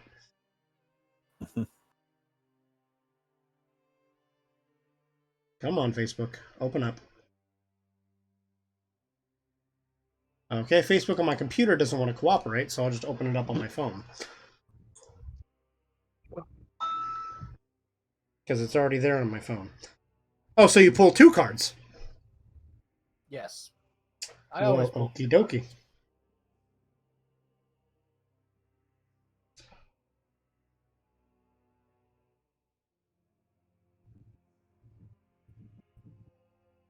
Okay. PJ. You gain a +2 in any ability score of your choice. In 2 ability scores of your choice. Okay. Damn. So you get a +2 in 2 different ability scores. All right. But you must then swap them with one another.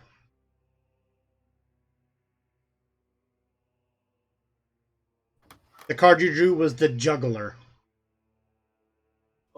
Okay.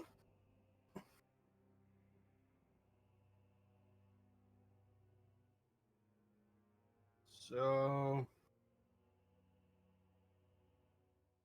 yeah, I'm gonna do that. Oh, fuck. Okay. So let me know when you're done with that, and then I'll tell you what your next card is.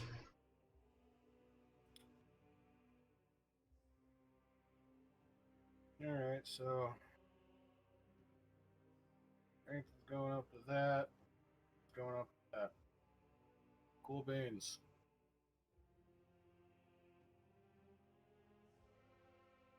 All right. The second card you drew is called the Tyrant. The character gains the one-time ability to issue a single command to any creature in the multiverse and have the order obeyed. The target is affected as if by the spell Dominate Monster, and even orders for the target to kill itself are followed. Any creature targeted by this effect knows that it is acting against its will and knows the identity and location of the character. Immortal creatures cannot effectively kill themselves, and the act only causes them considerable but fleeting pain. Additionally, creatures with the ability to grant such boons typically also possess the power to revoke them, and do so as soon as the command releases them. The GM ultimately decides with this command what this command can accomplish. The character may use this card's effect whenever he wishes, but may only use it once.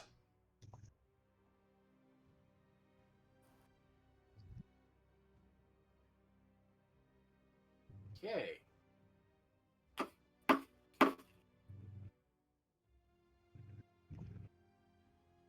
There's no saving throw on that? No. But again, essentially the penalty is, let's say for instance you summon like some god from another realm and tell it to kill itself or do whatever. As soon as it does what it was commanded, it gains full control of what it can do again, and then if it chooses, it can just turn right around and start attacking you if it wishes. But the moment whatever creature in the multiverse you summon and you give the command to follows through with it. The moment it finishes what it was commanded to do, it gains its free will again. And it knows exactly who you are and where you are.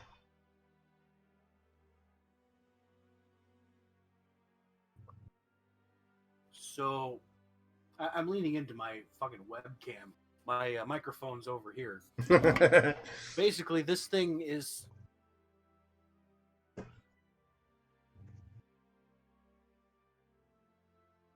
Well, I can't do that until my turn comes around again. Pretty much, yes. Although technically, I would allow issuing a command as a bonus action, since it's technically just talking and or giving a command. Guys, would it be worth it to take care of this fight? I mean, because I don't think I can command Zaros to kill himself.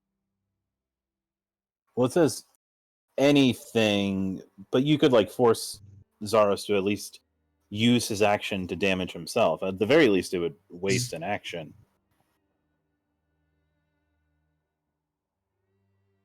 Yes, Zaros is because he's a vampire. Technically, that's considered immortal. So he would just do massive damage to himself. Effectively, he could technically kill himself in the way, like, because the only true way for a vampire to really die would be for them to be like staked in the heart inside their coffin. Spoiler alert, Jesus. You guys know this. You guys, we already knew this. You guys WrestleMania vampires into coffins and staked them there, so you know that that's what's going to happen to them. And PJ has enough knowledge that he knows that. If you were to summon Zaros and command him to kill himself, he would do so, and he would do so much damage to himself that he would forcibly have to return to his coffin. That forces, and then, I mean, I won't say what happens from there, but he would effectively have to return to his coffin. Like, you know that much. That if a vampire's physical body, a vampire in power, League of Power as powerful as Zaros, if it, like normal vampire spawns, when they're HP or when they are killed, they just turn to dust and, are gone. A true vampire, somebody like Zaros, the only way to fully destroy them is you have to destroy them while they sleep inside their coffin.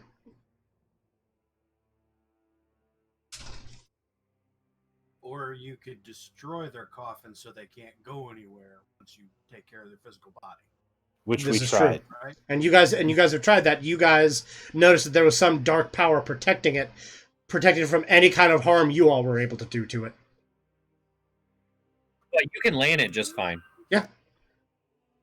What if it works with teleporter rules and I lay in it, and then we kill him, and then he can't go back to his coffin because I'm in it? It would push you out. And he goes to oblivion and dies. It would push you out. It'd push his butt out. All right. Moving on. I'm going to put it to the group as a vote. Do you think it'd be worth it to take care of this? I mean, you can command the David to kill himself. Game boss. Mm.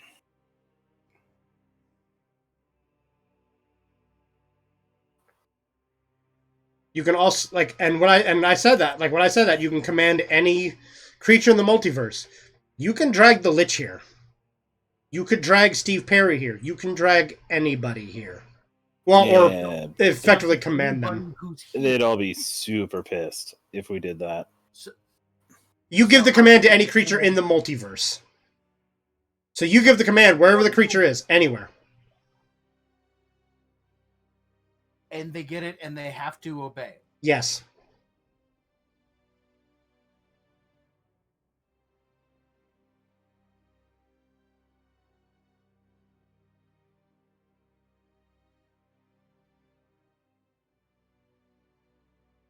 The target is affected as if by the spell Dominate Monster, and even orders for the target to kill itself are followed.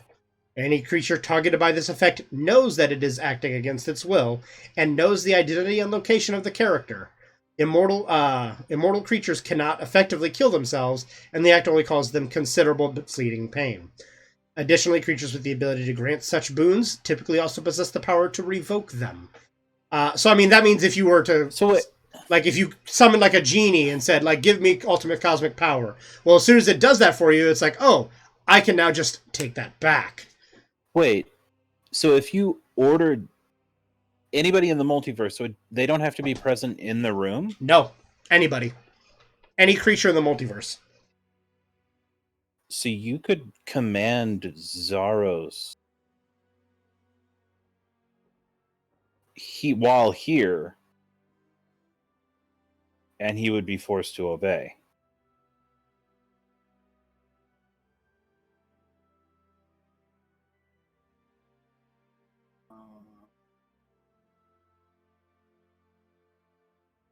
Any being. Right? Yes.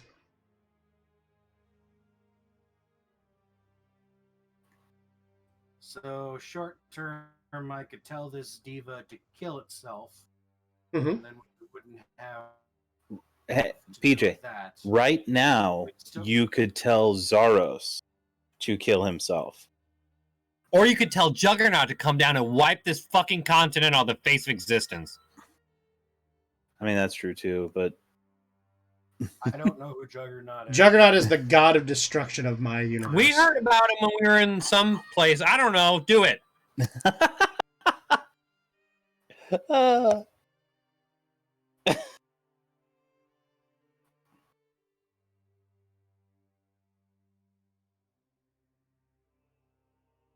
Could I tell the entity that gave Zaros his vampirism to revoke the gift? You could. He'd probably just give it right back after it was done. well, that and do you really want to piss off something that was that much stronger than Zaros? Right. No, what I was saying, PJ, is like you could literally tell Zaros to kill himself. And with your intelligence, PJ, you do know that Zaros would, when his physical body is destroyed, his essence and soul is returned to his coffin. And that is the only surefire way to kill him. You have no idea how long, like, you know he will eventually recover. There's no reports on how long it would take for him to recover. But you do know that it will force him to his coffin if his physical body is destroyed. Like, and you all know really? how to get into Zaros' coffin room now. Right. And the coffin is lying wide open. It really is one of those like I don't want to push you into it, but we could literally do that.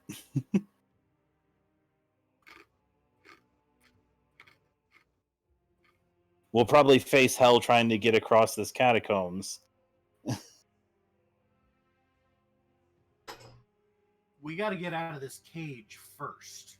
Well, yes, but but at the very least, it has to take a significant amount of time for Zaros to recover, and he has to make it to the coffin.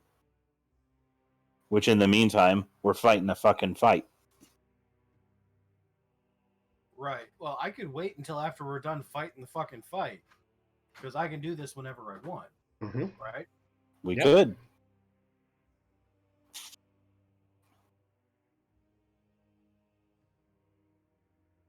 I will say no more. I feel like I'm being pushy, so I'll say no more. No, I think it's a perfectly valid thing. I mean, something I thought of as soon as he said that I can command one creature even to kill itself. What do you think, Scott? I think that you tell Steve Perry to fucking end the world. To end the world. What I really think is that if we have a ticket like that, it needs to be something all-powerful that we're utilizing, and make a command that's more like a strong suggestion than something that's going to come back and bite you. Using it to kill this creature that we can probably take would be cool, but we could probably handle this thing because we've handled everything else he's thrown at us. Well, this one, I mean, I'm sure he's going to be tough, but handleable.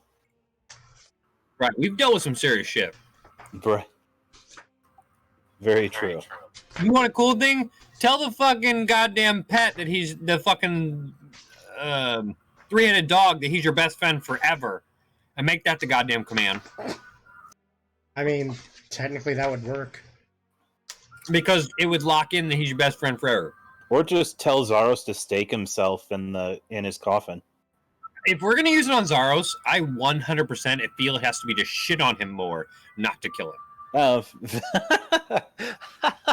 fair. Like, it needs to be something that says, Zaros, you're worse than you already are. Or you.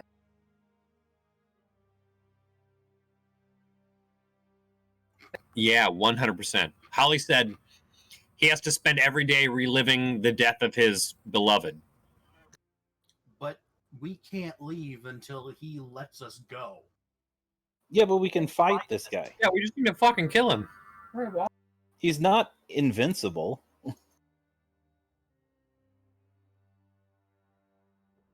Where'd Benji go? I don't know.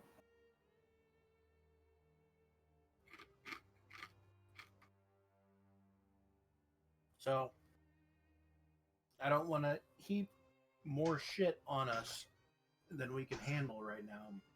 I say we deal with the fucking winged bastard at hand, and then we can go from there. This is the glory of That's the your- deck of many fuckery. Is your call ultimately? Is everybody there? I'm here. I'm just reading shit. I'm not hearing anybody say anything. Can you hear me? I'm talking. PJ? Can you hear us, PJ? PJ? PJ? PJ? Bueller? PJ? PJ? PJ? PJ? PJ? PJ? You're a PJ? goat cheese. You're a wheel PJ? goat cheese. You're a wheel goat cheese. PJ? You are a wheel of goat cheese. PJ? PJ? You're a wheel of goat Mazra? cheese. PJ? You're a Mazra? wheel of goat cheese. Mazra? PJ? You are a wheel of goat Mazra? cheese. Andrew? You're a wheel of goat cheese. Where'd Andrew go? Andrew's gone. PJ? Andrew's PJ? bingo. PJ? I hear you now. Yay! Hey! Yeah. So, what say you about my plan to not use it right now until we've got something that's not Fine with right? that. Yeah. Because I kind of disagree. I think we should use this as a get out of Barovia free card. To be fair, one of the things, if you recall back to your meeting with Madame Iona, the gypsy lady, she said killing Zaros indefinitely would free this land from its clutches, allowing you all to leave. Right now, the only other way out is to try and force an Akari to let you out. Because even a wish spell cannot get you out. Like technically, Steve Perry himself is trapped here. He's not fully trapped though, because his wife Ywain is an Akari. She can travel to and from these lands without issue because she is of the Akari race. Right. We but just asked. she We just won't- forced Ewain to take us out of here. You could do that, and she would comply because you'd be forced to command her. Then Steve Perry's like, "Bitches, this isn't how this goes down." He drags your ass right back. So Right. what you need to do is you need to command Steve Perry to command his wife, because he has the balls to teleport us out of here. And then it was his decision all along, and no one can be mad by him. Then But- Steve Perry knows that you all manipulated him, knows he was being controlled, does not like that, and sends you all right back. But he's the man, and he wears the pants, and he needs to make his own damn decisions. He does not. You didn't get that, Scott? I think we You all command Iona to tell Steve Perry to send Madame him out, Iona and don't do shit to it. He doesn't mean shit to him. The only person that can command Steve Perry, tell him what to do, is Ywain and PJ right now. That's what I'm saying. We tell Steve Perry, or we tell Ewain to command her husband to send us out of here and never take us back. Have we thought about making this selfless and just like commanding Steve Perry to have a great day? Steve Perry always has a great day. He's been having great days. Not Steve Perry, I'm talking about the angel. Well, We, anyway, we could tell the angel to have a great day and leave us alone. EJ, do you need time to decide this? Do we want to call this here? no. I just I would say I went and Well, took a fatty think- dump, and we're still on this. I think PJ was just saying we hold off on making the decision until we fight. Kill the opposition ahead Kill in the front of diva. you. Decision. PJ's the one to hold on or off. He can hold whatever he wants. The diva's just sitting in the room, like looking at its wrist rather condescendingly. All right. I took my turn drawing from the deck of many. Okay. That brings us to Holly. It is your turn. I'm leaving this room right now. Okay. The door, the portcullis is closed. We're not able to leave. Now you could try to lift it. You could you can use strength to try and lift it and open it. I just need a strength check from you. No thanks. I'm gonna hide in the corner then for now. Okay. Not. I'm not gonna be the first one to attack. That's for damn sure. You're Okay. not. I already did. Hold your action until it attacks. Yeah, you can hold an attack. Okay. So I assume you notch your bow and just ready an attack? Okay. It is the Davis turn.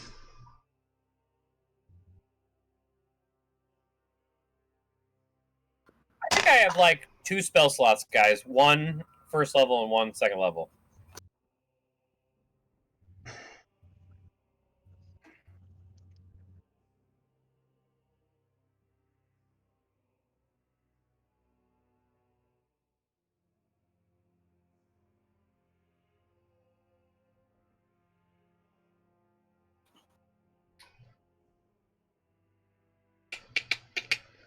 PJ, Yes, sir. the Deva takes 2 swings at you with his mace. The first one is rolled a 19 plus 8 to hit, so I'm pretty sure that one hit you. Yes, sir. So damage on that one first. You take 7 bludgeoning damage. You take 18 radiant damage.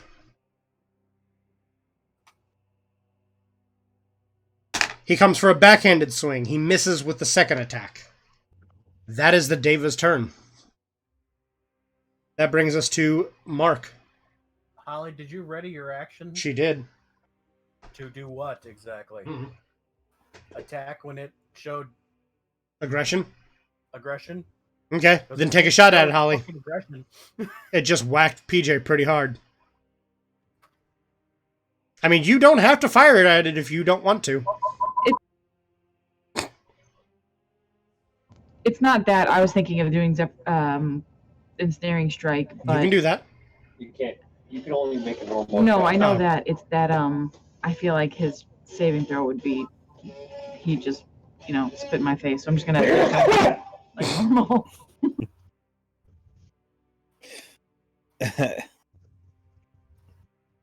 26 is going to hit him. Roll me the damage.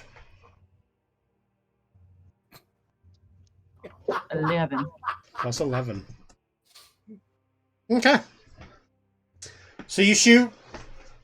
An arrow goes right into his wing, and he acts like it did not even affect him. The second one was a critical. Oh, the second was a critical. Oh, well then, roll me the damage on that.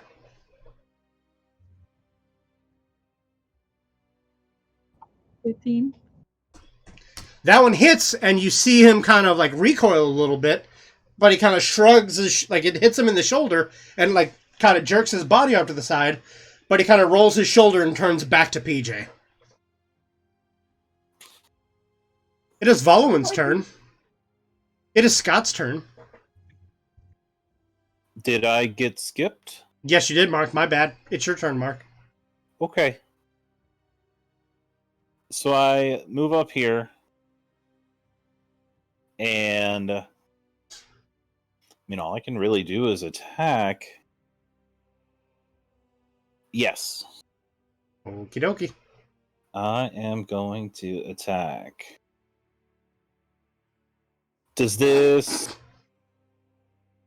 And it's... Voluin is here but not here. Yes. Does that... I'm going to make count him... No, he is technically being flanked. He is right there. Okay. But when Voluin's turn comes around, I'm going to have him panic and freak out in the presence of an angel. And then So he's just like going to... defending. Yes. Okay. Nope. And 19. You miss. 19 misses? Yes. Because defense wins. Nice. Okay. So I think Andrew, or somebody hit him earlier. It was Andrew with a 20. So you have to roll 20 or higher to hit him. Oof. Okay. It is Voluin's turn. It is Scott's turn.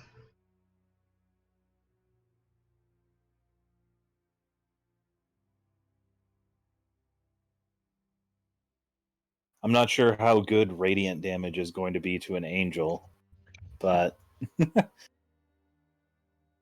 sorry for missing anyway. Believe it or not, he doesn't have any immunities to it. Oh, okay. And honestly, I'm going to say because he's been here for so long and corrupted, radiant damage would hurt him. If this was like he just got here, radiant damage wasn't going to do jack shit to him. But he's been here for so long, I'm going to say radiant damage will affect him. Good. I'm going to cast magic weapon on my rifle. Okay. Oh, shit. It makes it a +1 damage, +1 accuracy weapon. Like, it makes it +1 weapon. I'm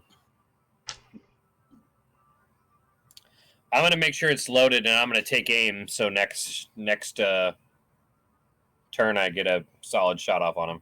Okay. I think you had it loaded from once before, though. Yeah, I know, but I can't cast a spell and do the... Fair enough, you can't do that. So you're just kind of, bracing for fire. Yeah. Just waiting, ready. That brings us back around to Andrew.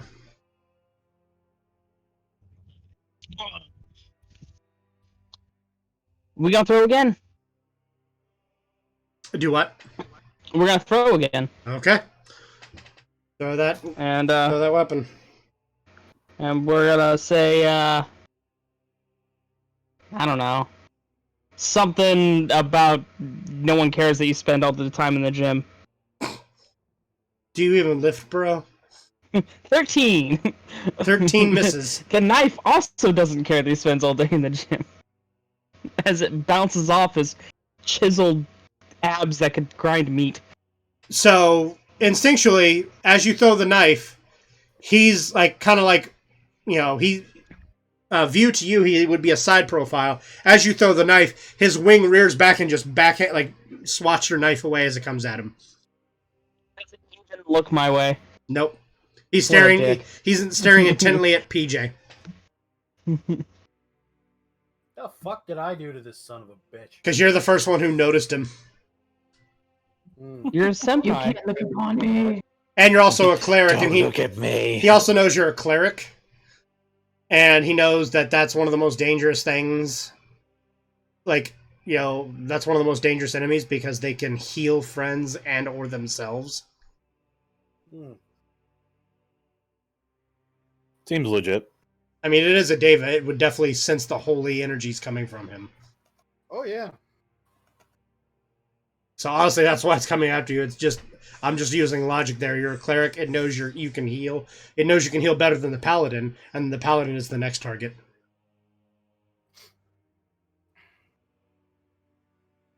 And then the weird robot man, because it can spew out potions. Are you smoking a cord, Scott? Nifty wire smoking device. Oh, my bad. It is your turn, though, PJ. My turn again? Yeah. Yep. It's literally just you guys and the Deva. What about this dude? Oh. Yeah, fine. He'll rush forward. He's gonna take a swing. Wow, this bitch is living up to his name. He rolls a nat 1. Okay. I'm gonna roll a d4. 1. He hits a 1. He hits Will. 2. He'll hit PJ. 3. He'll hit himself. 4. He falls over and does no damage to anyone. 1. He hits Will.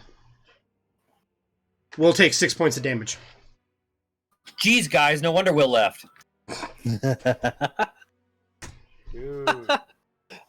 Shots fired.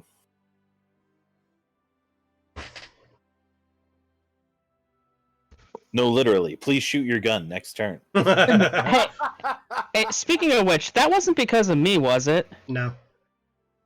I don't I think have no so. idea why. He just said it was because of health issues, so I have no idea. Okay, I was just because man, that was all just in character stuff. I didn't mean to piss the dude off. I mean, to be fair, the person that it was really Alex and Eric that whole thing with them more, really. Even Alex was on the fence on that. I think it was just, or Yeah. I mean, even Eric was on the fence on that. I think it was Alex and him. Mhm. But when I talked to him afterwards, it seemed like it wasn't a big deal at all. But I don't know. I don't know. It just seemed kind of weird that just before the session he just dipped out of everything completely. Yeah.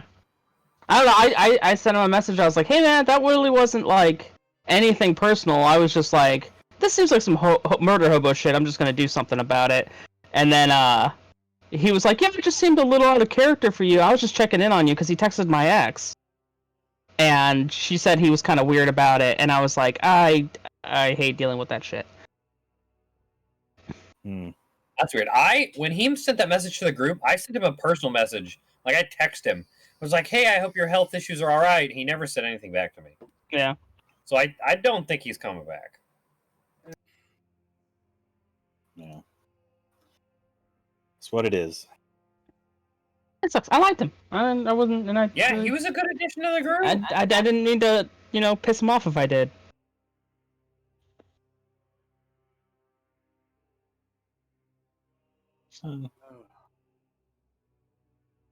I hope that's not it.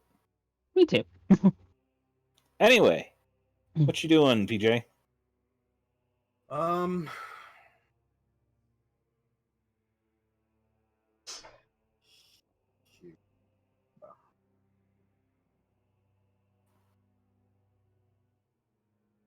should I attack?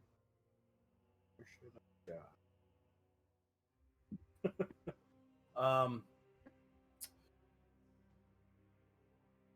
I'm going to shift to werebear form. So if you could make me fucking huge again. I wish that I could do that, but I can't. Yeah, I don't know why it doesn't allow you guys to do that with your own tokens. It's weird. Okay, make PJ huge. Hey there, sailor. Are you looking for a good time? With that grin, yes, he is. God, I would be so scared if I tried to proselytize Willem Dafoe, and that was the look he gave me. Like, oh God, he's gonna pay, but none of this is gonna be consensual. All right, I'm gonna take my full attack. Okay. All right. Is a 28 hit? Yes, it does. Okay. Dear Lord, if it didn't. No shit. All right, so 17 damage. Plus 17. And I believe your claws count as magical weapons, don't they? They do indeed. And you can only be damaged by magical means, which his mace is magical. Yeah. So that's 27. Okay, that's going to hit as well. And 20 damage. Plus 20. Okay. If that completes your turn, that brings us around to Holly. Shoot this bitch. I'm gonna shoot him again.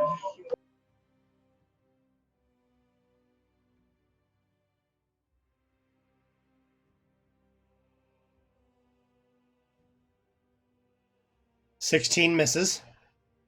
It catches your arrow in midair and throws the arrow to the ground. Grabs the second one midair and throws it to the ground. That was my feeling. It's like, well, shit.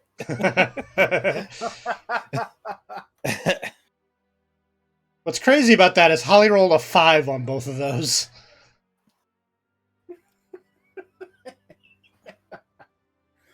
Or I'm sorry, she probably rolled a 6 because it's plus 10.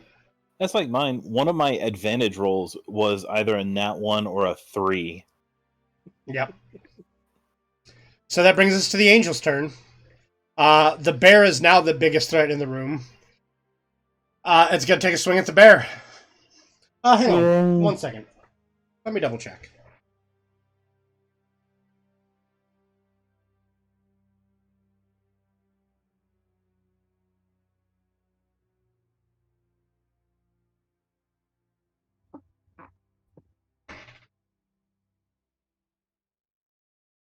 Okay. As a bonus action, the Deva is staring you dead in the eyes, PJ. As a bonus action, he reaches over and grabs Sir Klutz Tripolowski and grabs him by the face. Speaks a few words quickly in Celestial, and like the spirit just like dissipates, explodes, and disappears. Then he pretty much just banished him, and he then rears up his mace to swing at you twice. He rolled a nat 20. That's a crit on 1. And the second hit, what is your AC in bear form? It's What? 21. Okay. I said, PJ, we appreciated having you in the group. This bear is not happy. Or this angel is not happy. It is a girl bird! You like that cloaca? That's a nice cloaca. 20. You said 21, PJ? Yes. Its second hit misses you because defense wins. Nice. So, but the first hit does hit you. You take 14 bludgeoning damage. And you take 36 radiant damage. Now that just Big oof. I go down. You shift back into regular form. Yes, sir. It is Mark's turn. The angel now looks at you. All right. Well, going for it. Still flanking? Yes. Okay. I crit him. Nice. And now that one misses. But 21.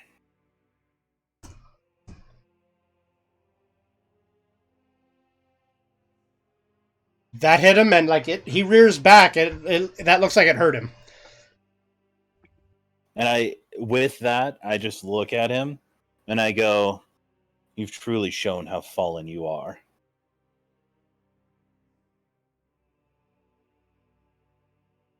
Ooh, that's deep. That hurt more than all the damage he's taken. And I'm like deeply seethingly snarling at him. It is Will's turn. It is Scott's turn. Shoot her! Everyone, I just say, ears. Ears, and then I fucking fire on this motherfucker. Roll me that hit. I have a +8 to this shot, but I'm going to roll just regular d20. 18. So it's only an 18. That hits the chest armor that he's wearing and just kind of ricochets off. I'm going to reload. Can I reload the gun instead of moving? Yes. Okay, I'm going to reload the gun. Okay. That brings us to Andrew. Andrew, PJ is down. Okay. I think I think you're one of the few people that still has a potion left. Technically, you could force feed him a potion of superior healing that everyone has one of. You could force feed him that to stabilize him if you wish. Or you could throw shade, that works too. Oh, I'm not gonna throw shade. To be fair, this guy is acting as an agent of Zaros right now. If you remember the deal, none of Zaros' minions will touch you. Oh. Well, damn.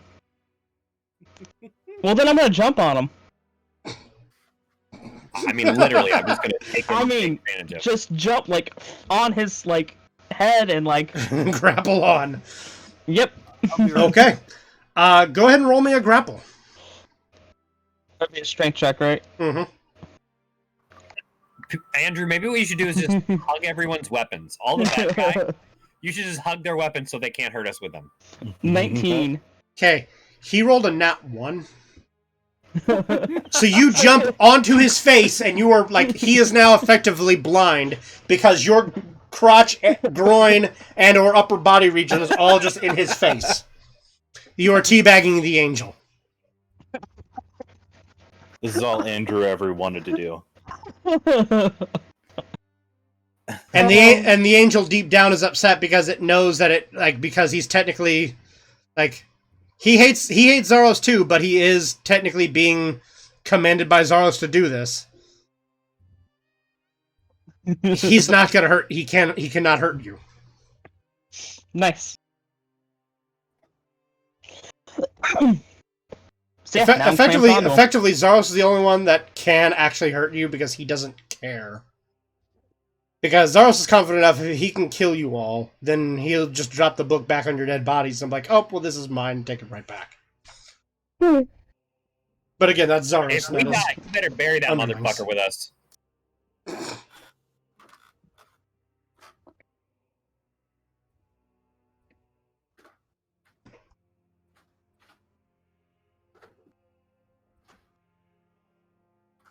There you go, Andrew. I put you on the top, on the upper layer, so you're on top of the angel. Is that going to be it for your turn? That'll be it. PJ, I need you to go ahead and give me a death saving throw.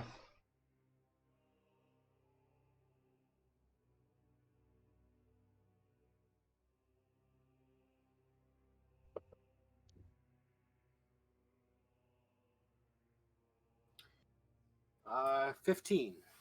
I think that succeeds. It says over a 10. Yeah, over 10. So yeah, you have one success.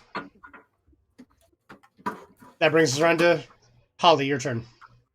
Am I so? I'm starting to stabilize. That doesn't give me anything, right? Not yet. Once you get all three, though, you are revived. I think back at 1 HP if you succeed 3 times. Ooh. I believe. Or if you get a nat 20, yeah, you instantly jump up to 1. 27 is going to hit.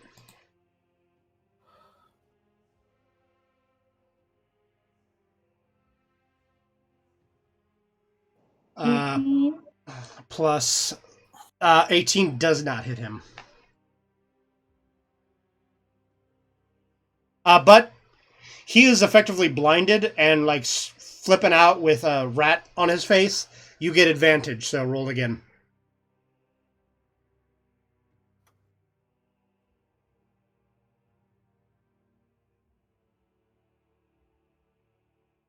Yeah, currently everybody, as long as Andrew's on this angel's face, you have advantage against him with strikes because he can't see it coming.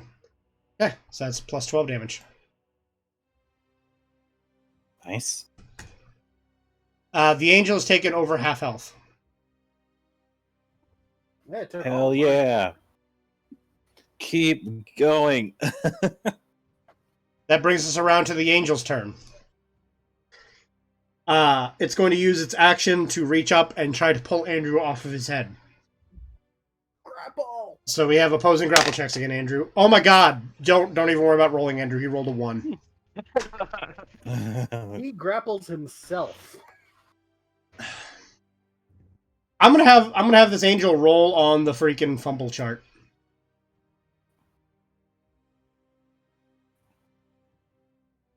That, James, right there, that's the feeling I had the last 3 sessions. 89. I'm just like, you son of a bitch. He is now under the effect of the quote unquote he's effectively he has a panic attack. And he is under the effects of the confusion spell for 1 round. Andrew, you've soiled him with your goods.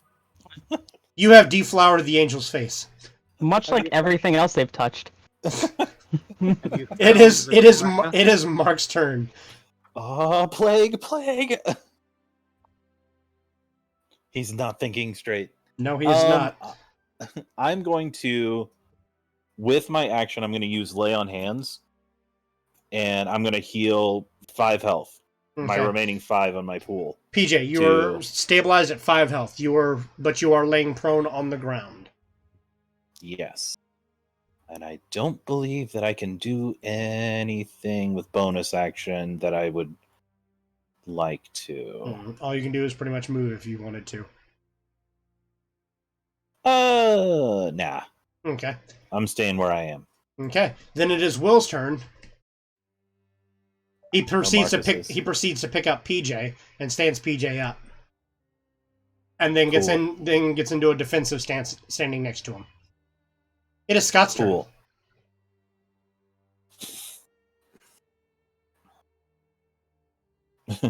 Ears. You have advantage on him on the shot.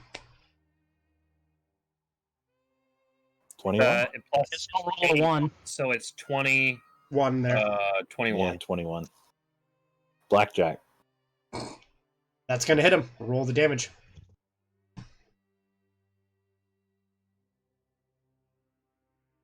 It's 2d12 plus 5. Okay. So it'll be 16. Not bad.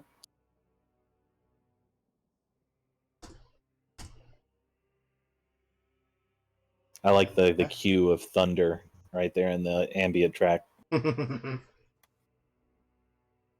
Benji, it is your turn. Unless Scott has any bonus actions to do this turn. No, not right now. He's taking a fuck ton of damage, right? Yes, he has. And if I kill something with Finger of Death, they become like a servant, don't they? No, I think they just die. I mean, technically it would, but because of this creature, its nature, it would send him back to his plane of existence. Oh, well, shit. Well, then I'm not going to waste it on him. Are you gonna eye-toe him? Got what? What is an eye-toe? You've got an eye. On Oh, well, you just take off my shoe and stick him in the... Smell it! No, I'm... This seems to be going very well, so I'm just gonna keep grappling him. Okay. Like, hold on for dear life. Okay. I'm not... Because he failed so hard on his last round, I'm not even going to make you have to roll to keep the grapple going. You're just able to. Okay. PJ, it is your turn. You are at 5 HP. I'm at And 5 stood up. HP. And stood up. And the angel is blind because there's a rat in its face. I'm blind. Okay. So what do I got? What do I got? There is literally a rat practically skull fucking this angel. Threaten me with a good time. We have some really strange imagery here. I mean, am I wrong though? Isn't that what's happening? I'm pretty sure Benji has pants. For now. He's dry humping the angel's face.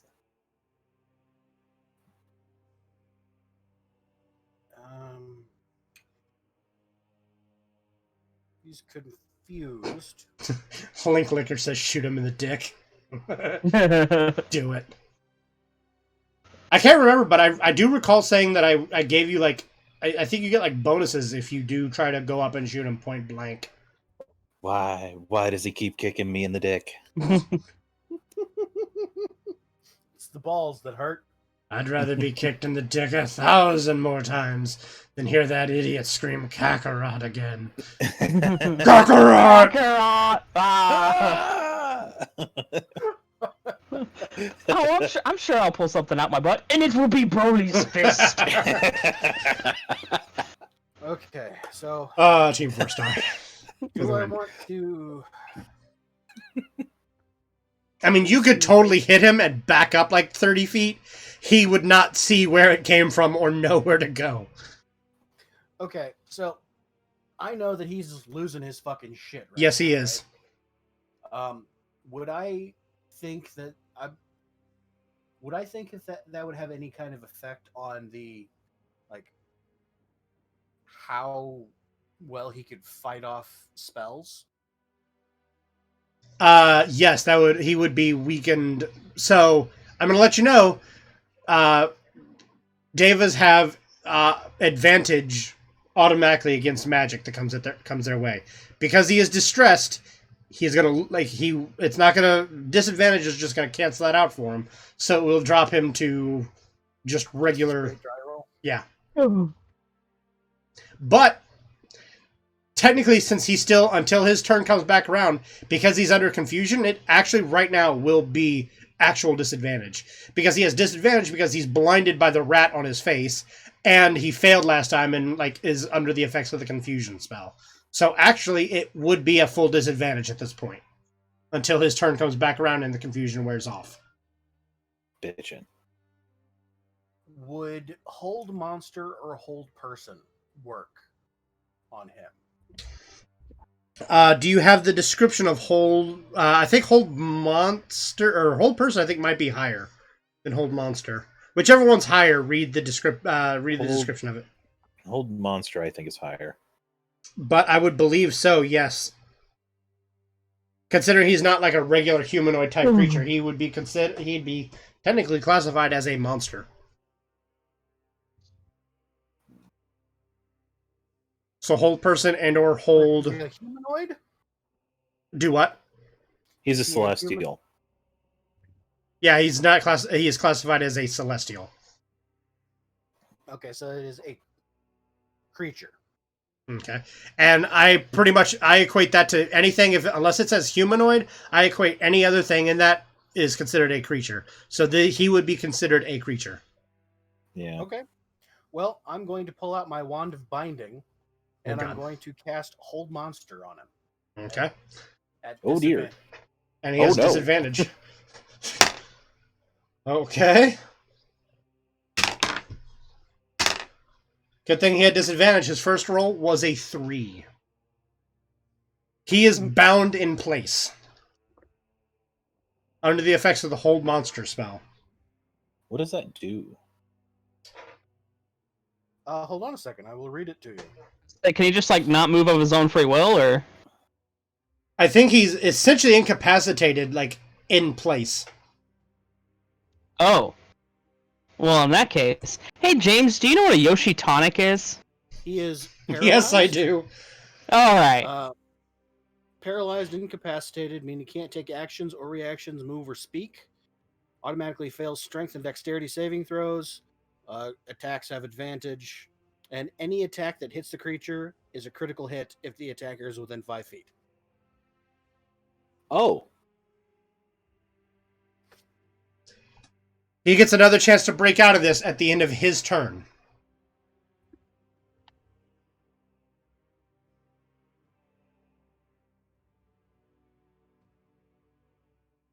At which point it will go back to not being disadvantaged. He will just have regular whatever, because confusion will wear off on his turn.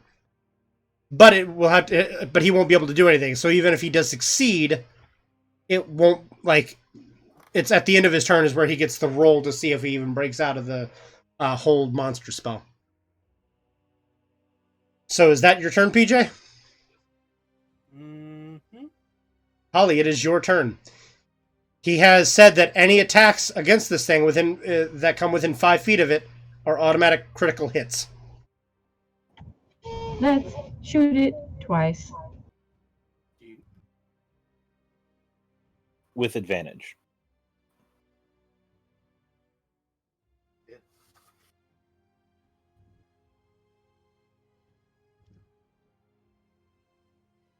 So you also have to be, if you get within 5 feet of it, Holly, both of your attacks will be auto criticals. Wouldn't it remove its dexterity modifier to its AC? It would, but again, the spell specifically says any attacks that happen within 5 feet of it will be criticals. So we would treat them as such. So she would do critical damage on all attacks if she's within 5 feet of him. Shooting from the distance, it will not be so. Right.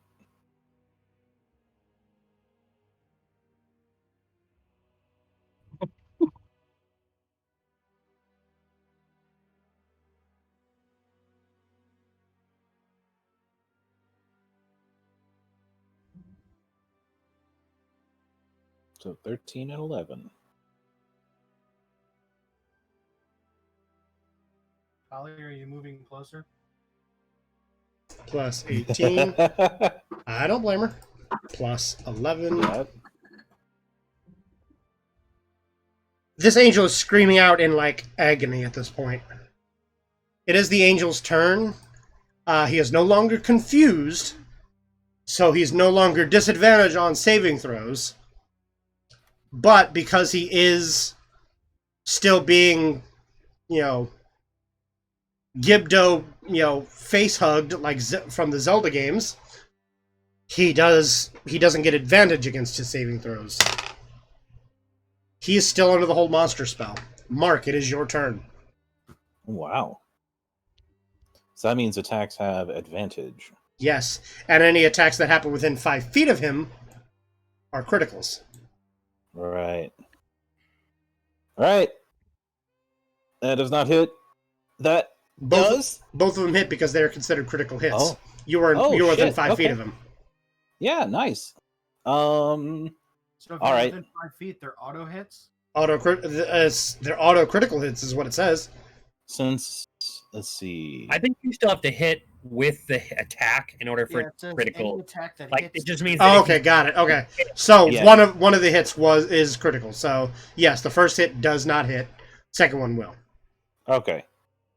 All right. My so bad. 1. So let me do this. 2d8 plus 6. Go. So 14. And is that with the radiant damage and everything added on? Yes. Okay. Yes. Is that it for you, Mark?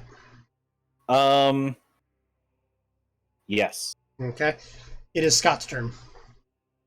So I'm gonna take advice from Link Licker, and I'm gonna shoot him in the dick. I'm gonna move up.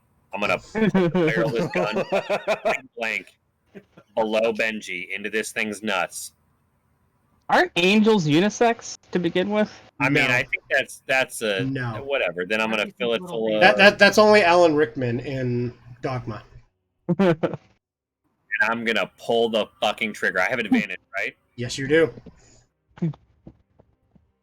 Nat, motherfucker! Oh! Even though it's a Even natural. though I'm gonna it's say, so I'm gonna say because you did that, you criticaled a critical hit. Quadruple so the what am I damage. doing? Double crit. Double fucking damage? Quadruple Wait, damage. This is on his face. I can't even roll that many dice. Hold on. If you physically that's click like- on the dice, you can 8, type in what that's you like want. 8d12. That's 8d fucking 12 damage. Holy fucking shit. Is it just quadding the dice, or Yes, will it? quadding his dice. Okay. So 8d12 plus 5. And I'm gonna say wrong side and then pull the fucking trigger. Holy shit! Holy shit! So you do 53 damage to the angel's groin. He was at let me put this into perspective.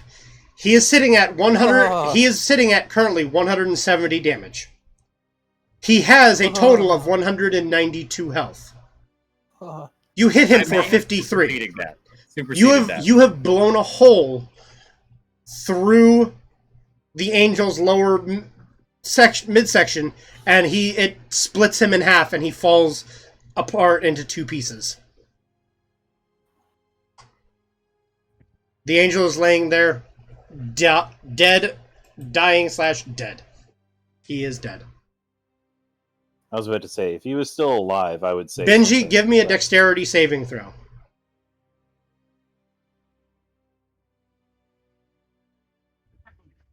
Of course it backs out of Fight Club.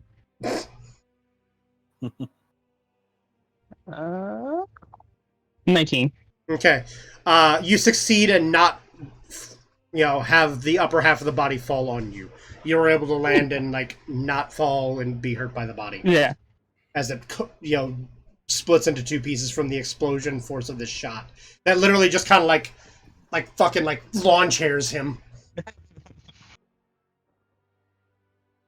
The angel is dead. Yeah. I blew his No, fucking nuts off. Yes, you did. That was for you, Link Licker. if he was dying, I would say something, but No, he is dead. he is dead. dead.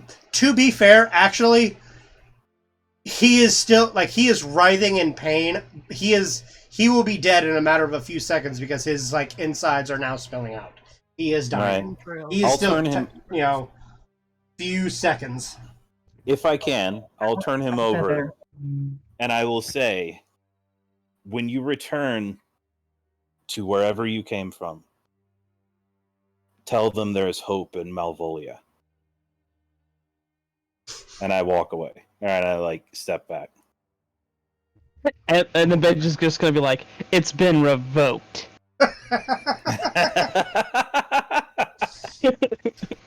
Oh boy. I'm gonna add.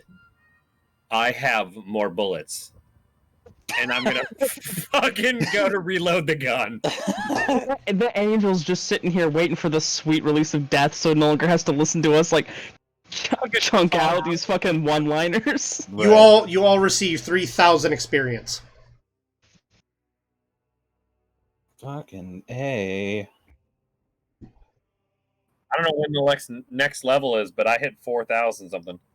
I got 41,000, right? 254? Yeah, I'm at 41957. I think you naturally have a bit more. Yeah, I think I'm a little lower than everyone. Is that 40k? A little higher, right? That's heresy. Be a little higher. Yeah. I'm at 41254. So I got and appreciate your joke, Andrew. I did as well, but What was the XP again? 41?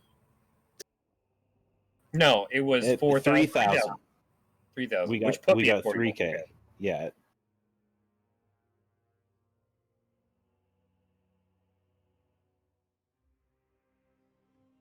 I go to the coffin and I slowly unclasp, or I gingerly unclasp the plate mail. Hey, what's that mace look like? It disappears as the body kind of shrivels up and disappears with him. It was literally he made it out of force of will. Okay.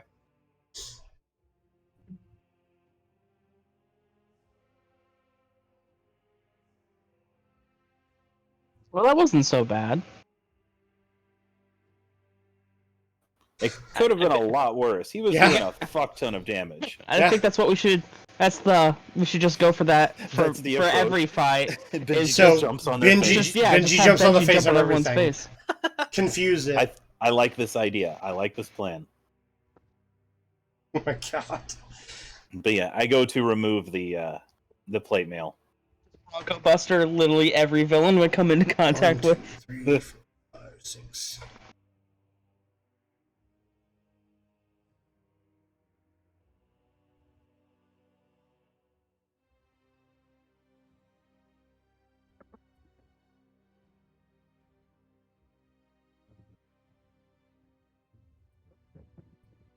I am tired as balls, so we should call it. Oh, we're gonna call it here real quick. Just give me 1 second. No problem. I'm just saying. Do you guys see the?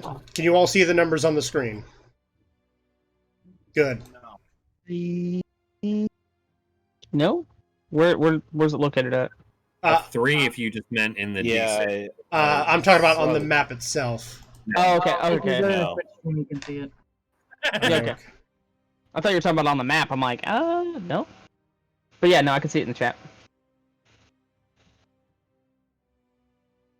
How about now? Yeah. Oh, okay. Oh, is the initiative not out? So, Mark, 1 second. I die. I just die. Maybe. How much health do you have? 90? Oh, okay. Holy balls! Tank. Us. And what is your AC? 26. Whatever. So, after the angel dies, and everyone's kind of looking around, it's like, wow, we just did that, didn't we?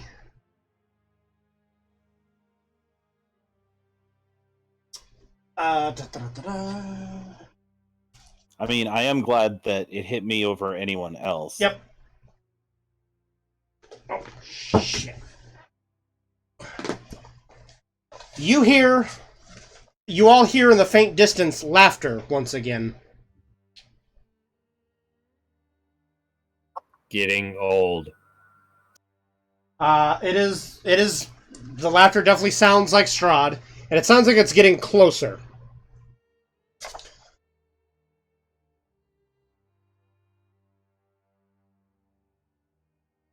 Mark, you take, so as you all are kind of standing around, like, kind of on guard, flying through the wall, on the back of a nightmare, Strahd comes just riding through the wall, directly at you, claws you across the chest as he rides by on the nightmare, and continues going on. He crit against you. You take 18 bludgeoning, or you take 16 bludgeoning damage. Okay. And you take 28 necrotic damage. Okay. You said 16 bludgeoning? Yes, 16 bludgeoning and 28 necrotic damage. 28, 50. Ow.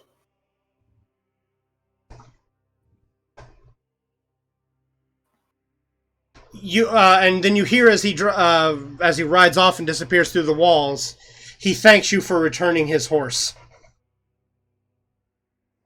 Quick, throw his brother at him. He hates that guy.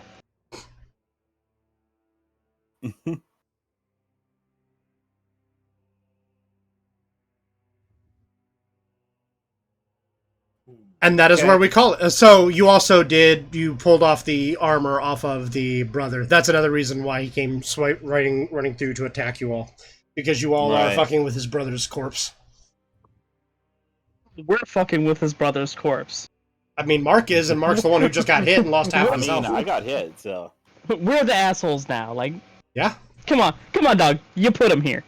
You're in his house! He can let us leave. You guys aren't. You guys are stomping down doors and shit. Yeah, because he was a dick. Mm-hmm.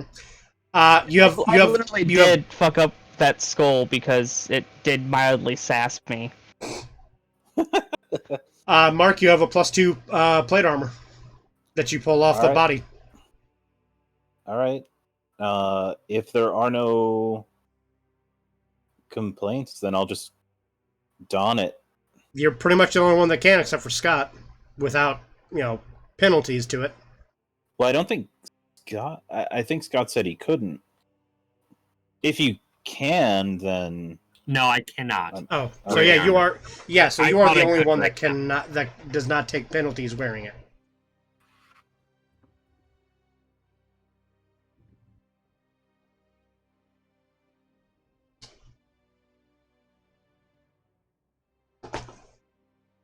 That was a fucking crazy ass thing.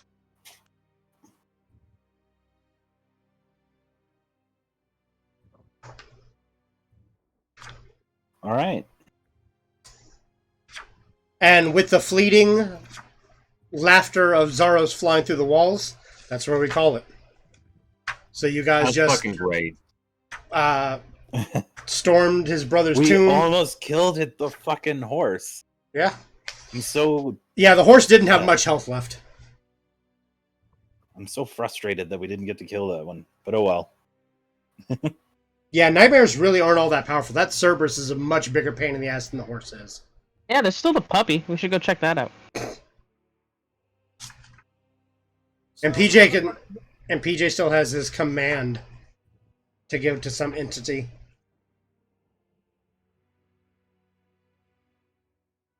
You can tell the Cerberus to be my best friend forever.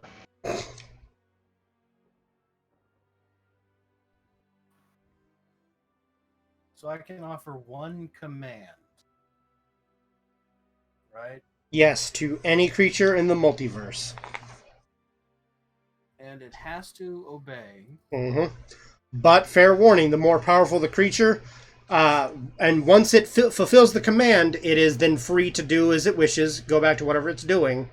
it knows exactly who you are and exactly where you are.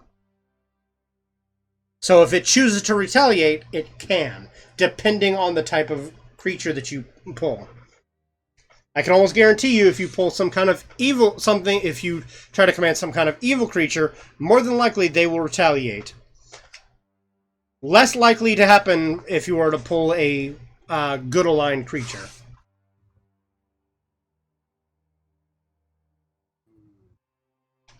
So what if I were to tell Zaros to die forever? He will do his best to try and kill himself, but that's all he would be able to do.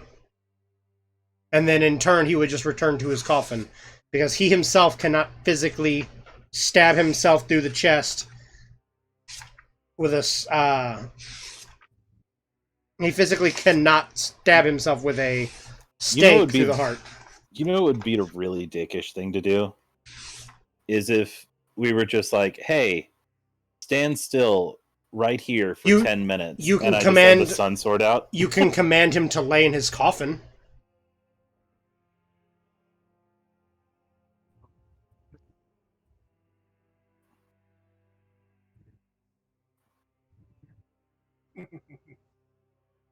Regardless, I think this was the time you said we were going to call it. Yep, you can summon the Lich and tell him what to do. That sounds like an awful idea. Oh yeah, like he actually thinks you guys are kind of chill. You pull him out of his obsidian temple, he will hate you. Pissed. And the moment he finishes his command, whatever you told him to do, he will then proceed to like, okay, now I'm going to kill you all.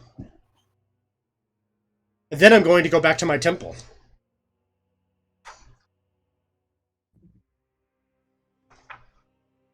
And remember, you fully healed the Lich, so he's got his power word kill spell ready and loaded.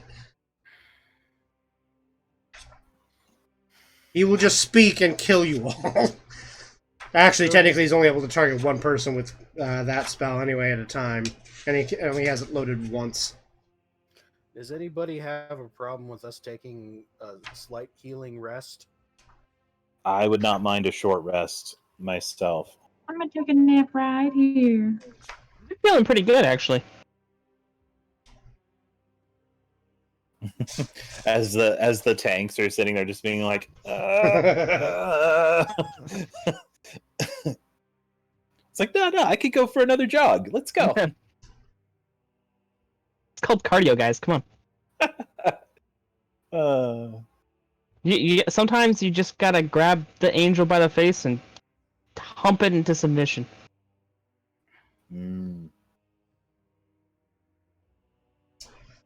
So I need a long rest to get my lay on hands back, but a short rest would be good.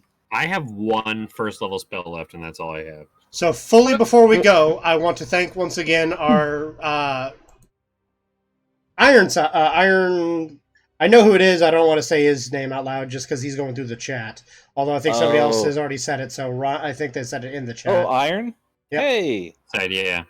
Good seeing you there. I haven't been on the thanks chat to both at all, of them. So. But before we go, I am going to move our guest of honor, Linklicker.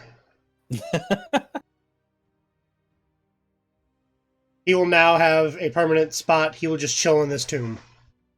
So next setting, like that's just where he lives. Companion. And I'm going to make him part of the map layer so he doesn't get ruined with anything else. So he's just there.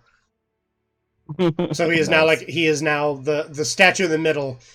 Without anybody actually noticing, it turns into his likeness. As a way of honoring the awesome dude who came and watched us do this all night, which is kind of cool. That's really fucking cool. Appreciated. So with that, I'm gonna call it here and end the stream. Thank you all for joining me. Feel free to. This will be up on YouTube by the end of the weekend, so it'll be. Expect to see it at least by the latest by first thing Monday morning. So, thank you all for coming once again. Have a good one.